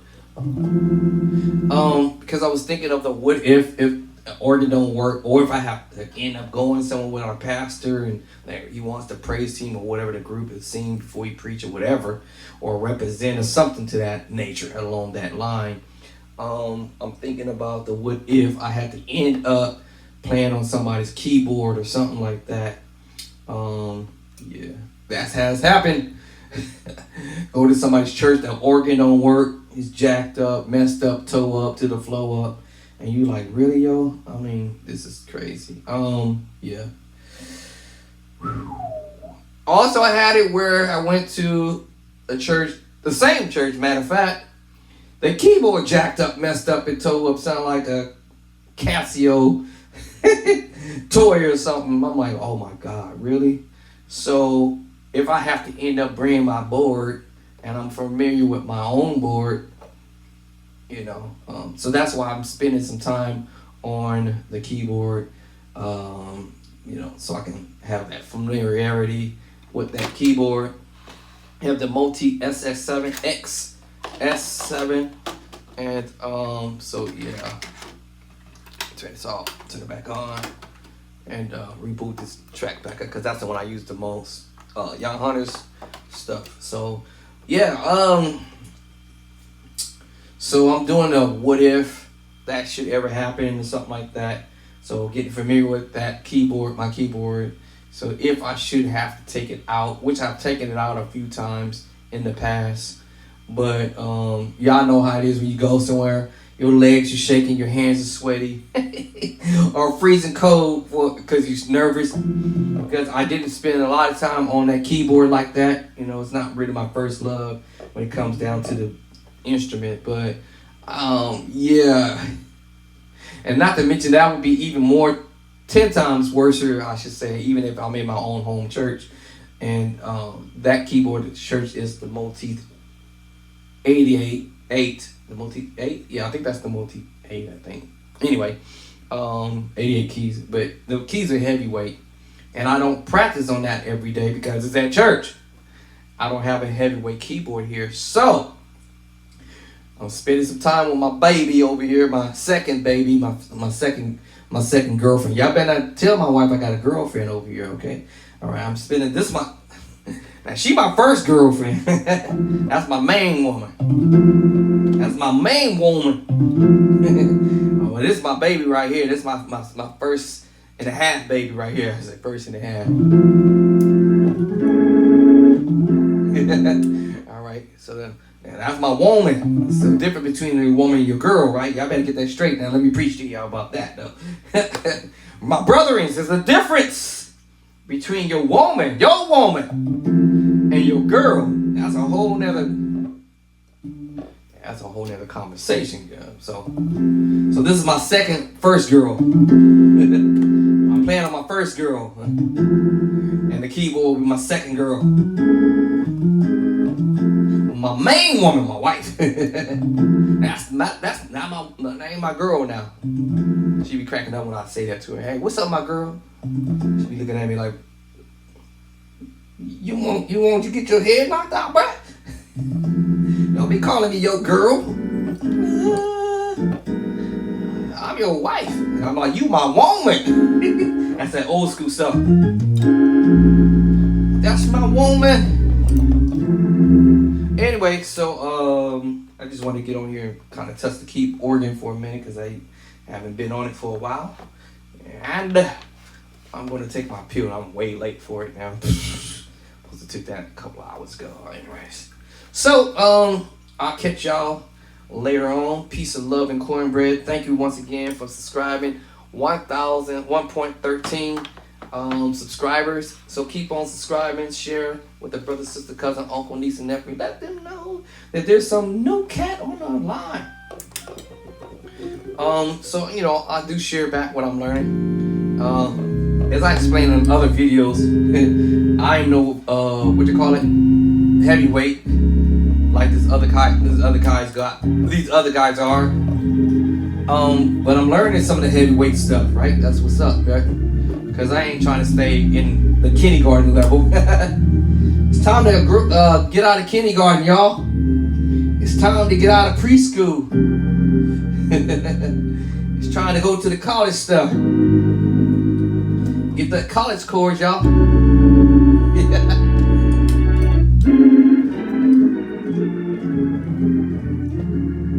Yeah, so learn that college stuff. We call it college stuff. Now, anyway, y'all, it's just basic theory. I said on another video, I'm not doing nothing spectacular, just something different.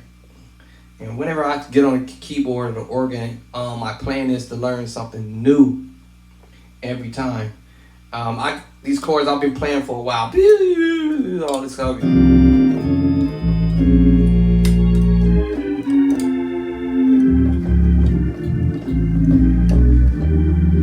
How did I get there? Slowly but surely. Bum. Okay, I learned that. Bum. I learned that. Bum. Learned that. Bum. Learned this move.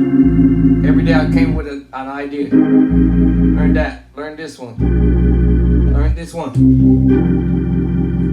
You know, learn this move. Learn this move. You know what I'm saying? Learn this move.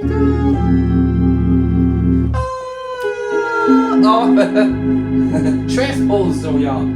Y'all was expecting me to go to the other move, but I transposed. Transpose again. Transpose again. Alright, transpose again. Right, yeah.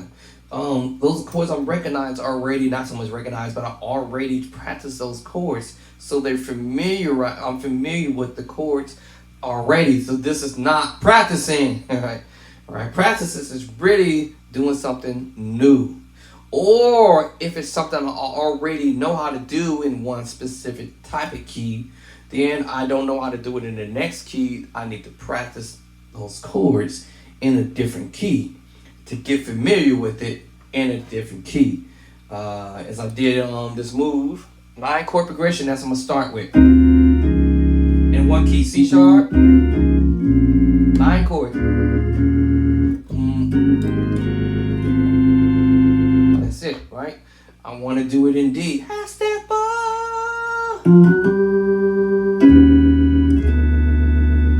6. 1 up from D. I call it 1 up. Y'all call it sharp 1, 2, 5. All right. I want to play the same thing, and I want to do it in F.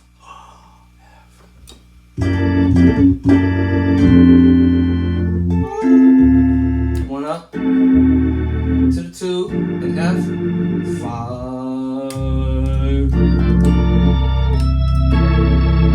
You see what I'm saying? I want to do that same chord movement in the key of A. Really? Well, I'm looking at C sharp and D flat from the previous key when I first started out. And the thumb and the pinky, or the thumb and the ring finger in the right hand is going to help me navigate that. Either the thumb, pinky, ring, or any one of the given those fingers is going to help me navigate this. All right? 1, 2, 3, 4, 5. 5 down. 1, 2, 3, 4. 1, 2, 3, 4, 5. Bam. It's going to fall every time. All right? 1, 2, 3, 4, 5. There it is. It falls every time. 6. Up 1. Plus 1. To the 2. 5. I know my numbers in scale. 5. What? G. No, do it in F. Oh, did I do F yet? Yeah, I think I did F already. Let's do it in F sharp. G, F sharp. Let me see. F sharp.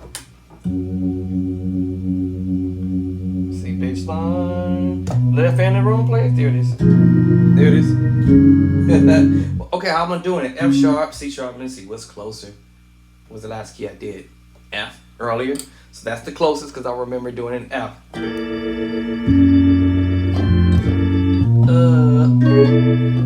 See? Just transpose up. So that was closer. G to the F sharp. Or up higher. Or down low. Diminish smooth. Let me see. No, major 7. See, I'm too low on the board. Too low, so I need to come up. I need to come up. I need to come up. Alright, that sounds cool. So I got that. If I want to voice up. Major 7. And the finger's gonna stay there. Y'all notice? Alright, y'all probably didn't notice that. I told you the ring, the pinky or the ring finger and the thumb is my navigating moment that lets me know where I'm at. Right? You know? That was my navigating move. Alright. Notice the thumb and the pinky. And if my ring finger do it, then that's cool too.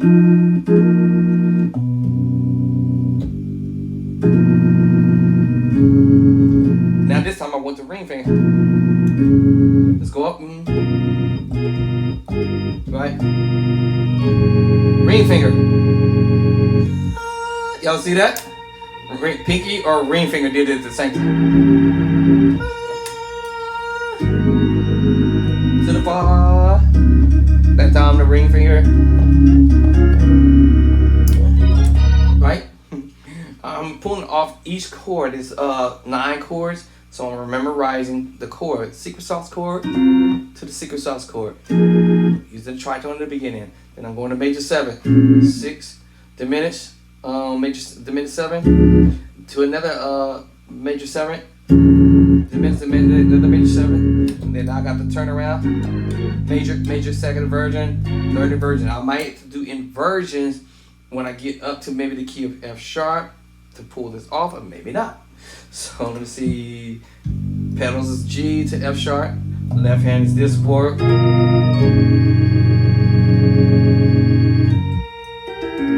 I know it's a C sharp. Diminished screw.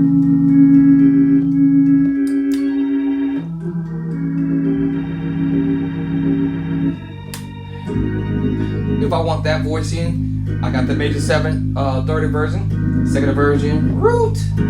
Right, second version, 30 version, root. Depends on what voicing I want to use for this situation, because I can tell that I may not be able to duplicate the exact same movements from the previous other keys because of the key shape is slightly different. Transposing, y'all. Oh, I missed the chord.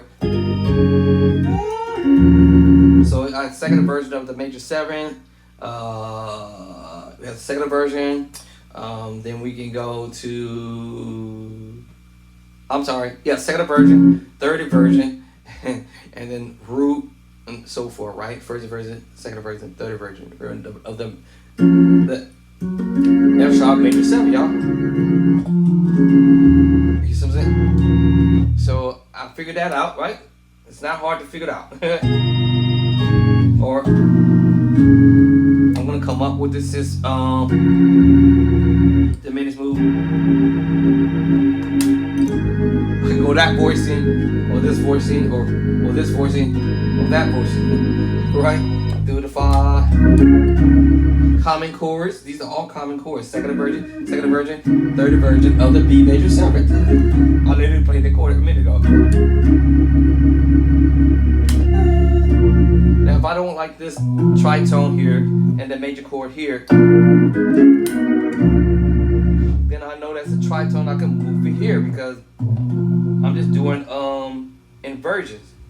Okay, it's inversion of the tritone. So I'll now bring the B flat up top.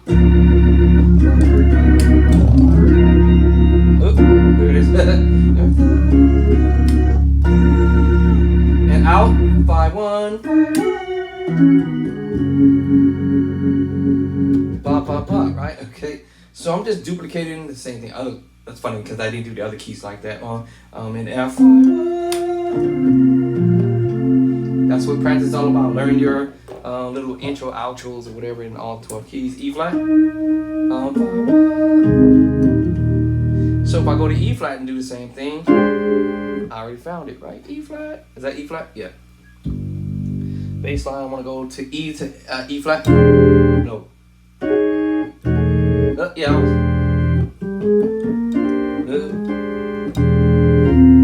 Yeah. So I usually go higher than that. Major 7-6. Diminish up. What up to the 2, 5.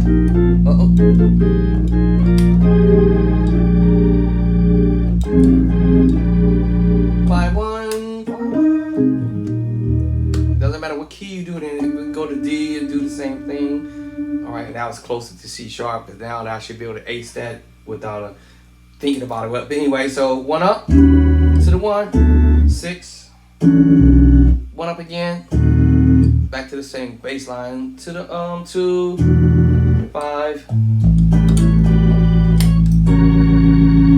and do all your exercises in all 12 keys, getting familiar with the keyboard. So I went and answered the question. Now y'all catching me practicing. This is real practicing because I'm studying to do this stuff in all 12 keys, mimicking all of the chords, progressions that I've just created on my own, and know how to do them in all 12 keys. G, let's do the G. That was half step up from the F sharp. So we half step back.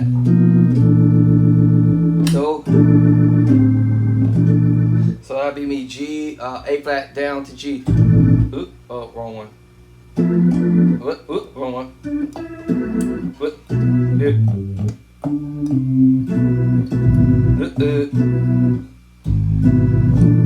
nope. So I'm in the left hand. Let's see, is it my left hand? That's my right hand. Hold on. Oh, the secret sauce chord. All I have to remember is the secret sauce chord. If I was in A flat, I would pretty much know where that voicing is, but it's the minor chord. Right, so once I figure out which one I'm using the minor move, secret sauce, and what's the next one after that?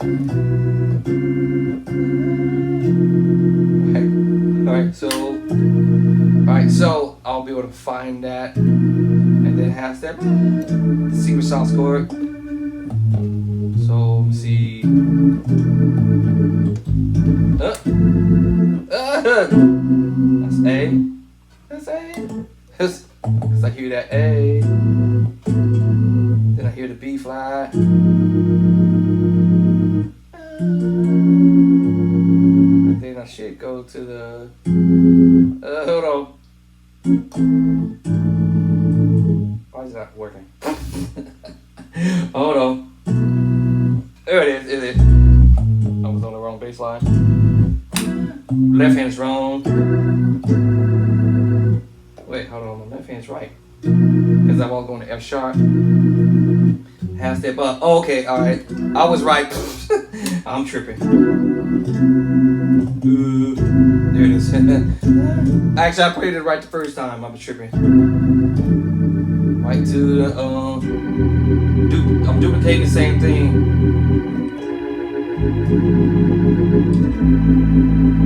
Then the 5 and G. Let me see. I want the voices down lower. Yeah, I probably voice it down low. And then 5-1 and G. 5-1.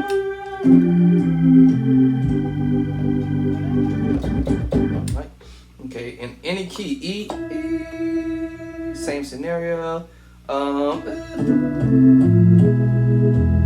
little intro thing, and then go up to the, I guess I'll do hot pedals, to the 6, 1 up, to the 2, 5. So I'm saying, so I can take 9 chords and move them. Some of these I'm doing inversions instead of the root position. I'm doing the second and root position. All right. Did I skip a key? Go to C. That's next door easily. That's easy because I can see. I'm already picturing this close to C sharp. Half step down. Half step down. Now I can do B because now it's half step down. Half step down. So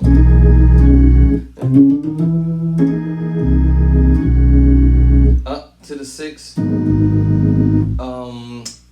1 up on the diminished move. To the 2 in B. I'm sold up. 5.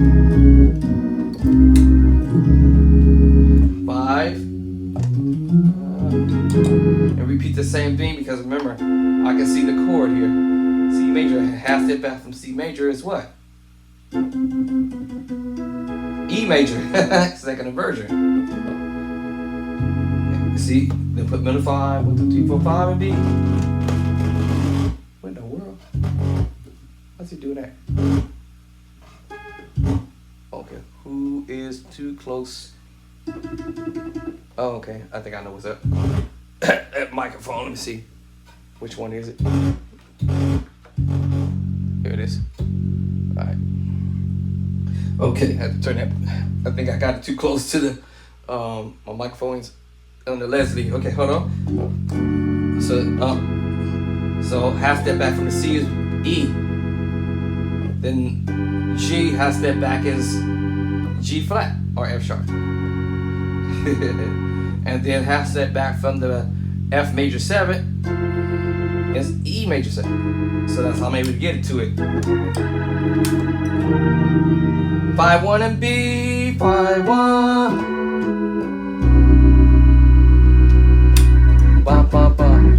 Okay, I gotta move that mic. Okay, so in any key, whether B, it don't matter, y'all. B flat, it don't matter. All 12 keys, right? I did it A already, you know. 5 1 and A, 5 1 and A. And I already did secret sauce chord to the double up, double up, double up to the 5. 5 1. Doesn't matter, A flat, 5 1, ba, da, da, da. And then secret sauce up to the secret sauce that time, right?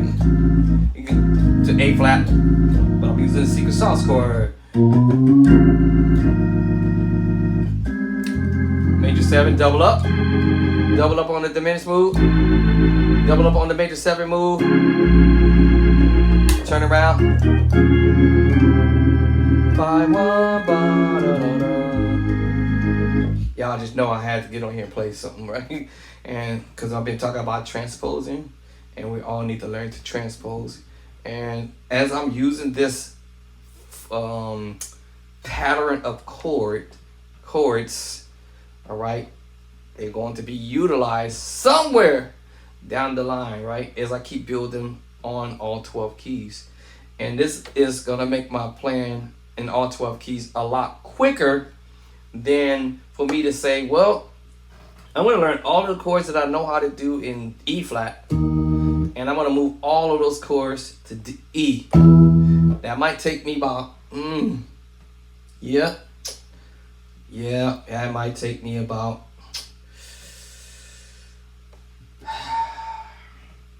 that's gonna take me a minute. I'm gonna tell you something. I tried it already. I tried that route and it didn't work for me. I tried that route by going in and trying to transcribe, right, MIDI myself, record myself, and I tried to move all them chords to one key, and I got bored. And I felt like it was gonna take me an eternity. And y'all know, if you work, you got a job. If y'all got jobs, I got a job. So, and they got the family and then going to church. My time felt like it was crunched like this. Like it was just crunch. Like every time I do something, it's just like and time was just crunching on me. And I'm like, bro, I'm not going to be able to finish this. I literally written out every chord that I could think of on the planet that I think of to try to in one key from E flat. I don't remember what key it was. It might have been D flat, E flat, or A flat, one of them. But I tried it, y'all. I didn't know that song. I tried and I tried. I tried all night long. And it just ain't working for me. So I said, forget it. So I decided that while I'm doing it in a short burst practice, 9 chords, I'm going to build some more chords, whether it be a 3-chord or 9-chord or 10-chord progression on top of that. Then what's going to happen, I'm doing it in all 12 keys. My chord vocabulary, if you will, or my vault upstairs is going to grow quickly. It will be just like me trying to put, only 4 batteries can fit in this box, these little batteries. Literally, only 4 boxes. But can I force any more batteries to go in this box for this size battery? Probably yes. It might bulk out, right? Bulk out, and the whole box might fall apart because I'm trying to force. So y'all get my analogy right now.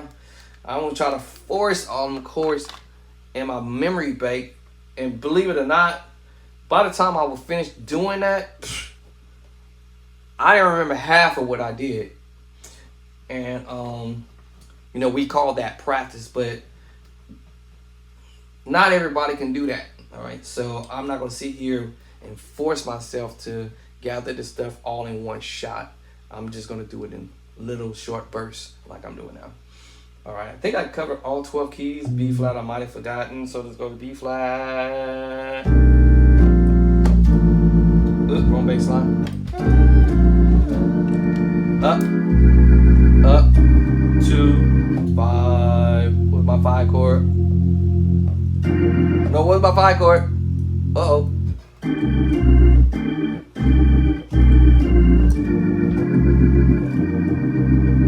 Oh yeah, 5 chord. See, I was able to find that because I remember A flat. Transposing. See what I'm saying? So I remember that A flat, and when I did it in A flat, that's called transposing. Oh, yeah. So I remember that A flat because A flat was closer to me to B flat. Yes, B was very closer, right? But my brain just couldn't see it for whatever reason, even though it was right here in my face. E, F sharp, E major 7. Well, for whatever reason, I don't know why, y'all. This is weird to me, but it just happens to me. I don't know why. But I saw A flat closer in the key of A flat, closer to me, closer to get to B flat. Actually, I should have saw A and B because B flat is right in the middle, but my brain sees A flat to be the closest move. I don't know why that is, but it just that way. Nope.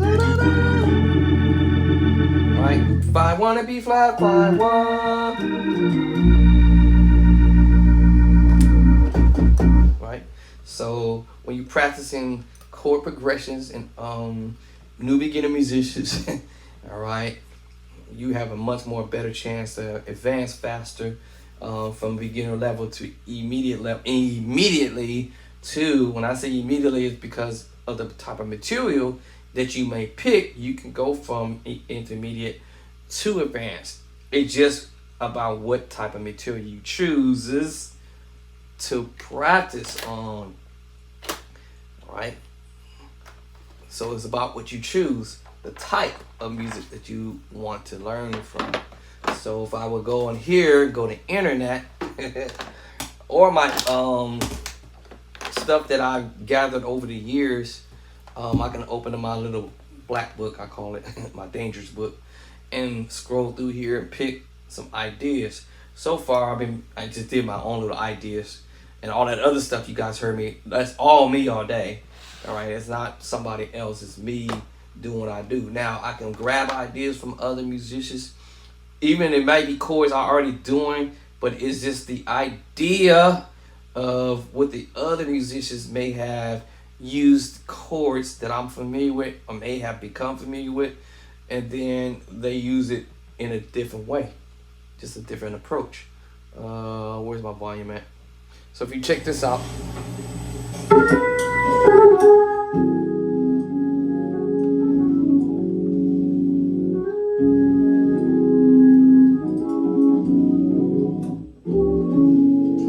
So yeah, that's not an actually hard thing, but of course I will make this difficult to figure out, right?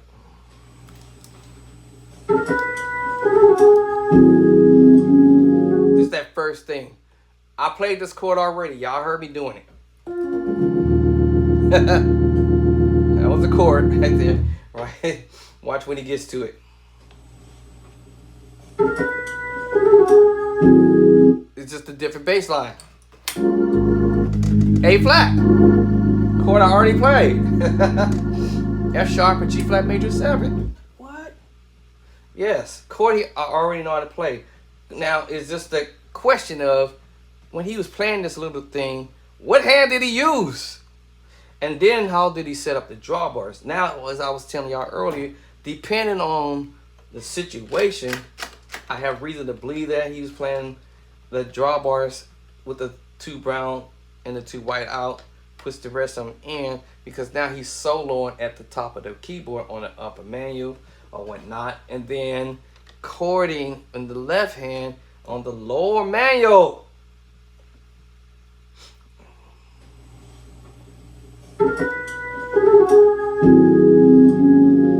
You hear 2 chords. And it's gonna sound crazy if I try to do it here. Yeah, it's too dark. That ain't gonna work. That's not gonna, they say, that's not going to cut the mustard. All right, that's not gonna work, right? So that means that he must have played that chord with the left hand and the right hand was solo.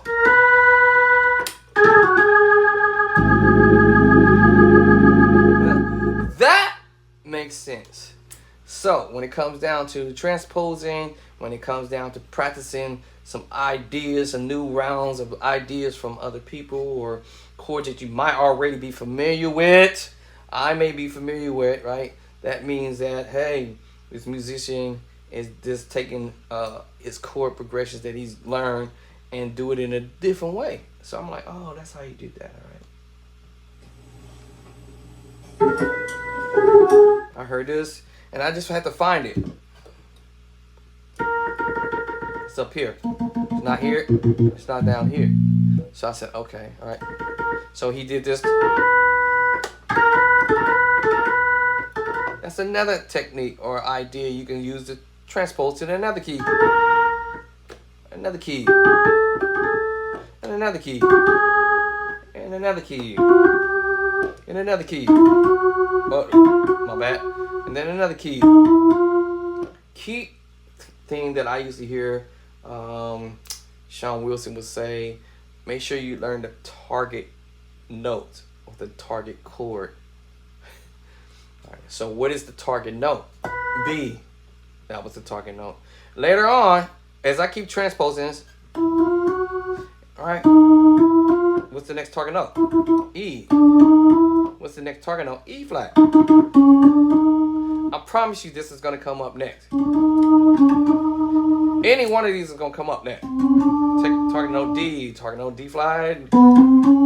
It's just 2 notes before you get to your target note, right? Target note C, target note B. And I'm back to where I started out at when I was up here. So, learn your target note. Okay? So, once you learn what the target note is and the target chord, it is game on.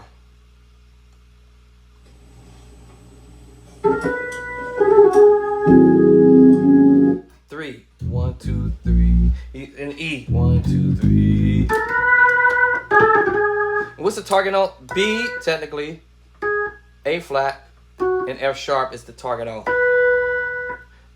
A flat, F sharp. Hey, that was these are the technically the target note. Don't make me take my glasses off. No, I'm getting blurred. Okay, I gotta take my pill, y'all. But just learn the target note, and then the fancy stuff will come with it. Now I did the slur, what we call grace, and then my white call is twirling.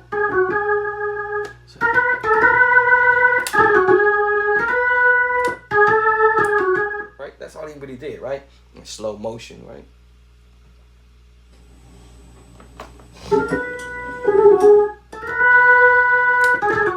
Yeah. All right, then. Why he's holding a 3? And he played 2 chords, the minor move up to the major 7, but using the F sharp to help out.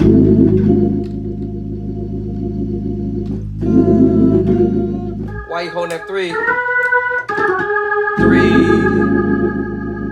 Okay, now where we heading? All right, let's see where we're going now. 4. The bass line going to the 4. Then you do a run. Right? Right? Okay, now target notes again. Right? Target note again, so to speak, but that was a run. Alright. So when he went to the 4, he went back to the same chord. The very first chord. So he used the same chord on the 3. Up. Then he used the same chord coming back down on the 4 with the run. Man, that was nice, okay? Alright, I had to turn the mic off because I think that microphone and my Leslie is touching something. Okay. Alright, alright, so if that's all I can learn today, hey, that's better than nothing.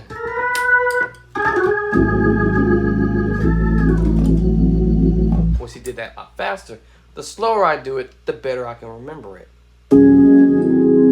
Then 5, no, 7, 1, no, 7, 3. He's gonna go back to the 3 chord, the 3 bass line, and he's gonna take you back to that same chord that he played on the 3. The second chord on the 3. Alright? And then what he's gonna do, he's taking the second chord and going up. I call it up, down. Up, down. Earlier was down, up. The minor move going up to the major 7 on the 3. Down, up, minor move going to the major 7 move. Then when it goes to the 7 in E, right? 1, 7, 3. Then he's gonna go take that same chord and use the major 7, alright? 7, 7 down to the 3. 7 down. Why are you still holding 3?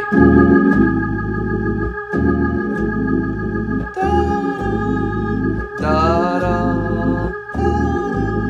Earlier was down, up. Down, up. That's when the bass come in. Down, up. So he plays a chord and then come down on the major 7. And then go to the 4. Same chord he played on the 3. And then they're gonna go up, down on the same chord. Alright, so target chord, right? Okay. Then he's gonna go back to the 4 with a different chord movement. Alright. So I think I told this story in the other videos, and musicians, there are a few of us musicians who does this, I guess I should say it like that. Now, we will take a 1 chord and change it every time around. We'll take a 2 chord and change it around a couple of times, do it differently, do a different chord. The 3, we'll play a different chord on the 3, and we'll go to the 4 and change that to a different movement. And then we would go to the 5 and change that 5 chord to a different chord. We do the 6, the same thing, the 7, and obviously you back to your 1, right? So he switches this around, right? He switches this around and say, okay, cool, that worked out. So after he did that last move, then he's gonna go to the 4.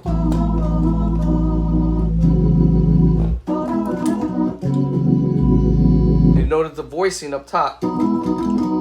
I think this is just like going to a B to an E, B, secret sauce chord.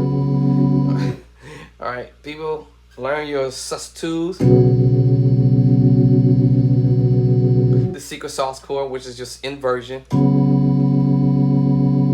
And put that C sharp back up here, and you have an F sharp sus4. You may hear it voiced here, but my range is too low, so it sounds whack unless I put it here. Right, it all depends on how your drawbar is set up. Okay, so to me it sounds like he's going B E B E B E E what? No, hold up. What am I doing? Oh yeah. There it is. Secret sauce chord. He could have went to an F sharp sus4 if he wanted to. But that was not with the voicing he wanted. So in the scale F sharp, 1, 2, 3, 4, 5, taking the 5th and drop it down here. If I looked at it from another angle, it will be the B sus2. And taking the 1 and put it to the top. It's the same chord, y'all. They share the same chords. So I'm thinking he's doing to a different kind of chord on a 4. And see how dark that sounds? So that means he had to bring the chord down to the left because of the voicing that he's using at the top.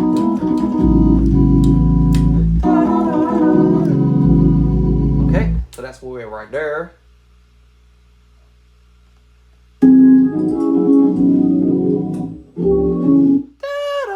Oh, did I forget that he did this? Alright, I did probably forgot to tell you he ended up doing that. Remember that? Remember that in the beginning?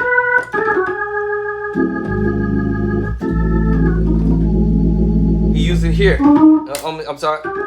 You do it again? Oh, okay, we haven't gotten here yet. Okay, my bad. Okay, so that's where we're at right there. All right. Woo! Back up, bro. Okay, so here we have to go down low because it's gonna sound whack. Here we're using the tritone. We're going to +2.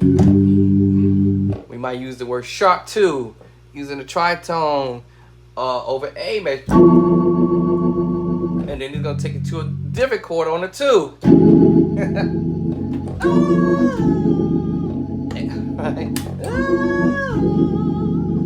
All right, then you hear him doing this little. Is this an A major chord? He just chording around the notes. A chord. He's playing notes around the chord. If I did the run like this, right? Okay, I gotta get that fixed.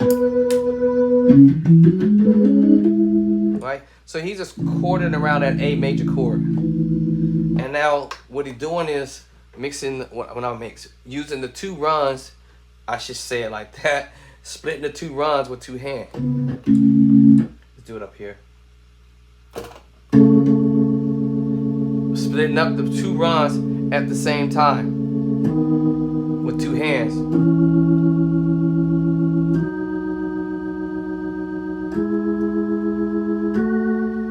And then here, chord.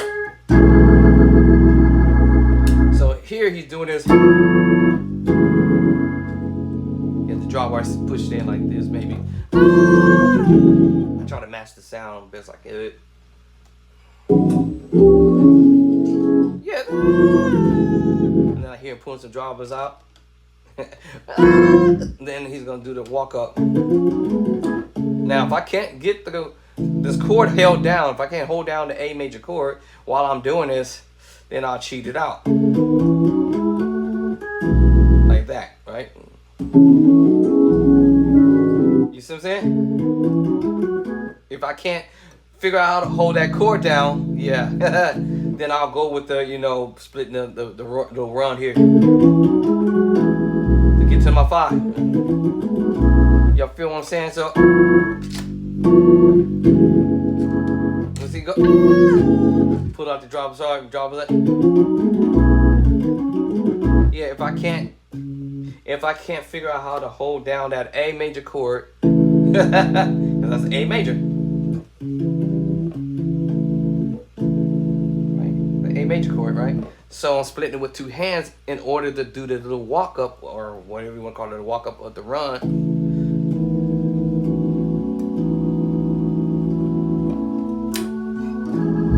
And it's really quick. Now I can do it, right? Ooh.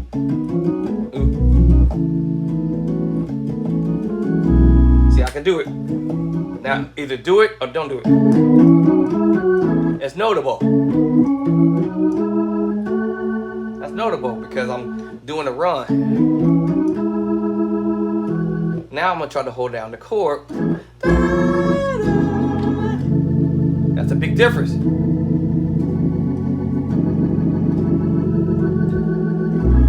And so he's doing it so fast.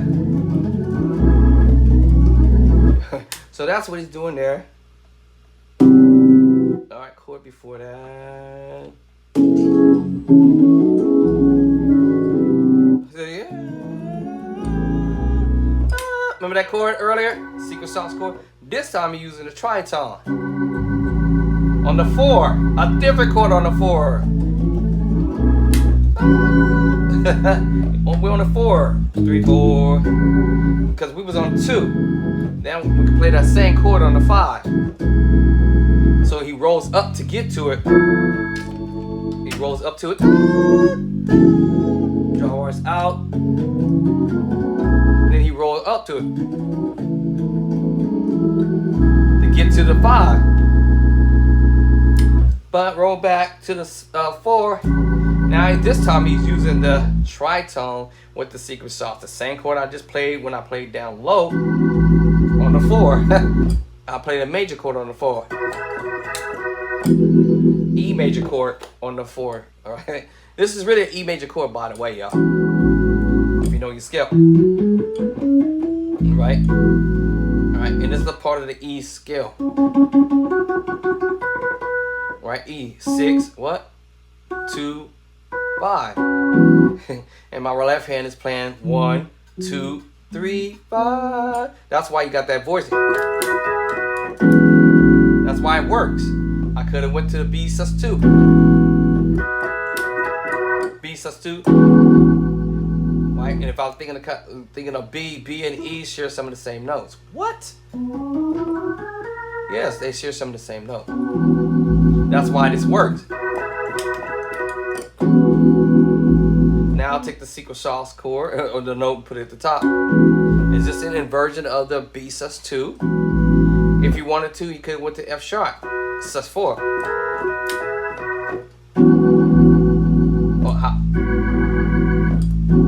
See what I'm saying? And again, if you know your scale is F sharp or G flat, you just take in the 5th and put it on the bottom. They share the same exact, the same chord. Oh, now in this case, because you went to a different movement, he thought of a different idea to put on the 4. Again, the tritone. What? Yeah.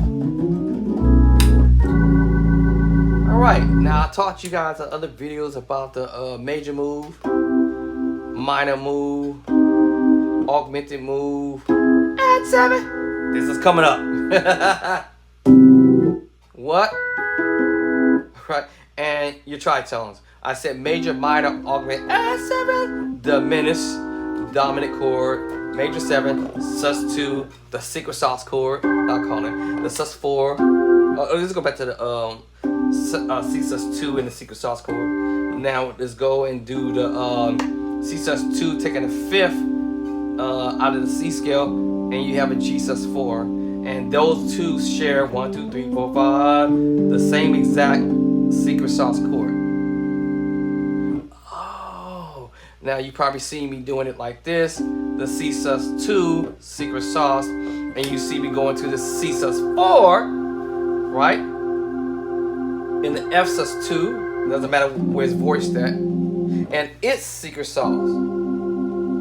So I have two different secret sauce chords, the G7 sus4 and the D7 sus4, and the C sus2, F sus2, C sus4, and G sus4.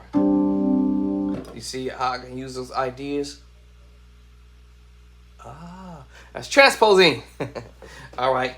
So I said, oh, I didn't know what he's doing. So if I took that C major sharp 5 add 7, and again major minor augmented add 7, C major 7 sharp 5, C major 7 sharp 5, diminish, C diminished 7, C dominant chord, major 7 chord, C major 7, C sus2, secret sauce again.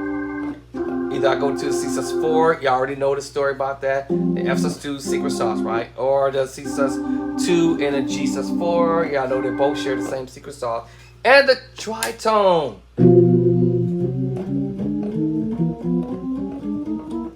So when I hear this stuff, I'm like, okay, I already know what you're doing now. The secret sauce, playing the C major, C major 7 sharp 5. Now we got the tritone. So you see what I'm saying? Oh, chords are gonna pop out at you like bubblegum. Okay, anyway.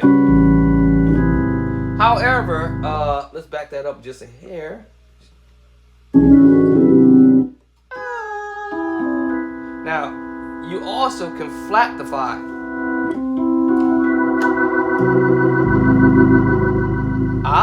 Or play both of them, sharp 5, flat 5, sharp 5, flat 5, and play them both. Now, if I stretch my hand over, that'll make things a little bit easier, right? It'll make it easier for me to play. Because you know what? It's an E major chord. What?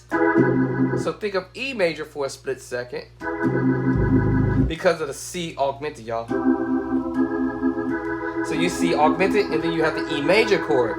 Add 2, and then I make my left hand go ahead and pick up that tritone. Y'all see what I'm saying? Make the left hand go ahead and pick it up. Now, do I have time to get there? That's the question. See that? Yeah. Yeah. Do I have time to get to it? So I can either go to the C augmented at 7 or the flat. So I have to determine on whether I want that voice in my ear.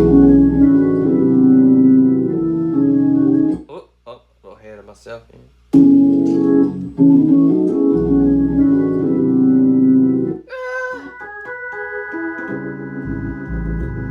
So I go with that. Like I said, I can flatten too. Okay, then tritone again.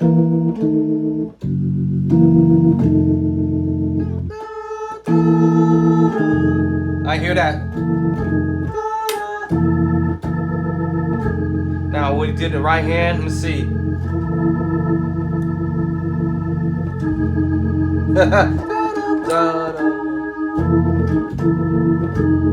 And if I'm crazy enough, I can spread that chord out with one hand. That's what I'm saying. As long as I know I'm going da, da, and know my tritone, and know my bass line is going to the 2 to the 1 up. And I gotta do that movement over and over and over and over.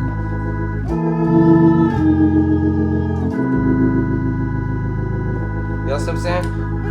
Because my finger's already there.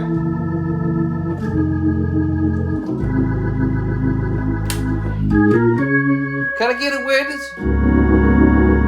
They're gone. Watch this.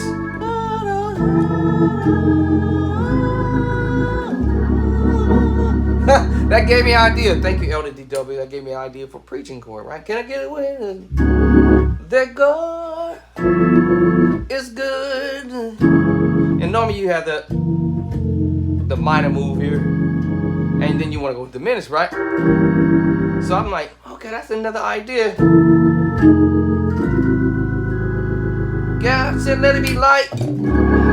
And there was like, da da da. And I said, God, whatever, right? You know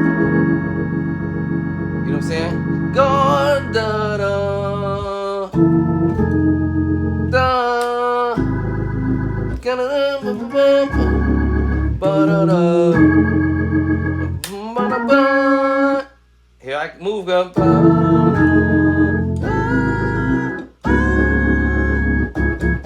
You see what I'm saying? So that was a nice idea. The other one I could have used first, right? I could have used the other move because I would be doing like a walk back. Da, da, da. You know, I probably want to use this, da, da, da, this chord here. I could. I could use that idea.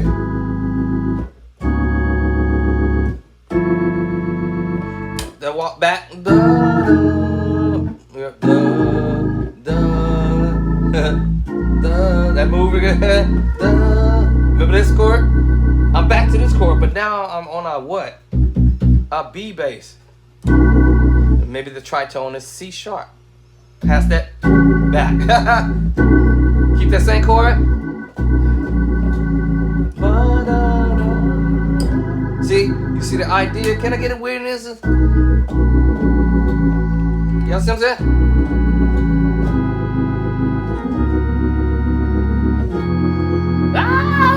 God said let it be light. You know what I'm saying? Watch this. Y'all remember that? Y'all remember that?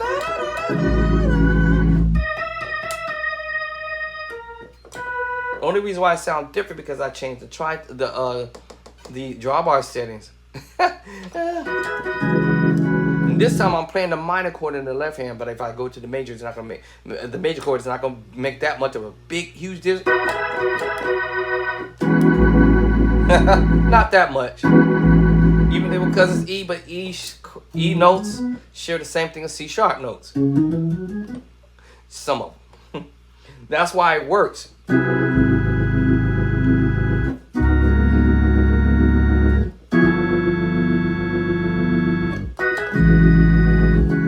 You see what I'm saying? What's up?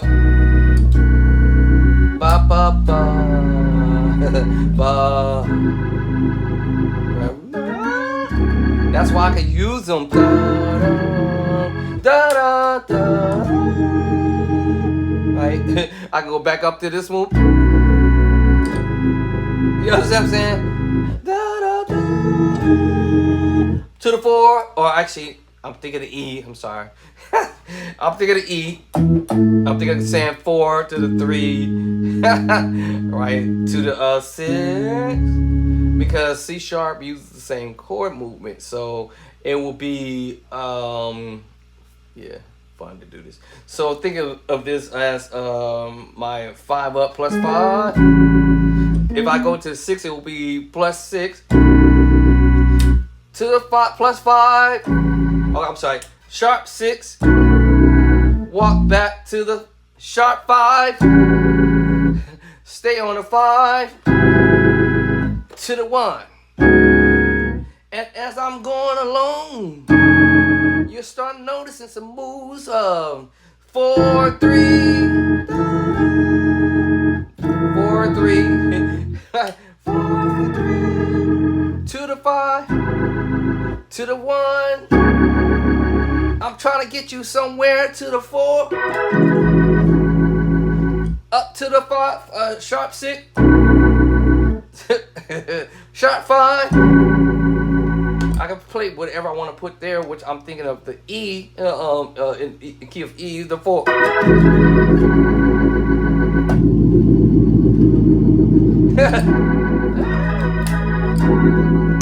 You know what I'm saying? Do 5. Do another movement on the 1. You know, right? Da, da, da. Now here's another move. To the 3, 2 up, +2, +2. What we may say sharp 2. What was that chord movement I was about to do? That's all kind of ways I can mess with this major move. Inversion. The sus4, sus2, secret sauce. That's all kind of stuff. Augmented.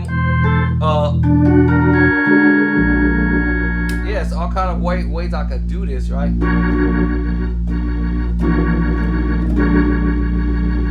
What?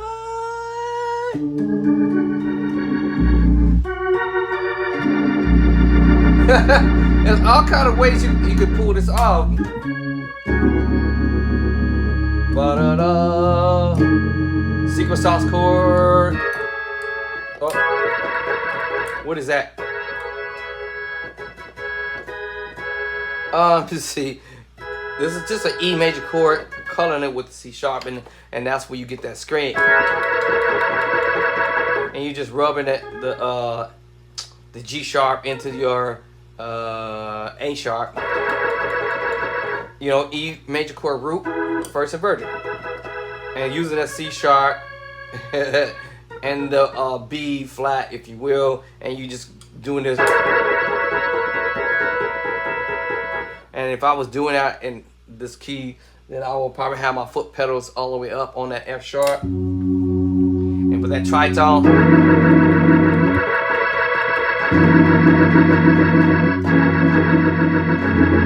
walking down.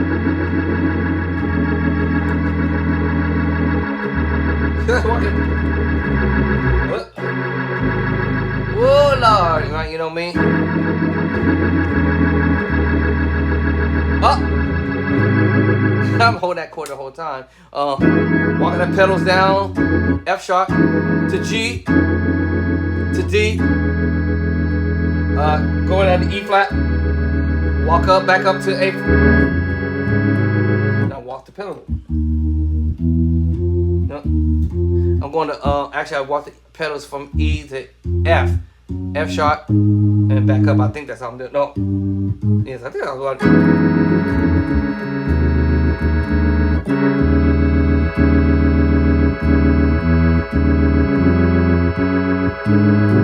And then I changed my tritone.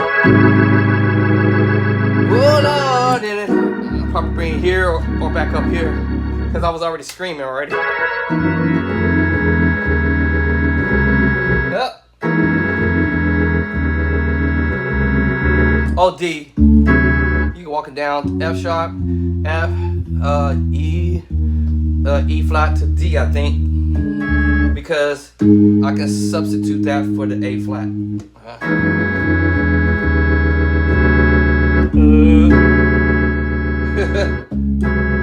Yeah, substitute that for the A flat. If I miss it for whatever reason, right?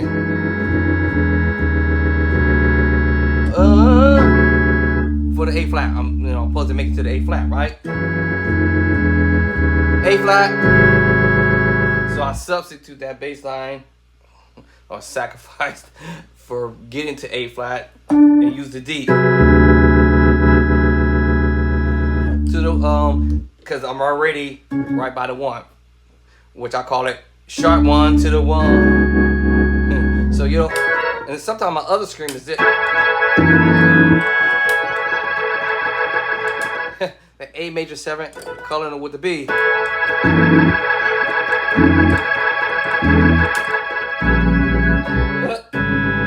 Wait, hold on, I missed it. And I walk up to it.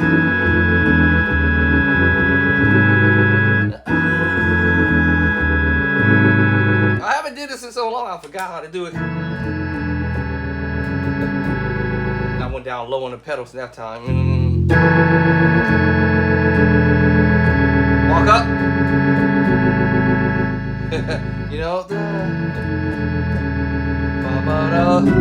And then I changed the secret sauce. Woo! Need something?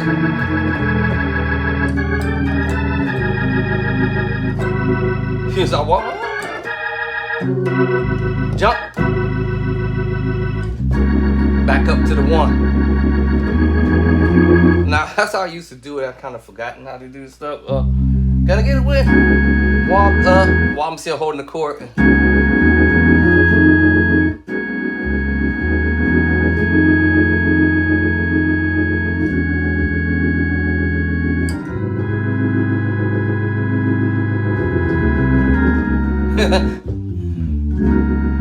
Make sure you got your organ socks on. All right.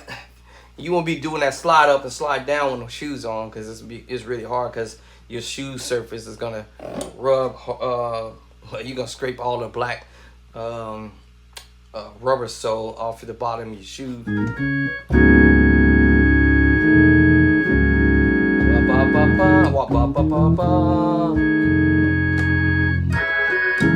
I might do that. I'm using a minor with the tritone, you know, the tritone and the minor chord. I might go somewhere else. You know.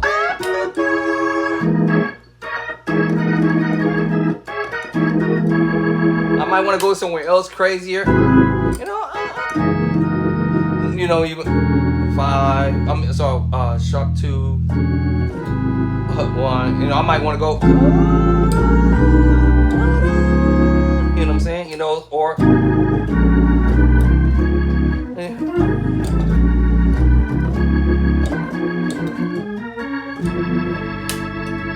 I'm gonna steal some chord from LDDW.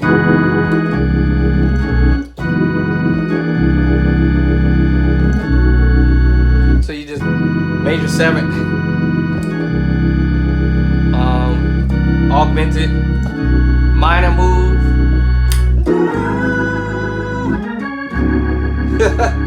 Right. Those also in that same deal here that I'm learning some ideas. I was on my way there. That's we're going back to this move.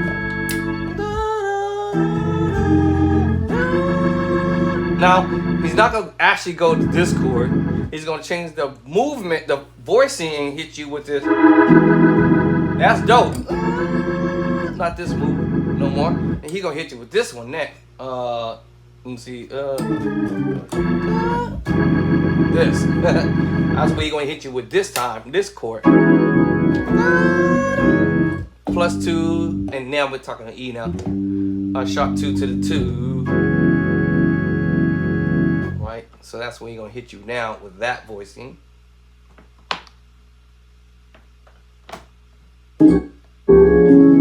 So now you're going. The chord I had just played. Now, what he's doing there, he's gonna walk up. 2, 3, 4. That's the point. 1, 3, 4. Then he gonna bring you to this other chord. What was it? There it is. Almost as if he played the same chord that he just played on the 2, that chord. If you notice the finger and the hand, the pinky and the thumb is navigating the moves.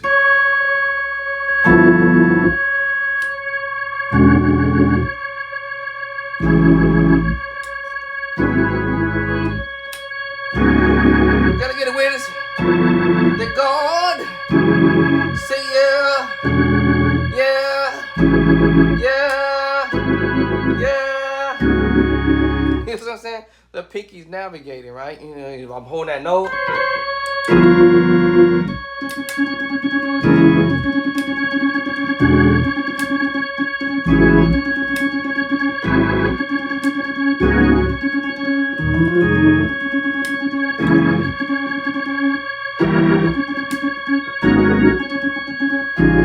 Okay, I wanted to go somewhere. Y'all probably know it's all there. I wanted to go somewhere else, but I'm holding that melody. There it is. I have to substitute it from something. All right, what I really wanted to go. Right, and then and then hit you with the and get you back into that. Now, I won't be over here shaking the crap out of my organ and knocking the tubes off and all that. You ain't got to do all that. But I mean, I see musicians be tearing up their own equipment or tearing up somebody else's equipment at somebody's church and having the whole organ shaking. You don't have to do that. Y'all see my organ shaking in here, falling apart? Nah, you can still play crazy if you will. You know what I'm saying? Yeah. You know,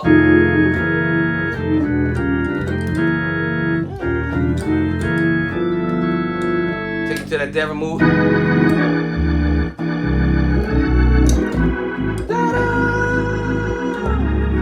Anyway, man, I gotta go take my pill. I haven't taken this.